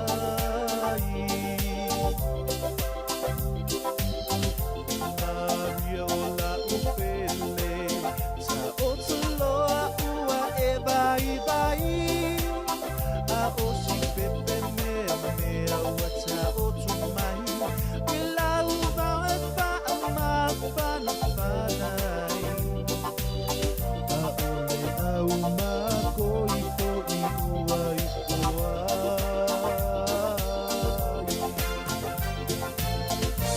Ole vi nei mea upito alunga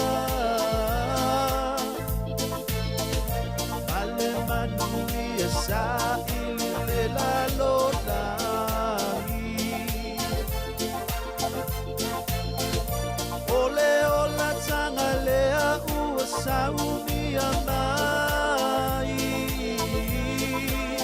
Wafanau Mai le tama e lona ua o le malo lava o ia lava o ali o le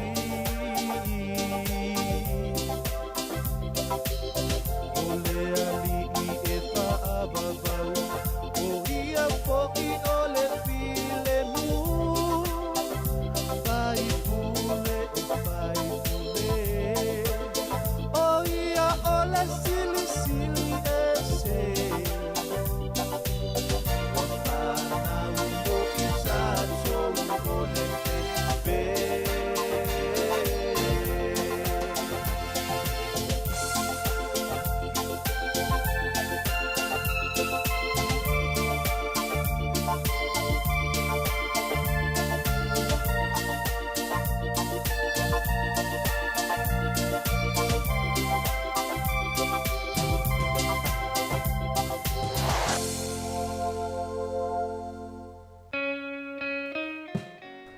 Ia e te whaatalofa atu nei teime le aso I le malo lau whaafonga talofa lava ia o le ua toi luas futasi minuto en talo le ito la e tasi ia o mai a fo I le whaapoponga tatou telefon nei vaenga le awauli ma tala mai Samoa talitono lo whianga I fo I malolonga ia whaatasi fo I matau maftanga o le nei vaenga o le aso wawa I atu I le aio Wellingtone ia le folinga mai o loo Pisi lava I le talinga malo ale pale mene ia pol malo New Zealand I le aula kapi atama ita ia na siampini le taalonga vo ile o le ipol lalangi o le vaenga ta ito asfulima ia ia fo ila to le po e atama ia mata fa mai nei tai me laso ia mana ia fo sina fa singa pe ona ia le so o le fotoang masani mo tatou ia o le puipuinga lava I lunga ala tele I feo inga leva I tau ia le toi mo mia lava e tātou se tala wha noa taimi nei o wasauni atu foi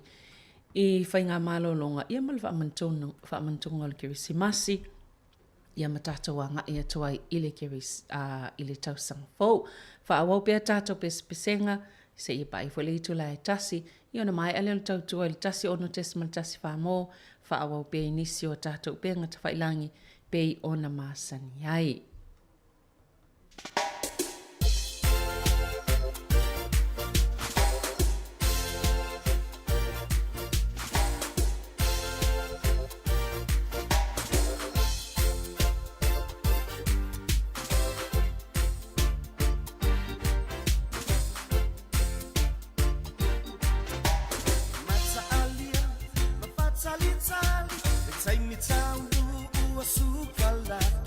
Senza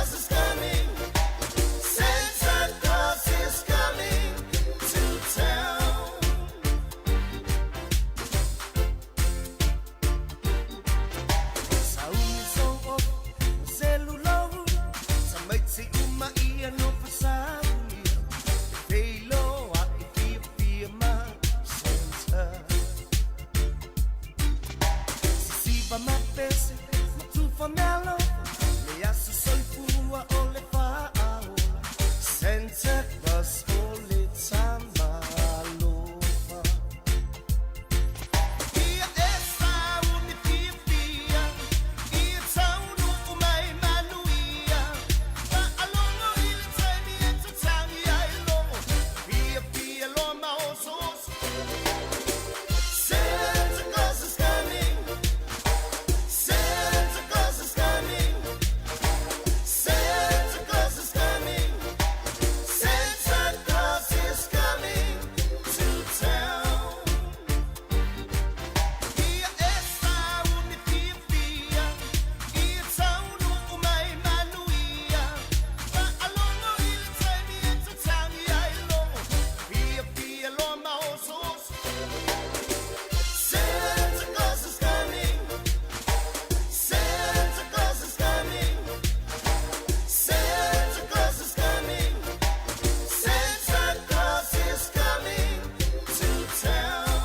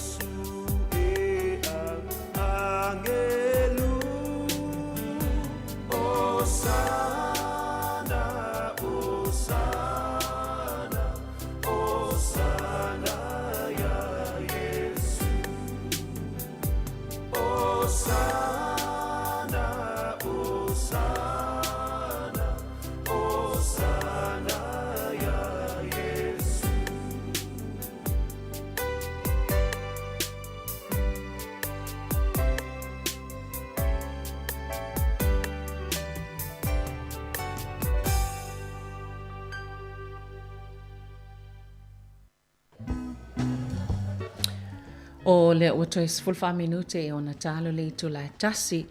Ai wawa iato lea mo ilato lo feo a imfa o ngā ia pasi ia po ono foafi fo i tono Wellingtone. Ia pe o tau ne la leo lo mātawina fo i. Le tolo po le whaatau no ina o nisio au nanga no foafi. Tele ia au whai ngā luenga ua le au atu ngā luenga ona ua whea ngai mga singase. Ia nisi fo i olo awe o la toa somalo lo.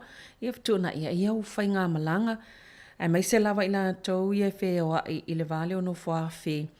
i tonu il feo ingale le va Wellington ma Johnsonville o i Hunt Valley. Hunt Valley sful tasi le lei ia no fa malanga fo ia no fa file so o leo le ale fa tau wina e fia inisio malanga Maltown le la fo malang e fa malanga i o nanga le va Wellington ma Melling ua le fa tau wina ia ona o le la vala fa ingal wenga ia ye fo inisio fa afitau le tau i fewa inga i le laina lea po o le alonga i le Capitol Line ia fitu la ia feo inga no fua afi ua le whaatanu wina la tau malanga.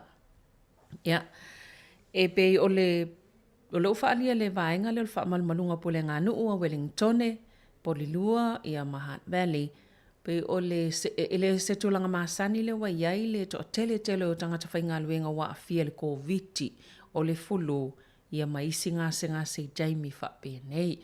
Lona winga ia mata ito le ia vaenga ina ia awane poloka lau fealua ingal nei aso ia ma tulanga fo i o ngā luenga ia po o fea masani a ainga ona o tulanga ia i whainga malanga e meiso feo inga inu whaafi ia ua tolo po ia meisa lawa i la tolo o fifi wha o ngā manitofo ele pa ule afal pa sese feo inga ia lo wha o ngā titau fo i nisi ia meise fo ia o le nevai tau ua vavele si iti o le tau le soifuanga. Wai aso nei o lo wha malu ai i Samoa le 5 tau sanga o lea onga le kolisi o Sangato Paulo Leono 5 tau sanga ia o lo o malanga toi fo le tele o nisio teine matama tuai o lea onga ia manuia lava le fianga ia fo i male wha amoi moe le vai aso nei. Le o to sputasi minute o na talo le to la tasi ia ona fa muta fo ilo tato to tasi o no tes matasi fa mo fa wa pe lungo tato Facebook ia fa tasi male YouTube mo ila to lo mfai ona mau mai tato fa salonga to fa talo fa tu ia ila to o malava iso se va ngalo mau mai nei to tua ia nei to tua na mata tasi va i valua ia se ia pa ia mai lava nei time mai lo na ofisa i Wellington ia leo si mai porirua i Mancavin Avenue. Ia lo mwhai pe ona wha awau le tautua i pe ona masani ai. Ia pe a whai o lea to a e wha alongo tal, o pe to a e wha alongo. Ia pe alongo tala fo ile au o nanga mal tautua ale si o fonga o le lau mua. Ni si o wha awhiwhianga mo le nei vaenga o le awa ole.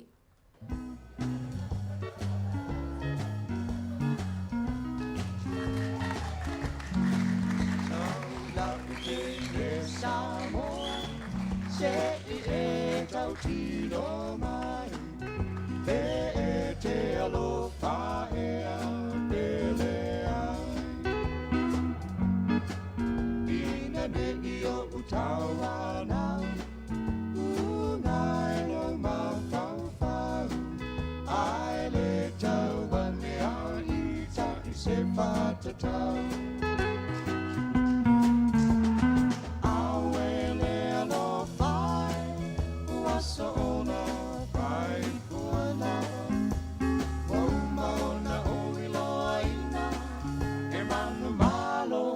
to see tangata ai wiki leo te tuni tui atu Ungai ole whai totoa A tonu e te talaina mai Dia i so alofa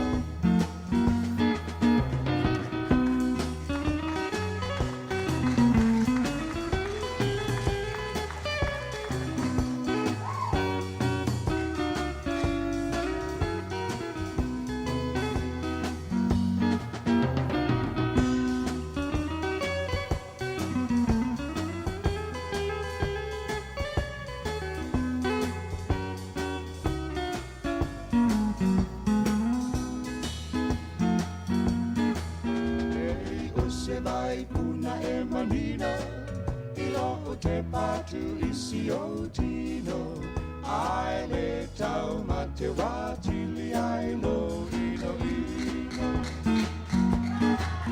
ai lea o le pau le pau palai ona o alu atu e te ina Samoa ni o alofa anga moa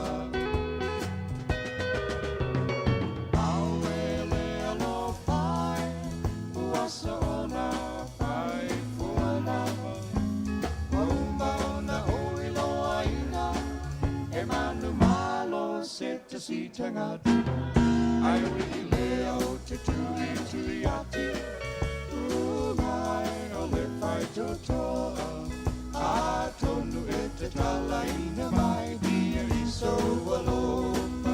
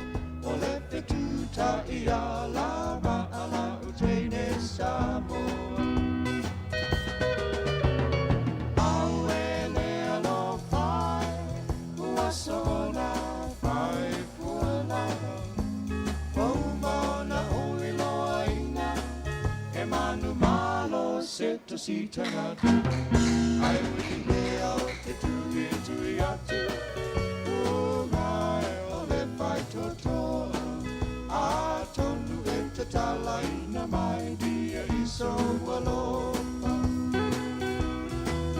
a tonu e te talaina mai dia i so walopa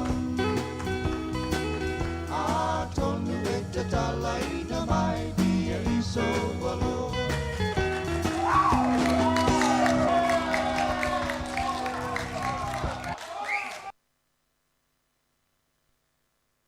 Whawhiwhianga nā mai lau whaipese a le Coden na leis ia pia nau tau whaafonga mai ai. To e ono minuto na tāle o le to la e tasi. Wawa ia tu fo inisio reporti ia mantoa na nafi lea sa tatalai ma whaailoa i fo ile lisio i lātou wa mawhaio na ausia ma laki a lātou numera se ilea po le quota Samoa. Ia ma wawa ia tu fo inisi o tu singa i lātou sa ave lātou numera se. Ia wa whaalia le fia fo i lātou o e wa le laki i le nei tau sanga. Ia atal tonu ele o toi mamau fo i le se i wale tau sanga mantua lua tau sanga le na misi ai. Ia ai a whai wa le laki toi e tau mawhai fo i le tau sanga fōlinga mai e tele lava nisi. Ia o lo tau mawhai e fia wha o ngāle nei ava noa. Ia o sa ava noa le lei fo i mō le isi to tele. O lo mawhai o na mawifso sani e tau se nei o tātou ai ngai Samoa. Ia e mo i lātou fo i o leo walaki le sei. Ia tali tonu e wawe na wha ngā solo nā. Ia pepa ma tūlanga wha pēnā ina ia mawhai o na ngā wā manuia. Ia ai mawhawhawho i nei vai tau. I le whainga tau le sa i le ngau whale ma tūlanga wha pēnā. Ia o tātou a inga e so soni lava lesi i lesi mwhaina o mai nofoi whaatasi ma a inga a o tau sa i le nisi vaenga e wha mautu. Ia manuia tau mwhainga o na vaenga pēnā whaamania ina i lātou o laki le se. Wawa i atu i le lisi po o tupe o lo ono wha i tāla fo ita mai TA student loans. Ia po o nono ngā tupe ia e tongia ia o ngā tamaiti lātou ia o ngā maulunga po universite matata ese. O le mata wato si lia ma le 2 biliona tāla ai tālafu po o tupe le i tongia. Wo o le taime tauna tongia i mo repayments. Ia ai o le mawhaiona tongi. O le lai ua whaalia le reporti lea wha le tau sanga o lea whaipoa kalame. Pe lata i le 10% na si itia ai le mawalunga o ia i tālafu le ua o toa le silia ma le 2 biliona. Se lauma le ono afe e tamaiti sa o ngā universite ma o ngā mtata ese tono New Zealand sa tutongia lata wa o ngā mailalo lea pol kalame. O lea i le o tutongia lata tupepe o le whamai behind i lata payments. Na winga pe o misi tongi ngā tasi pe lua pe tolu. Ai lata i le valu se fulu afe o la whainga nei o le ai au mau i atono i fafo. Ia, mantua o le tau sanga mua leo le whaamai sa so soani ai le ofisa o la fonga mo i lātou ia i alato ai talafu ia e peo leo mata wato le lau toi whanga solo mfo i tūlanga māsani tō nginga ai talafu ia i le ofisa o la fonga. Ia, e tā ua i o le pokalame lea wale mwhai ona mauawa noa o whanau ia e a onga i le popole le tā witutongi ona o le e no mai i vaenga ia. Ia mantua le mwhai fo i ona alol malo e tutuli loa le no ngā tupe ia pe a whai e le tongi ia mai se lava pe atu ua le tunu ai le toi tongi ia ai tā lafu. Ia ai o lea ua toi 2 minuti on talo le tulai tasi whafti tele sa mo i lau whafonga mai le tai ane la se ia pa ia mai nei tai me le aso ai mantua la whapo pēl tautua i lungal tasi i lungal Facebook ma le YouTube se ia pa ia le tulai lua i le nei lava aso. Ai mol time nei fa soi foi la tolo whafonga mai lungal tasi ono tesi male tasi wha mo.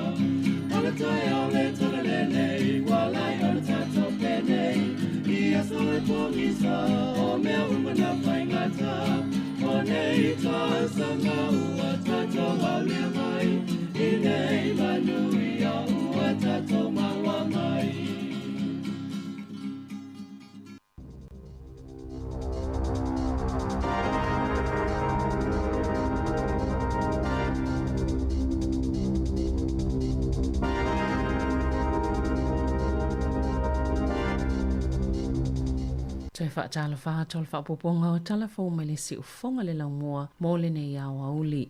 E to ono whai pule le leipa o le amalo lo retire e au fiai nisi o minister e pe o le fionga i au Peter Sua Williams Sio, Poto Williams, ma David Clark o le ale to e tau wal whai ngā pālota o loma nai na wha amaunia fo e le fionga le tamaita i bāli mea Jacinda Ardern o isi whai pule o le amalo lo tō mau. E le to e tau vai le whainga pālota e au fiai Jamie Strange o Marja Lubeck ma Paul Ecol o le atau avina pea e ia whaipule to ono la tom ta whaioi se i au lia le whainga pālota na sauno le pālemia wa mai ona tala noa mwhaipule teito tasi ma sa whaia lava la tau whai unga e fua i lunga o la tau lava si o manga tau ia i lātou lava ma ua ia whaaloalo matalieina fo'i a lātou whaaiunga. Na whaafetai e Ardern le fionga le Minster mo tangata Pasifika, le fionga upito mo lana ngā luenga i le whaato isenga ona o le Dawn Raids, whaapea Clark, le Minister mo mta aptau bisinisim tangata whaatau, whaapea Mapoto Williams mo le whaatinonga le swing o le tulafono i whana, o Marja, Paul ma Jamie, safi nau malo si mo lātou tu malo, ma o ni sui tā ua fo'i o le vaenga whaapawhai, pe ona sauno Ardern. O le ale i se suinga tele le kāpeneta mai sui o le amalo loto mau mo le taimi nei, se i au lia le amatanga le tausanga a sau. Aina whaalia le taitai o le National Christopher Luxon, e le i se tasi o lana vaenga whaapawhai ua whailo atu, pe o le amalo lo retire e se mai ai Ian McKelvey, David Bennett, ma Jackie Dean. Ua whaana tinati o nā mata tatongi tupe i tangata i o le a whaamanuia i nei taui o na o sawanga na tutupu ai i taimi a o i le tausinga a le malo. Na whaalia le Minister mo au aunanga le malo Chris Hipkins, whaapea ma le Minister mo anga whasotai mga luenga Kamal Sepuloni o le ua a matalawaenga mo mo le whaatinonga o le tutongingo ia tupe, Malo avil fa mo mo ia ilato e le o malo losi o ilato e lunga to ta ifitus fultau sanga le matutua po ilato na pitusile o na umio na fa tali. O le fa ana tinating o le tutongi ngo ia tupe wa mana ia le malo le isi popole nga safa au popo ia tangata na afia i sawanga o na o le tele o tau sanga safa tali ai mo lato mata upo ina ia fa amae aina peona sauno Hipkins. O le taimine u wha ngā solo mtanga luenga o anga whasotai, tālu sanga i tolu wafe, ma o le awawe tutongi atu tupe uofu atu i tangata i to olua sifutasi, lea o fia ile to osifulu ono, mai lea o wha inga, lea e au fia ile to osifulu ono, ua talia ina i a ofo, na tā ua Hipkins, o le tausanga fau, o le awha i se wha asilsilang o se wha atu esenga i tangata ia na sawa aina, o lo osoifua pea i le taimine. E fase fulu afe male iwa sifulu walu tangata fonu wha amauni ala COVID sifulu iwa, pe ona li poti ala vai aso talwai. Wasi itia mali tolu sifulu wha afe lima se laulua walo, sa wha amawina ili vai aso itu atu. Wana na fina wha ilo ile mtanga luengo soifua maloloina, wha amaumaunga fau a mata maile aso ngafua lima o te sema, e o maile aso saa sifulu tasi o te sema. E lima se lau sifulu wha tangata sa tau fia i whale mai a fia le COVID sifulu iwa, e o maile vai luanga le po le aso saa, si itia maile to o wha se lau sifulu walu i le aso saa i tu atu. Maile au wha inga, e to o sifulu wha na tau fia i poto mo ngā senga se tinga aina. Wa moli mawina le si itia beol fo i numero tangata fau, e a fia le vai rusi, i naiva i aso tuana i atu, malo i ele talitonunga i ono si itia mawalunga, i le whaiunga le tausanga i le vai aso le Kerisimasi, na lipotia le matanga luenga e tolu sifulu lima tangata na maali liu a oa a fia, i le COVID sifulu iwa, i wha maumaunga o lea lava vai aso.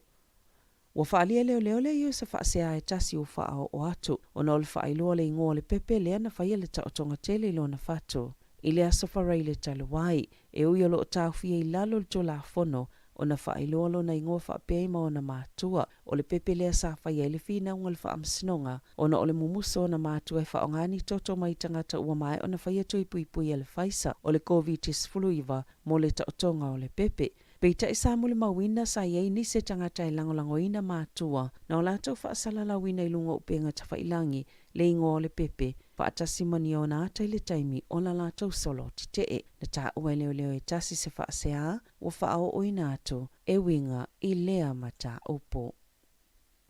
O tausi soifua o whaatau sanga, whaapea ma ave pasi, o nisi o i lātou ua whaapopo i le lise o tangata whaingaluenga mai whafo, e whaanatinati o na maua o lātou no fo mau i New Zealand. Peo na whaasirisila i le malo ma le ofiso fe malanga inga New Zealand i le aso ana nafi, e a matatu i le aso tofi, o na whaapopo tausi soifua ua resitala ma whaatau sanga i le Green List, e mawhaie tangata i o na whaatumu avanoa, o ngā luenga e wha mausalia ini avanua e mawaini no fo mau, i tutono le atunuu, e au fia i tausi soifua ma whaatau sanga, wa lewa na au mau mga lulu i New Zealand, pei o na sauno le Minister fe malanga inga, Michael Wood, o fōma i whaapitoa ia, e le i iai le Green List, o la whaapia fu ina whaapopo iai, a matatu i le stofi, o se vaenga le whaalau te lengo le Green List al malo, ma ua atoa i ele se fulo i tu aingo ngā luenga ese fōu, ua o fia i lea polo kalame, e pe o le soifua maloloina a onga mangaluenga titele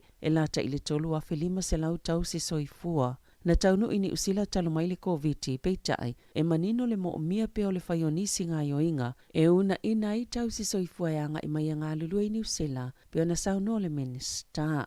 E ua wha le wha malmalunga o pule ngānu i Wellingtone, le nganga wha aftai lea suinga o na o le taiminei, e o atu le se laulua se fulu lea wha inga o ave pasi, o lo o mo o mia pea mo au nanga i le tau malo, ua wha alua o na wha ijitia polo kalame o wheo inga pasi, ile nei tau sanga, o na ole le lava o ave pasi, maolo i ele taltonunga, e ono le wha ataunu i na ile lata ile lua se lau o wheo inga pasi, ile lumanai.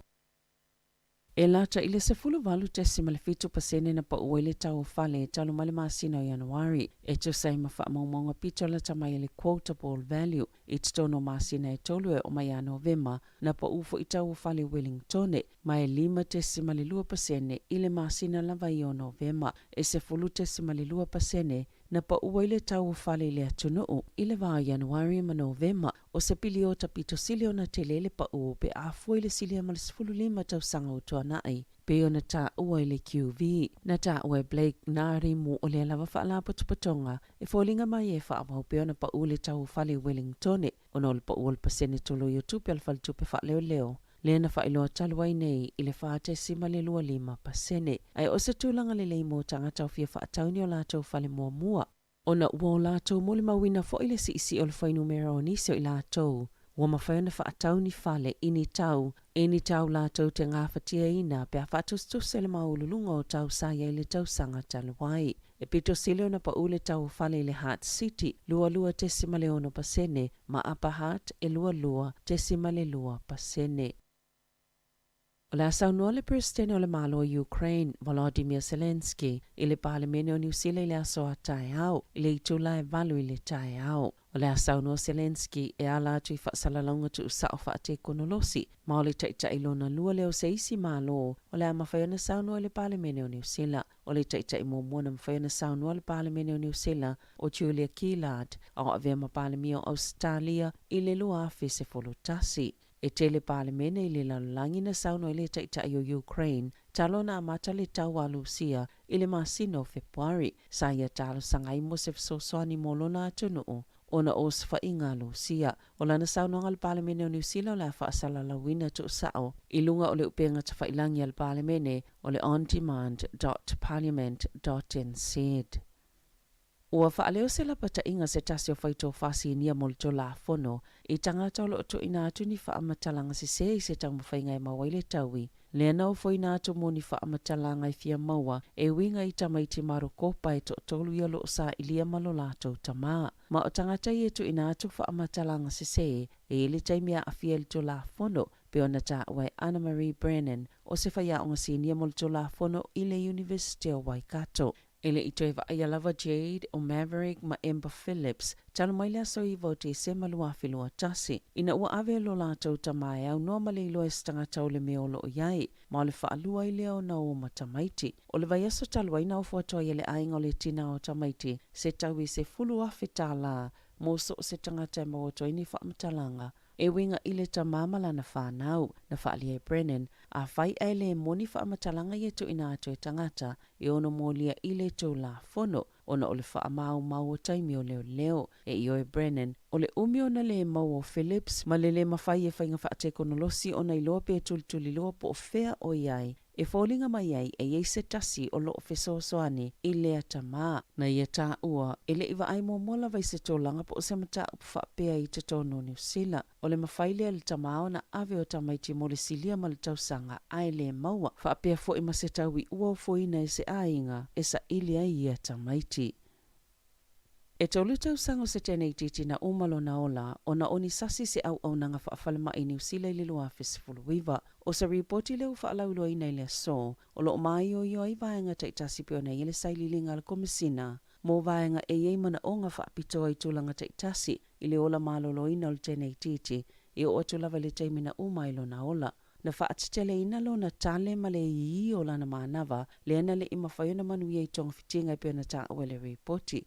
Na avelo na tina i se whale mai lai titi i tua po se medical center le ana faia ia i se fo mai ni tonga fitinga ina ia matala i ona la ea manava na mawhai o na toa lo na tale ma ave i sana pamo ma toi ave i le fale na toi whaatitele ina lo na mai le aso na soai ma toi na natia ilo na ainga le fale mai na tau manava ma sa maa walalo na o kesene na whai i ni se tonga fitinga aile ave i le o kesene pe o na whaatonuina ma sa whaatitele ina lava ma i u ina le toi manava o lo au ili le reporti ni se o vaenga na sasi ai le vaenga po o tonga fitinga o le tene i titi pe ona ta ua i le aso. O lo omomoli whaatasi atu lea reporti, mani whautuanga ili te whaatu ora. Whapea male au nanga whaasoifua maloloina sa tonga fitia ili tene i tete, ina ia awane i toi tupu lea whaafita auli. O lo awhie ma se whautuanga mo ila atau na awhie i tonga fitinga, o le tene i tete ina ia tusi salato whaato esenga i le ainga. Wa sauni le aula kapia tamaita ini usila lena siampini le ipo la langil ta ito osfululima mo se pati patinga tele talu mailo na manu malo o le aso le atali malo ele pale mene i Wellington ile au o le ito la esfululua ile awa ulo le aso o le aya ile au ato ma le pulenga le taulanga Wellington feilo i atu ile atunu o ma le tapua inga i luma ama o tal pale mene ma i enisi au nanga o le au lato whaasalala wina tu usa o le apolo kalame ile aso o se tasi leo vaenga o le whaaftai le au le atunu o na o le tapua inga o le talongo le sailinga o le ipuna ta aloa i le Black Ferns ma Igalani i le masina talawai Eden Park le na siampini ai New Zealand i se taalonga mata ina. E uia na au kilani ma whangarei sa whai le taamilusanga peitai na moli mawina le tootelo le atunu usa tapua ia ma mai moina i lunga le televise le tau mawhainga o le awa tama ita ai New Zealand. I taalonga, sa whaamania ina le tama ita itongi polo le Silver Ferns, Crace and Weke i le whailonga pita walua le whaala potopotonga o taalonga ne tipolo a New Zealand. Mo le lua lua whape ma le tama ita o Kelly Turi i le Dame Lois Muia Supreme Award. O le taimo mole o to luaini tama ita e mawaina whaatasi le whailonga i se taimi e tasi. O Jorina mawaina fo i le whailonga o le tama ita alo le tausanga lua lua o le taamilusanga ne tipolo le ANZ Premiership ma seisi fo i whailonga le tausanga o le lava taamilusanga a o ta alo i le au ne tipolo Wellington le Central Pulse o le whaia onga Wellington Yvette McCausland Jury na mawaina le whailonga le whaia onga le tausanga le taamilusanga o le ANZ Premiership Coach of the Year le fo isaia mawaina le tausanga i lua Fistful-Wiva. Tala fo ia ma le si ufonga le laumua mo le nei vaenga o le awa uli.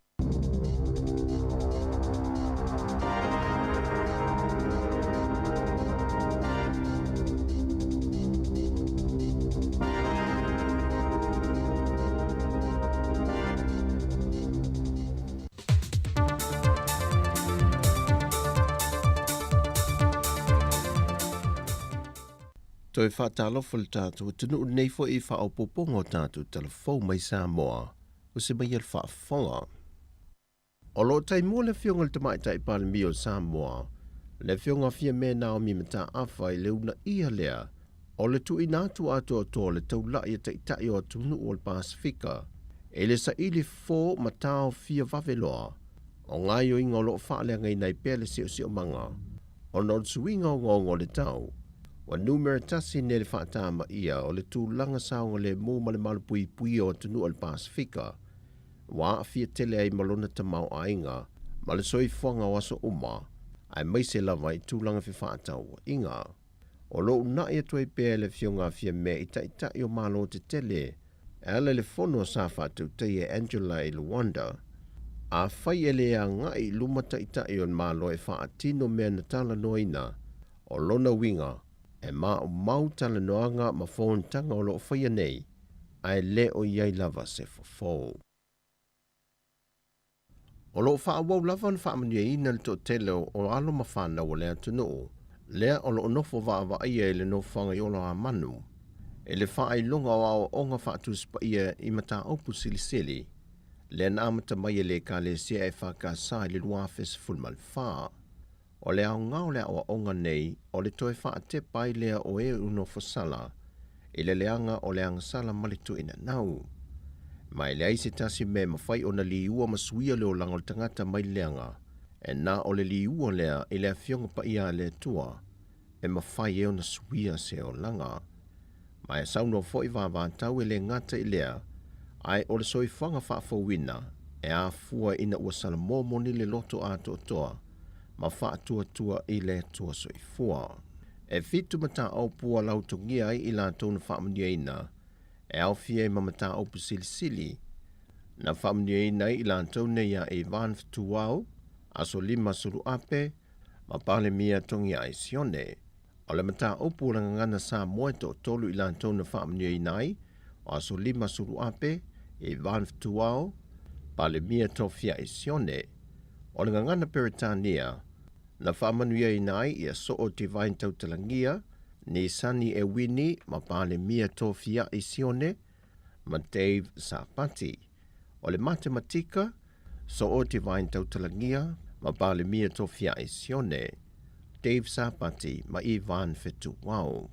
O le whaelonga o le Most Improved, na whaamanuia inai pe teli ai noa, ma le to telo isi o lato, na whaamanuia ina mai tusi pasi tau walua mta opsi sili li tusi pa ia, whaatasi ma mta opu sili li tusi pa ia le vaenga mātutua, e lea whaamoe moe na mōli mawina le mamalu o ainga o lato sa o fia, wo mai masani, whaapea le mamalu o le malo.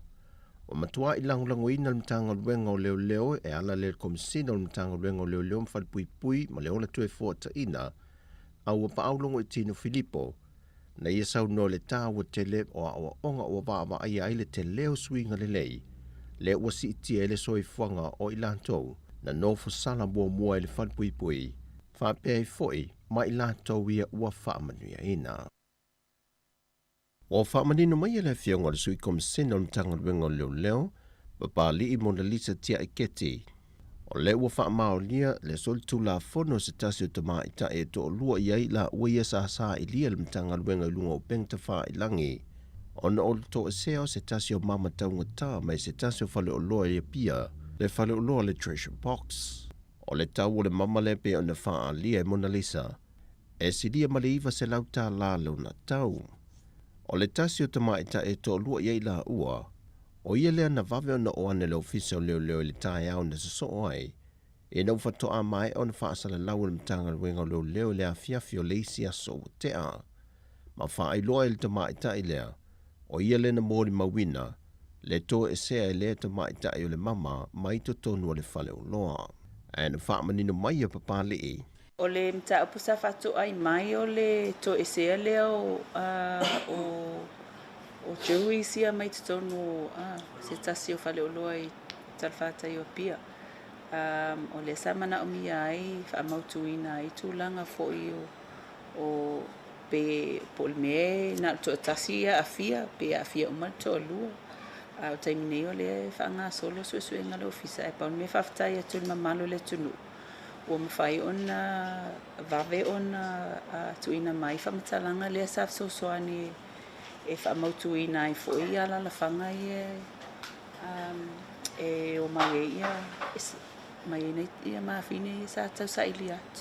Whai loe papali o le tangi na whaurua tu le pūlenga o le whale o loa le taulanga.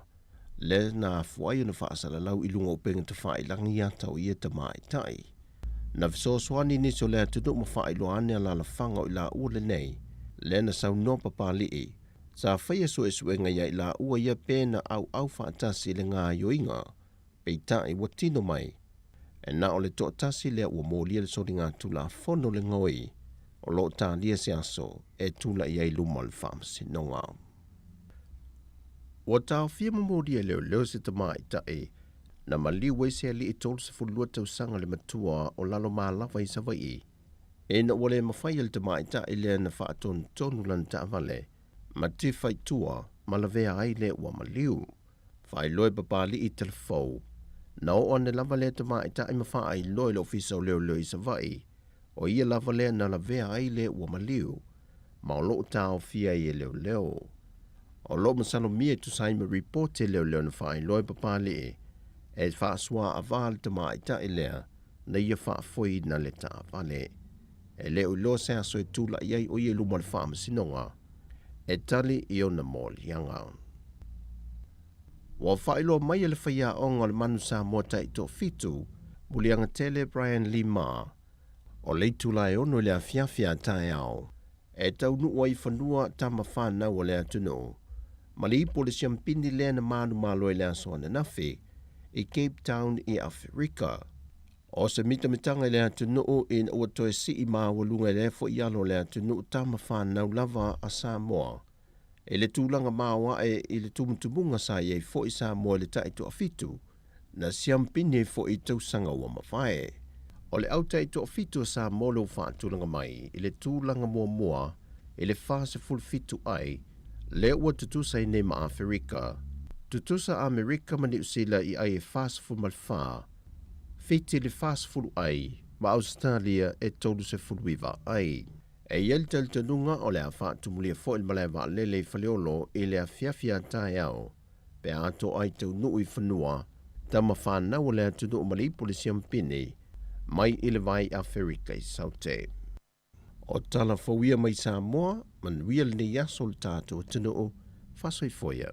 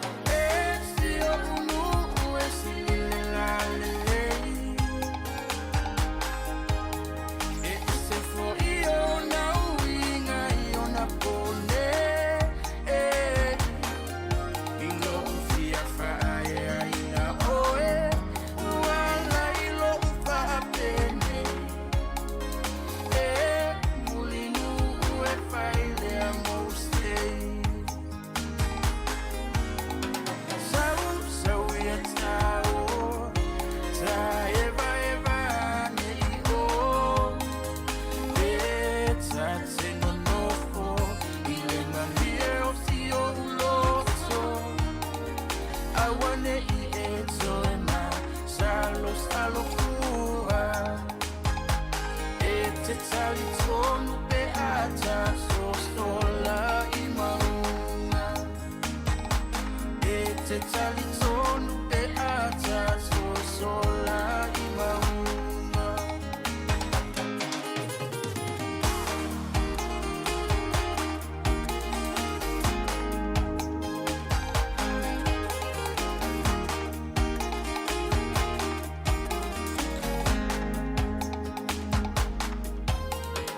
Mana una ofa alupe ele ele na umati.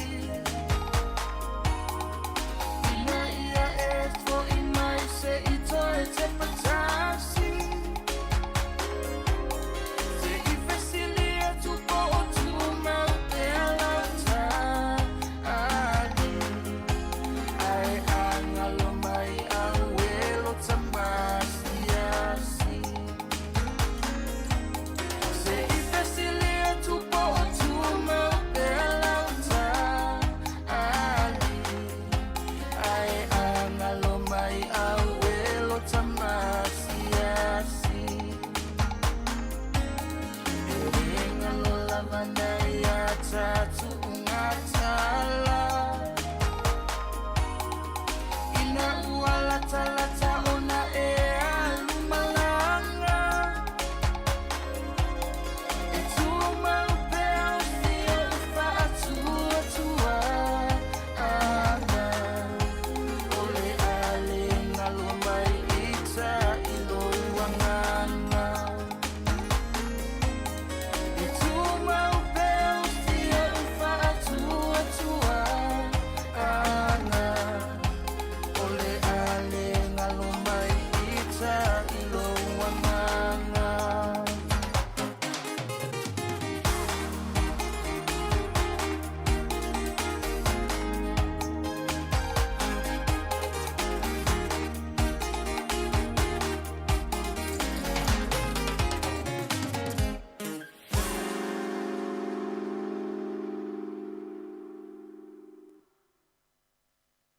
Now, that's the best there is now never.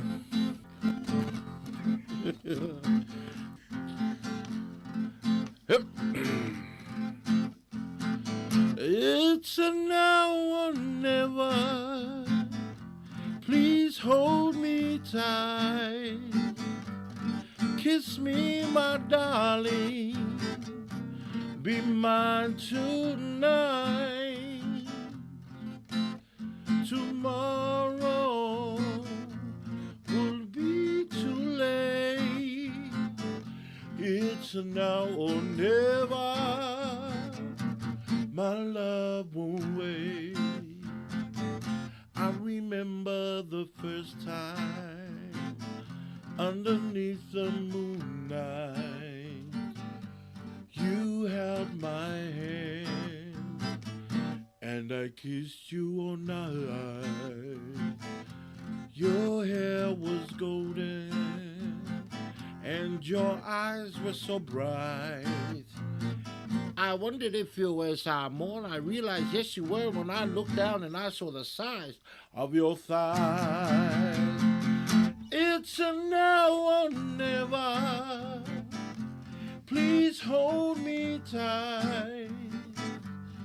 Kiss me, my darling. Be mine tonight. Tomorrow will be too late. It's now or never. My love won't wait. It's a now or never. My love won't wait.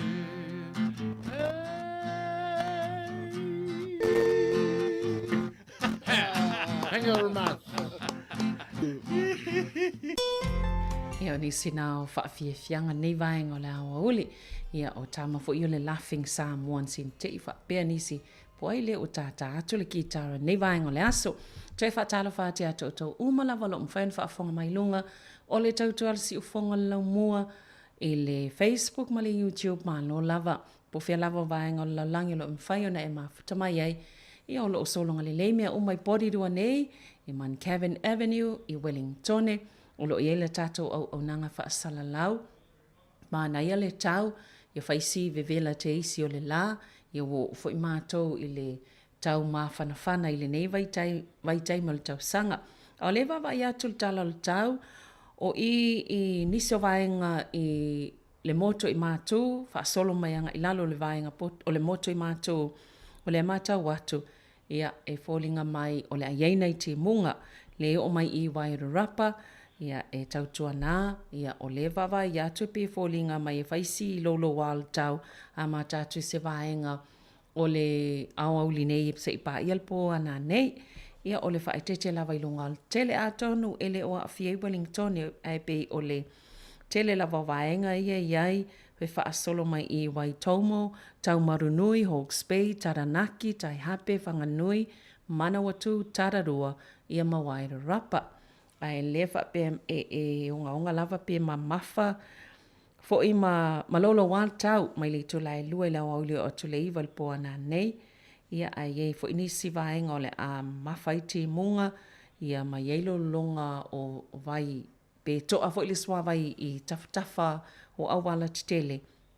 Ia atono ei fo ini vaenga o le a solo le palapala ai o le fautanga lava lo amai ia a fa pe fa foi ta vale ia avel tulanga lo ia le tala tau.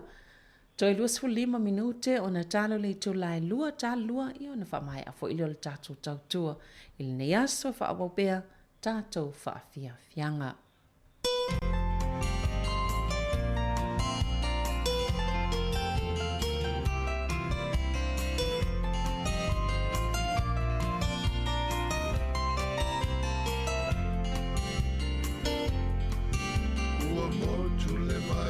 Senga o i talo fai Samoa, o le alisa fai mapule, le neina luenga, mai maule na luenga sa pele i loanga, o le tupela tele wa fai le amau fauna.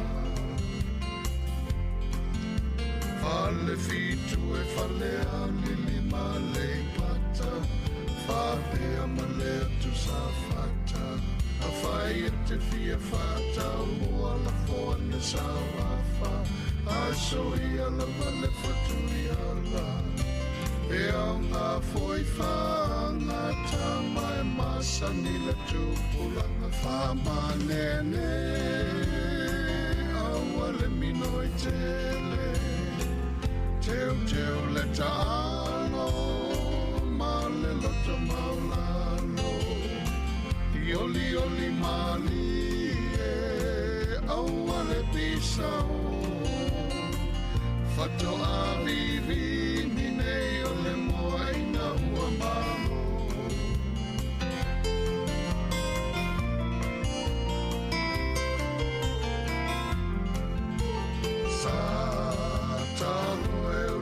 Sona toto Teu ia leitu malu Fale alilie Fai mea mapopo Ole mea silimea E malia i lotu Fale alilie I oma Tafia falo I so leo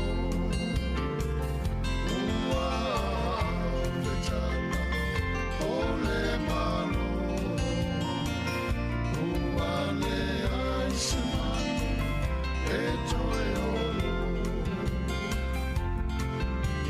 Lata penina le aurolea Lata pulupi pano pofea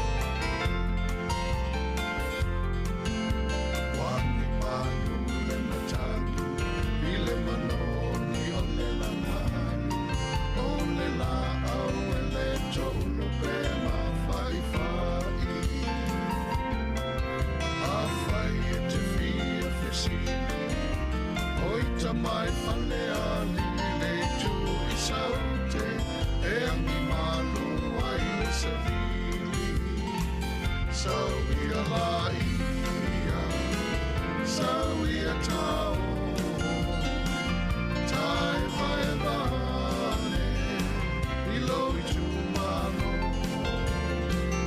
Tau ina e loa Maia e mautinoa O le tu mano lena O le manu samua Sauia la ia Sauia tau Tai vai lane I loi tu mano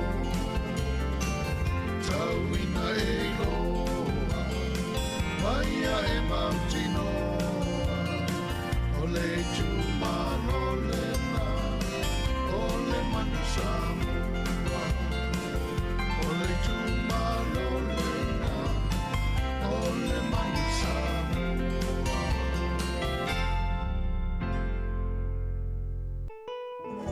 Faasila silanga taua. E whamana tu atu ili mamalu o tātou au whaafafonga. E iaila ua ia te tau I lalo le tūla whono o le Broadcasting Act ta se iwa valuiva. E whai aisa au whaasea po o se whaitionga I mata upu tau I whaasalaunga. I runga o le Samoa Capital Radio po o le si ufafonga o le laumua. O loo au ili lalo le upenga o so tainga le pulenga o whaasalaunga Broadcasting Standards Authority psa.govt.nz. Ai inga mo le whaia o sau whaasea I se porokalame. E wha manu alia ai lau whaafonga anga. O loo au fia ai vaenga nei, o le ale taimi mawhai ai o na whaia se whaasea, o ai tu ai ngā porokalame mawhai o na whaia iai lau whaasea, o ai e whaao o iai lau whaasea mo le taimi mua mua, whaafitai lava.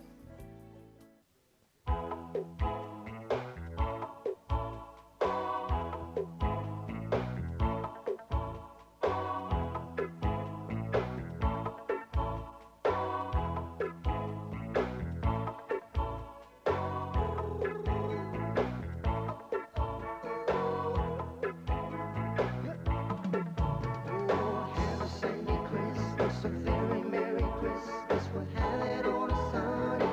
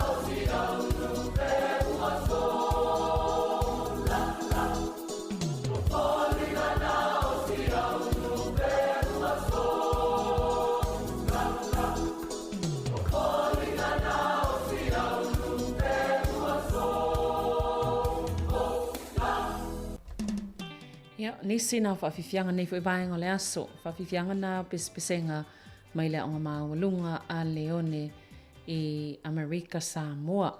Ai, o se e ile ata le ta ua o le daleta o se ata e whaatatau lava le tūlanga o le sio manga ia po o le puipuinga o tangata fo ia o tangata anuu o le tupulanga talavou, tangata maativa ia e maise lava o le tātou pāneta e tā ua o le daleta i o le ata le e whaalia tae au i le afiafi le afalfeto ia i le malu leo sangata petelo ma Paulo i ilo wa hat ia po i lava e whaione fia awa iei ai o se ata fo i lea ua na tapena ina i le vaenga le ta o le Laudato Si movement ia o lo iei ia pope Falansisi ia manisi fo i o te itai i longa e to lima i le lanulangi o lo o lātou au mai eni whaamatalaga e tāua tele mole puipuinga o lanulangi lona se o manga ia mai se fo i o le suinga o le tau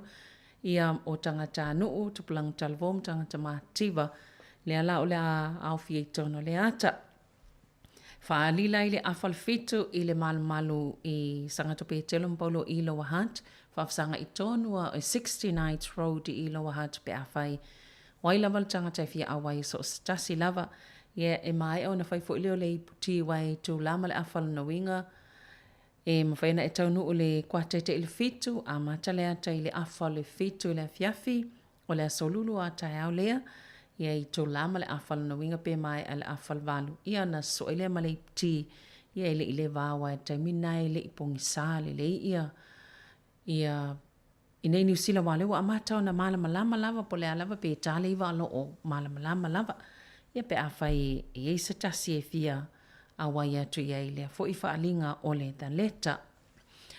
Tois fulu minute o na tano le i tulai lua ia taltonu fo i o le taulungangana tatou tautual nei aso ona e il whaamoe le i tulai lua i la wau nei o le fifa ngā solo le puenga o ni vaenga i o saunuanga a taitai fo e kalisia ia mo whaamunianga o le kewesemasi fifa o ngai lal tātou tautua i vaenga i o masini e mawhai o nā puea ia tātou whaamunianga nā mole kewesemasi a matatu le tolai lua la wau nei ia ai o le a tātātu ni nei pese ia e whaatatali ai le taimi leo o le a fo i polkalame ia ai mo i lātou umalawa sam whai ona whaafonga mai le taon le la whaaftai tele lawa i la oto mafta mai po fea lava o so se vaenga nei atunuu so se vaenga la langi lo mwhaina maua mali tautua ale se ufonga la mua Samoa Capital Radio i Wellington ia whaaftai lava mo la auto langolango te amatali el tato whaasalaunga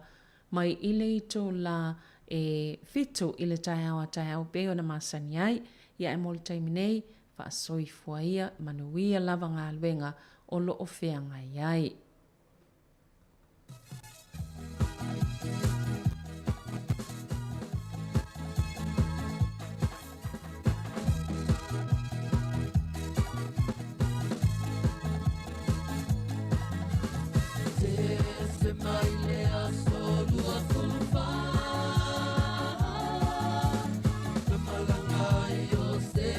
Maria, I Betele Emma, Ina ia tusia o la suafa,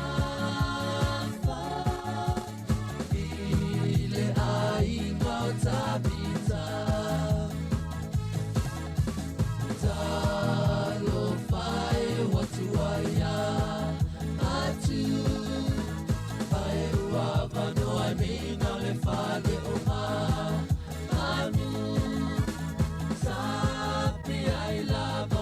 Oli, ua whanau mai Yesu I le pale popi.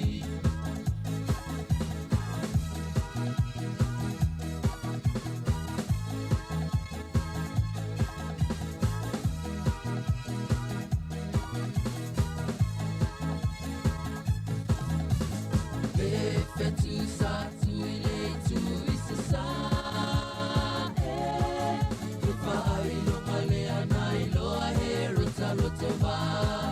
Ale, faali le au mako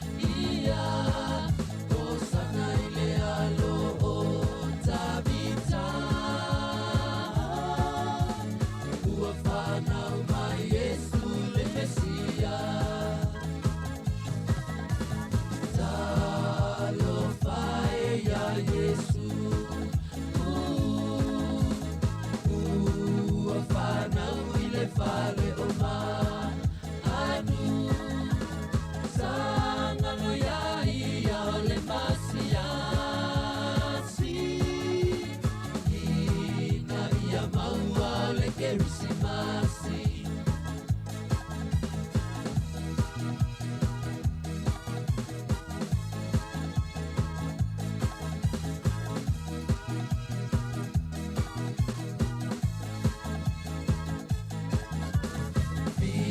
Via mapepese mai tato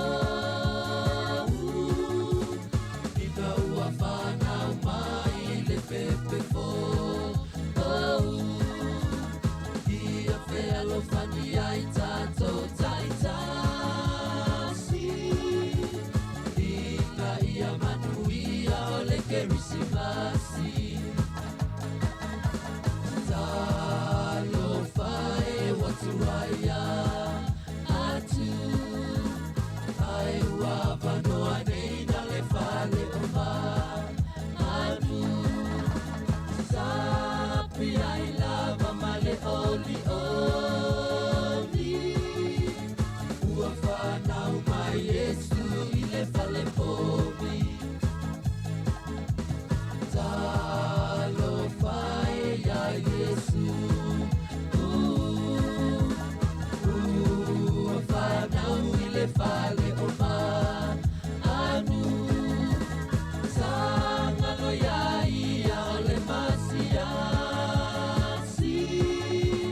Ina ia maua ole Kerisimasi